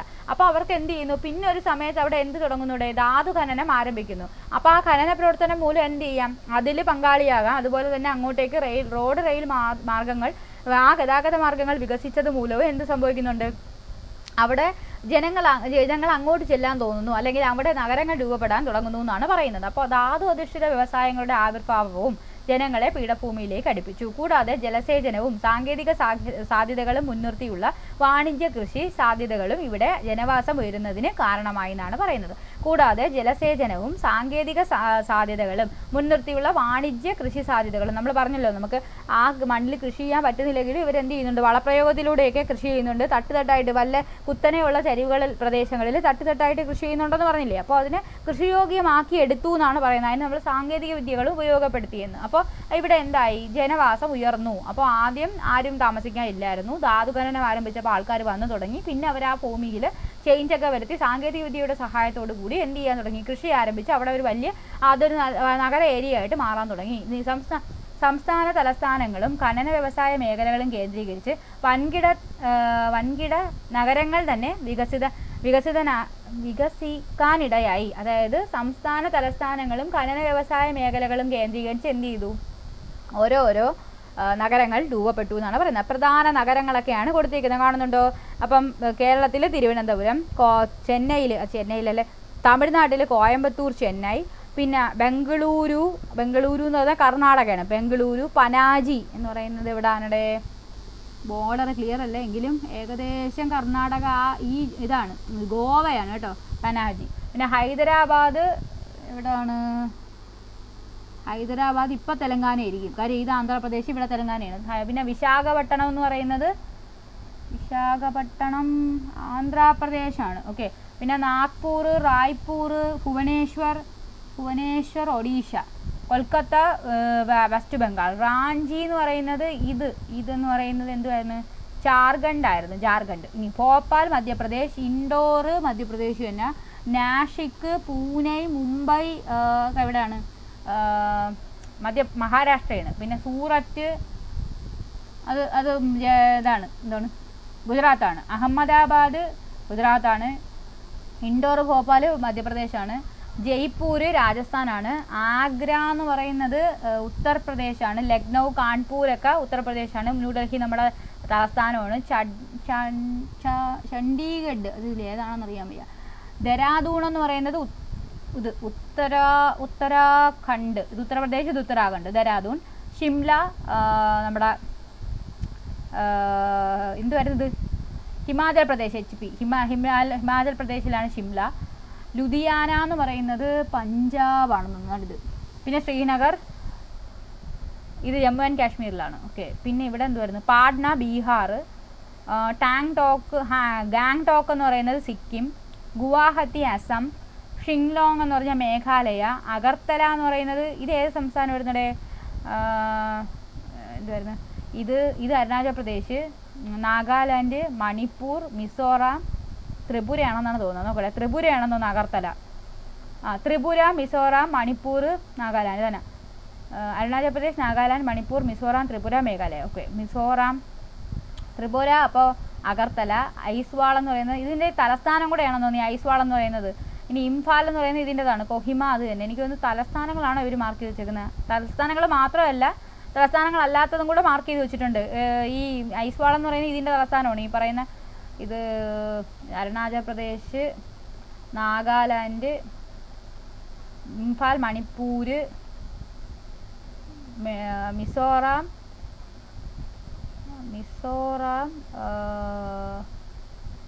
ഇത് മിസോറാം. അഗർത്തല മിസോറാം. ചേച്ചി പറഞ്ഞത് ഇനി വേണ്ടും.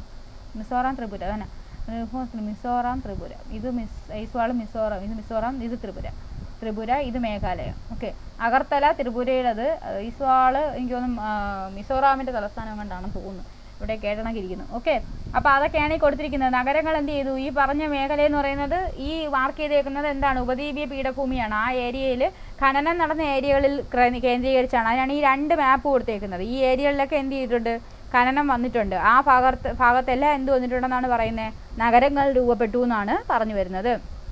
ഭൗതിക വിഘാതങ്ങളെ മാനവ വിഭവ ശേഷി വികസനത്തിലൂടെ തരണം ചെയ്യുകയും അസാധ്യമായിരുന്നത് സാധ്യമാക്കുകയും ചെയ്യുന്ന മനുഷ്യൻ്റെ അധ്വാനത്തിൻ്റെ ഉത്തമ ദൃഷ്ടാന്തമാണ് ഉപദ്വീപീയ പീഠഭൂമി. എന്ന് വെച്ചാൽ എന്താണ്, അവിടെ ആദ്യം കൃഷി ചെയ്യാൻ പറ്റില്ലായിരുന്നു. പിന്നെ ഇവരെന്ത് ചെയ്തു, ഇവർ ചേഞ്ചൊക്കെ വരുത്തി സാങ്കേതികവിദ്യ ഉപയോഗിച്ച് തട്ടാക്കി കൃഷി ചെയ്തു. അതുപോലെ വളപ്രയോഗത്തിലൂടെയൊക്കെ എന്ത് ചെയ്യുന്നുണ്ട്, കൃഷി സാധ്യമാക്കി അവിടെ എന്ത് ചെയ്യുന്നു, കൃഷി ചെയ്യുന്നു, അവിടെ ജീവിക്കുന്നു. അതുപോലെ ധാതു ഖനനം ചെയ്യുന്നതിന് ഒരുപാട് ടെക്നോളജിക്കലായിട്ടുള്ള സംഭവങ്ങളുണ്ട്. അതുവഴി എന്ത് ചെയ്യുന്നു, വലിയ വലിയ നഗരങ്ങൾ ആ പ്രദേശങ്ങളിൽ രൂപപ്പെടുന്നു എന്ന് പറയുന്നു. ഓക്കെ, അതങ്ങനെയാണ് ഇത് വികസനം ഉണ്ടായെന്നാണ് പറയുന്നത്. ഓക്കെ, വലിയ കുഴപ്പമില്ലല്ലോ അല്ലേ. ഓക്കെ, അപ്പോൾ നമ്മൾ ഈ ചാപ്റ്ററിൻ്റെ എൻഡായി. ഈ ചാപ്റ്റർ വലിയ കുഴപ്പമില്ല, അതായത് ഈ സെക്കൻഡ് പാർട്ട് വലിയ കുഴപ്പമില്ല. ഫസ്റ്റ് പാർട്ട് കുറച്ച് അതും വലിയ കുഴപ്പമൊന്നുമില്ല. എന്ന് വെച്ചാൽ ആകെ നമ്മൾ ബേസിക്കലി പഠിച്ചത് നേരത്തെ പഠിച്ചു വന്ന അതേ ഫോർമാറ്റിൽ തന്നെയാണ് എന്ത് ചെയ്തേക്കുന്നത്, ഇത് പറഞ്ഞിരിക്കുന്നത്. നമുക്ക് ഓടിച്ചൊന്നുകൂടെ ഒന്ന് പറയാം. എന്തുവായിരുന്നല്ലേ നമ്മൾ തുടങ്ങിയത്, പീഠഭൂമിയിലെ നൈസർഗിക സസ്യജാലമാണ്.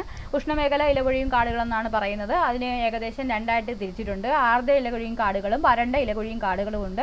ഇതിൽ രണ്ടിലും നമ്മുടെ ഉത്തര മഹാസമതല ഏരിയയിലും ഈ പറഞ്ഞ ഉപദ്വീപീയ പീഠഭൂമിയിലും ഉള്ള ഈ ടൈപ്പ് 2 കാടുകളും ഏകദേശം സെയിം തന്നെയാണ്. എന്ന് വെച്ചാൽ ഒരേപോലുള്ള കാടുകളാണ്, പിടിച്ചിരിക്കുന്ന സ്ഥലം മാത്രമേ വ്യത്യാസമുള്ളൂ. ഓക്കെ, അത് ആദ്യം പറഞ്ഞത് സമതല പ്രദേശത്തായിരുന്നു, ഇപ്പം പറയുന്നത് ഉപദ്വീപീയ പീഠഭൂമിയിലാണെന്ന്. രണ്ടിൻ്റെയും സ്വഭാവം ഒന്ന് തന്നെ. 100 to 200 മഴ ലഭിച്ചു കഴിയുന്ന പ്രദേശങ്ങളിലാണെങ്കിൽ അത് ആർദ്ര ഇലപൊഴിയും കാടും, 70 to 100 അതിനെന്തെന്ന് പറയും, വരണ്ട ഇലകൊഴിയും കാടെന്ന് പറയും. ഇനി 70-നും താഴെയാണ് മഴ പെയ്യുന്നതെങ്കിൽ അതെന്താവും, അത് ഉഷ്ണമേഖല മുൾക്കാടുകളായിട്ട് മാറും. ഈ 70 സെൻറ്റിമീറ്ററിന് താഴെയാണെങ്കിൽ ഉഷ്ണമേഖല മുൾക്കാടുകളായിട്ട് മാറും. ഓക്കെ, അത്രേ ഉള്ളൂ. അതിൽ വരുന്ന സസ്യങ്ങൾ അക്കേഷ്യ, യൂഫോബിയയും ഈന്തപ്പനയും അങ്ങനെയൊക്കെ ഉള്ളതായിരുന്നു. മഹാരാഷ്ട്ര, കർണാടക എന്നീ സംസ്ഥാനങ്ങളിലെ മരുപ്രദേശങ്ങളിലൊക്കെയാണ് കാണപ്പെടുന്നത്. പിന്നെ നമ്മൾ ദക്ഷിണ മേഖല പർവ്വത വനങ്ങളെന്ന് പറഞ്ഞു. അതായത് ഈ മേഖലയിലുള്ള പർവ്വതങ്ങളുടെ അടുത്ത് അല്ലെങ്കിൽ കുന്നുകളുമായിട്ട് ബന്ധപ്പെട്ടിട്ടുള്ള ആ ഏരിയ, അതിൻ്റെ ചോലവനങ്ങളെന്ന് പറയുന്ന ആ കാറ്റഗറി വരുന്നതാണ്.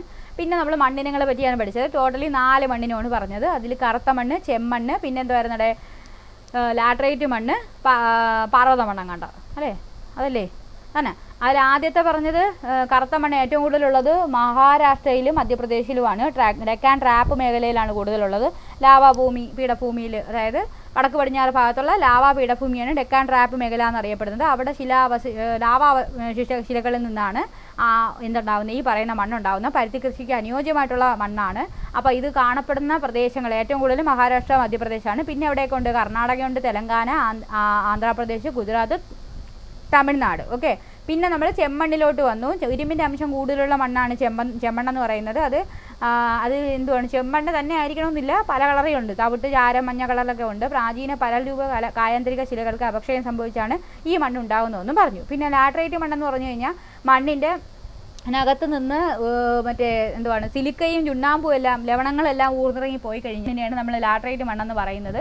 നമ്മൾ എന്താണ്, ഭയങ്കര ഫലഭൂഷ്ടിയുള്ളൊരു മണ്ണൊന്നുമല്ല, പക്ഷേ എന്താണ്, നമുക്ക് വളപ്രയോഗത്തിലൂടെ അവിടെ കാപ്പിയും തേയിലയും റബ്ബറും അടക്കയൊക്കെ എന്ത് ചെയ്തെടുക്കാം, വിളയിച്ചെടുക്കാം എന്ന് പറഞ്ഞു. പിന്നെ നമ്മൾ പർവ്വത മണ്ണിലോട്ട് വന്നു. പർവ്വത മണ്ണ് കർണാടക, തമിഴ്നാട്, കേരളം എന്നീ സംസ്ഥാനങ്ങളിൽ തോട്ടവിളകൾക്കായിട്ടാണ് ഉപയോഗിക്കുന്നതെന്ന് പറഞ്ഞു. പർവ്വത മണ്ണ് അതിനൊക്കെ അനുയോജ്യമാണെന്ന് പറഞ്ഞു. പിന്നെ ഉപദ്വീപീയ പീഠഭൂമിയിലെ കൃഷിയെ പറ്റിയാണ് പറഞ്ഞത്. മെയിനായിട്ട് കൃഷി ചെയ്യുന്നത് തോട്ടവിളകളാണെന്നാണ് പറഞ്ഞത്. അതിൽ കാപ്പിയുണ്ട്, തേയിലയുണ്ട്, കരിമ്പുണ്ട്, പിന്നെ എന്തുകൊണ്ട് പരുത്തിയുണ്ട്. ഓക്കെ, അതിനെ പറ്റിയാണ് പറഞ്ഞത്. കാപ്പി ഉൽപ്പാദനത്തിൽ 1ാം സ്ഥാനത്തുള്ളത് കർണാടക, സെക്കൻഡ് പ്ലേസ് നമ്മളാണ് കേരളം.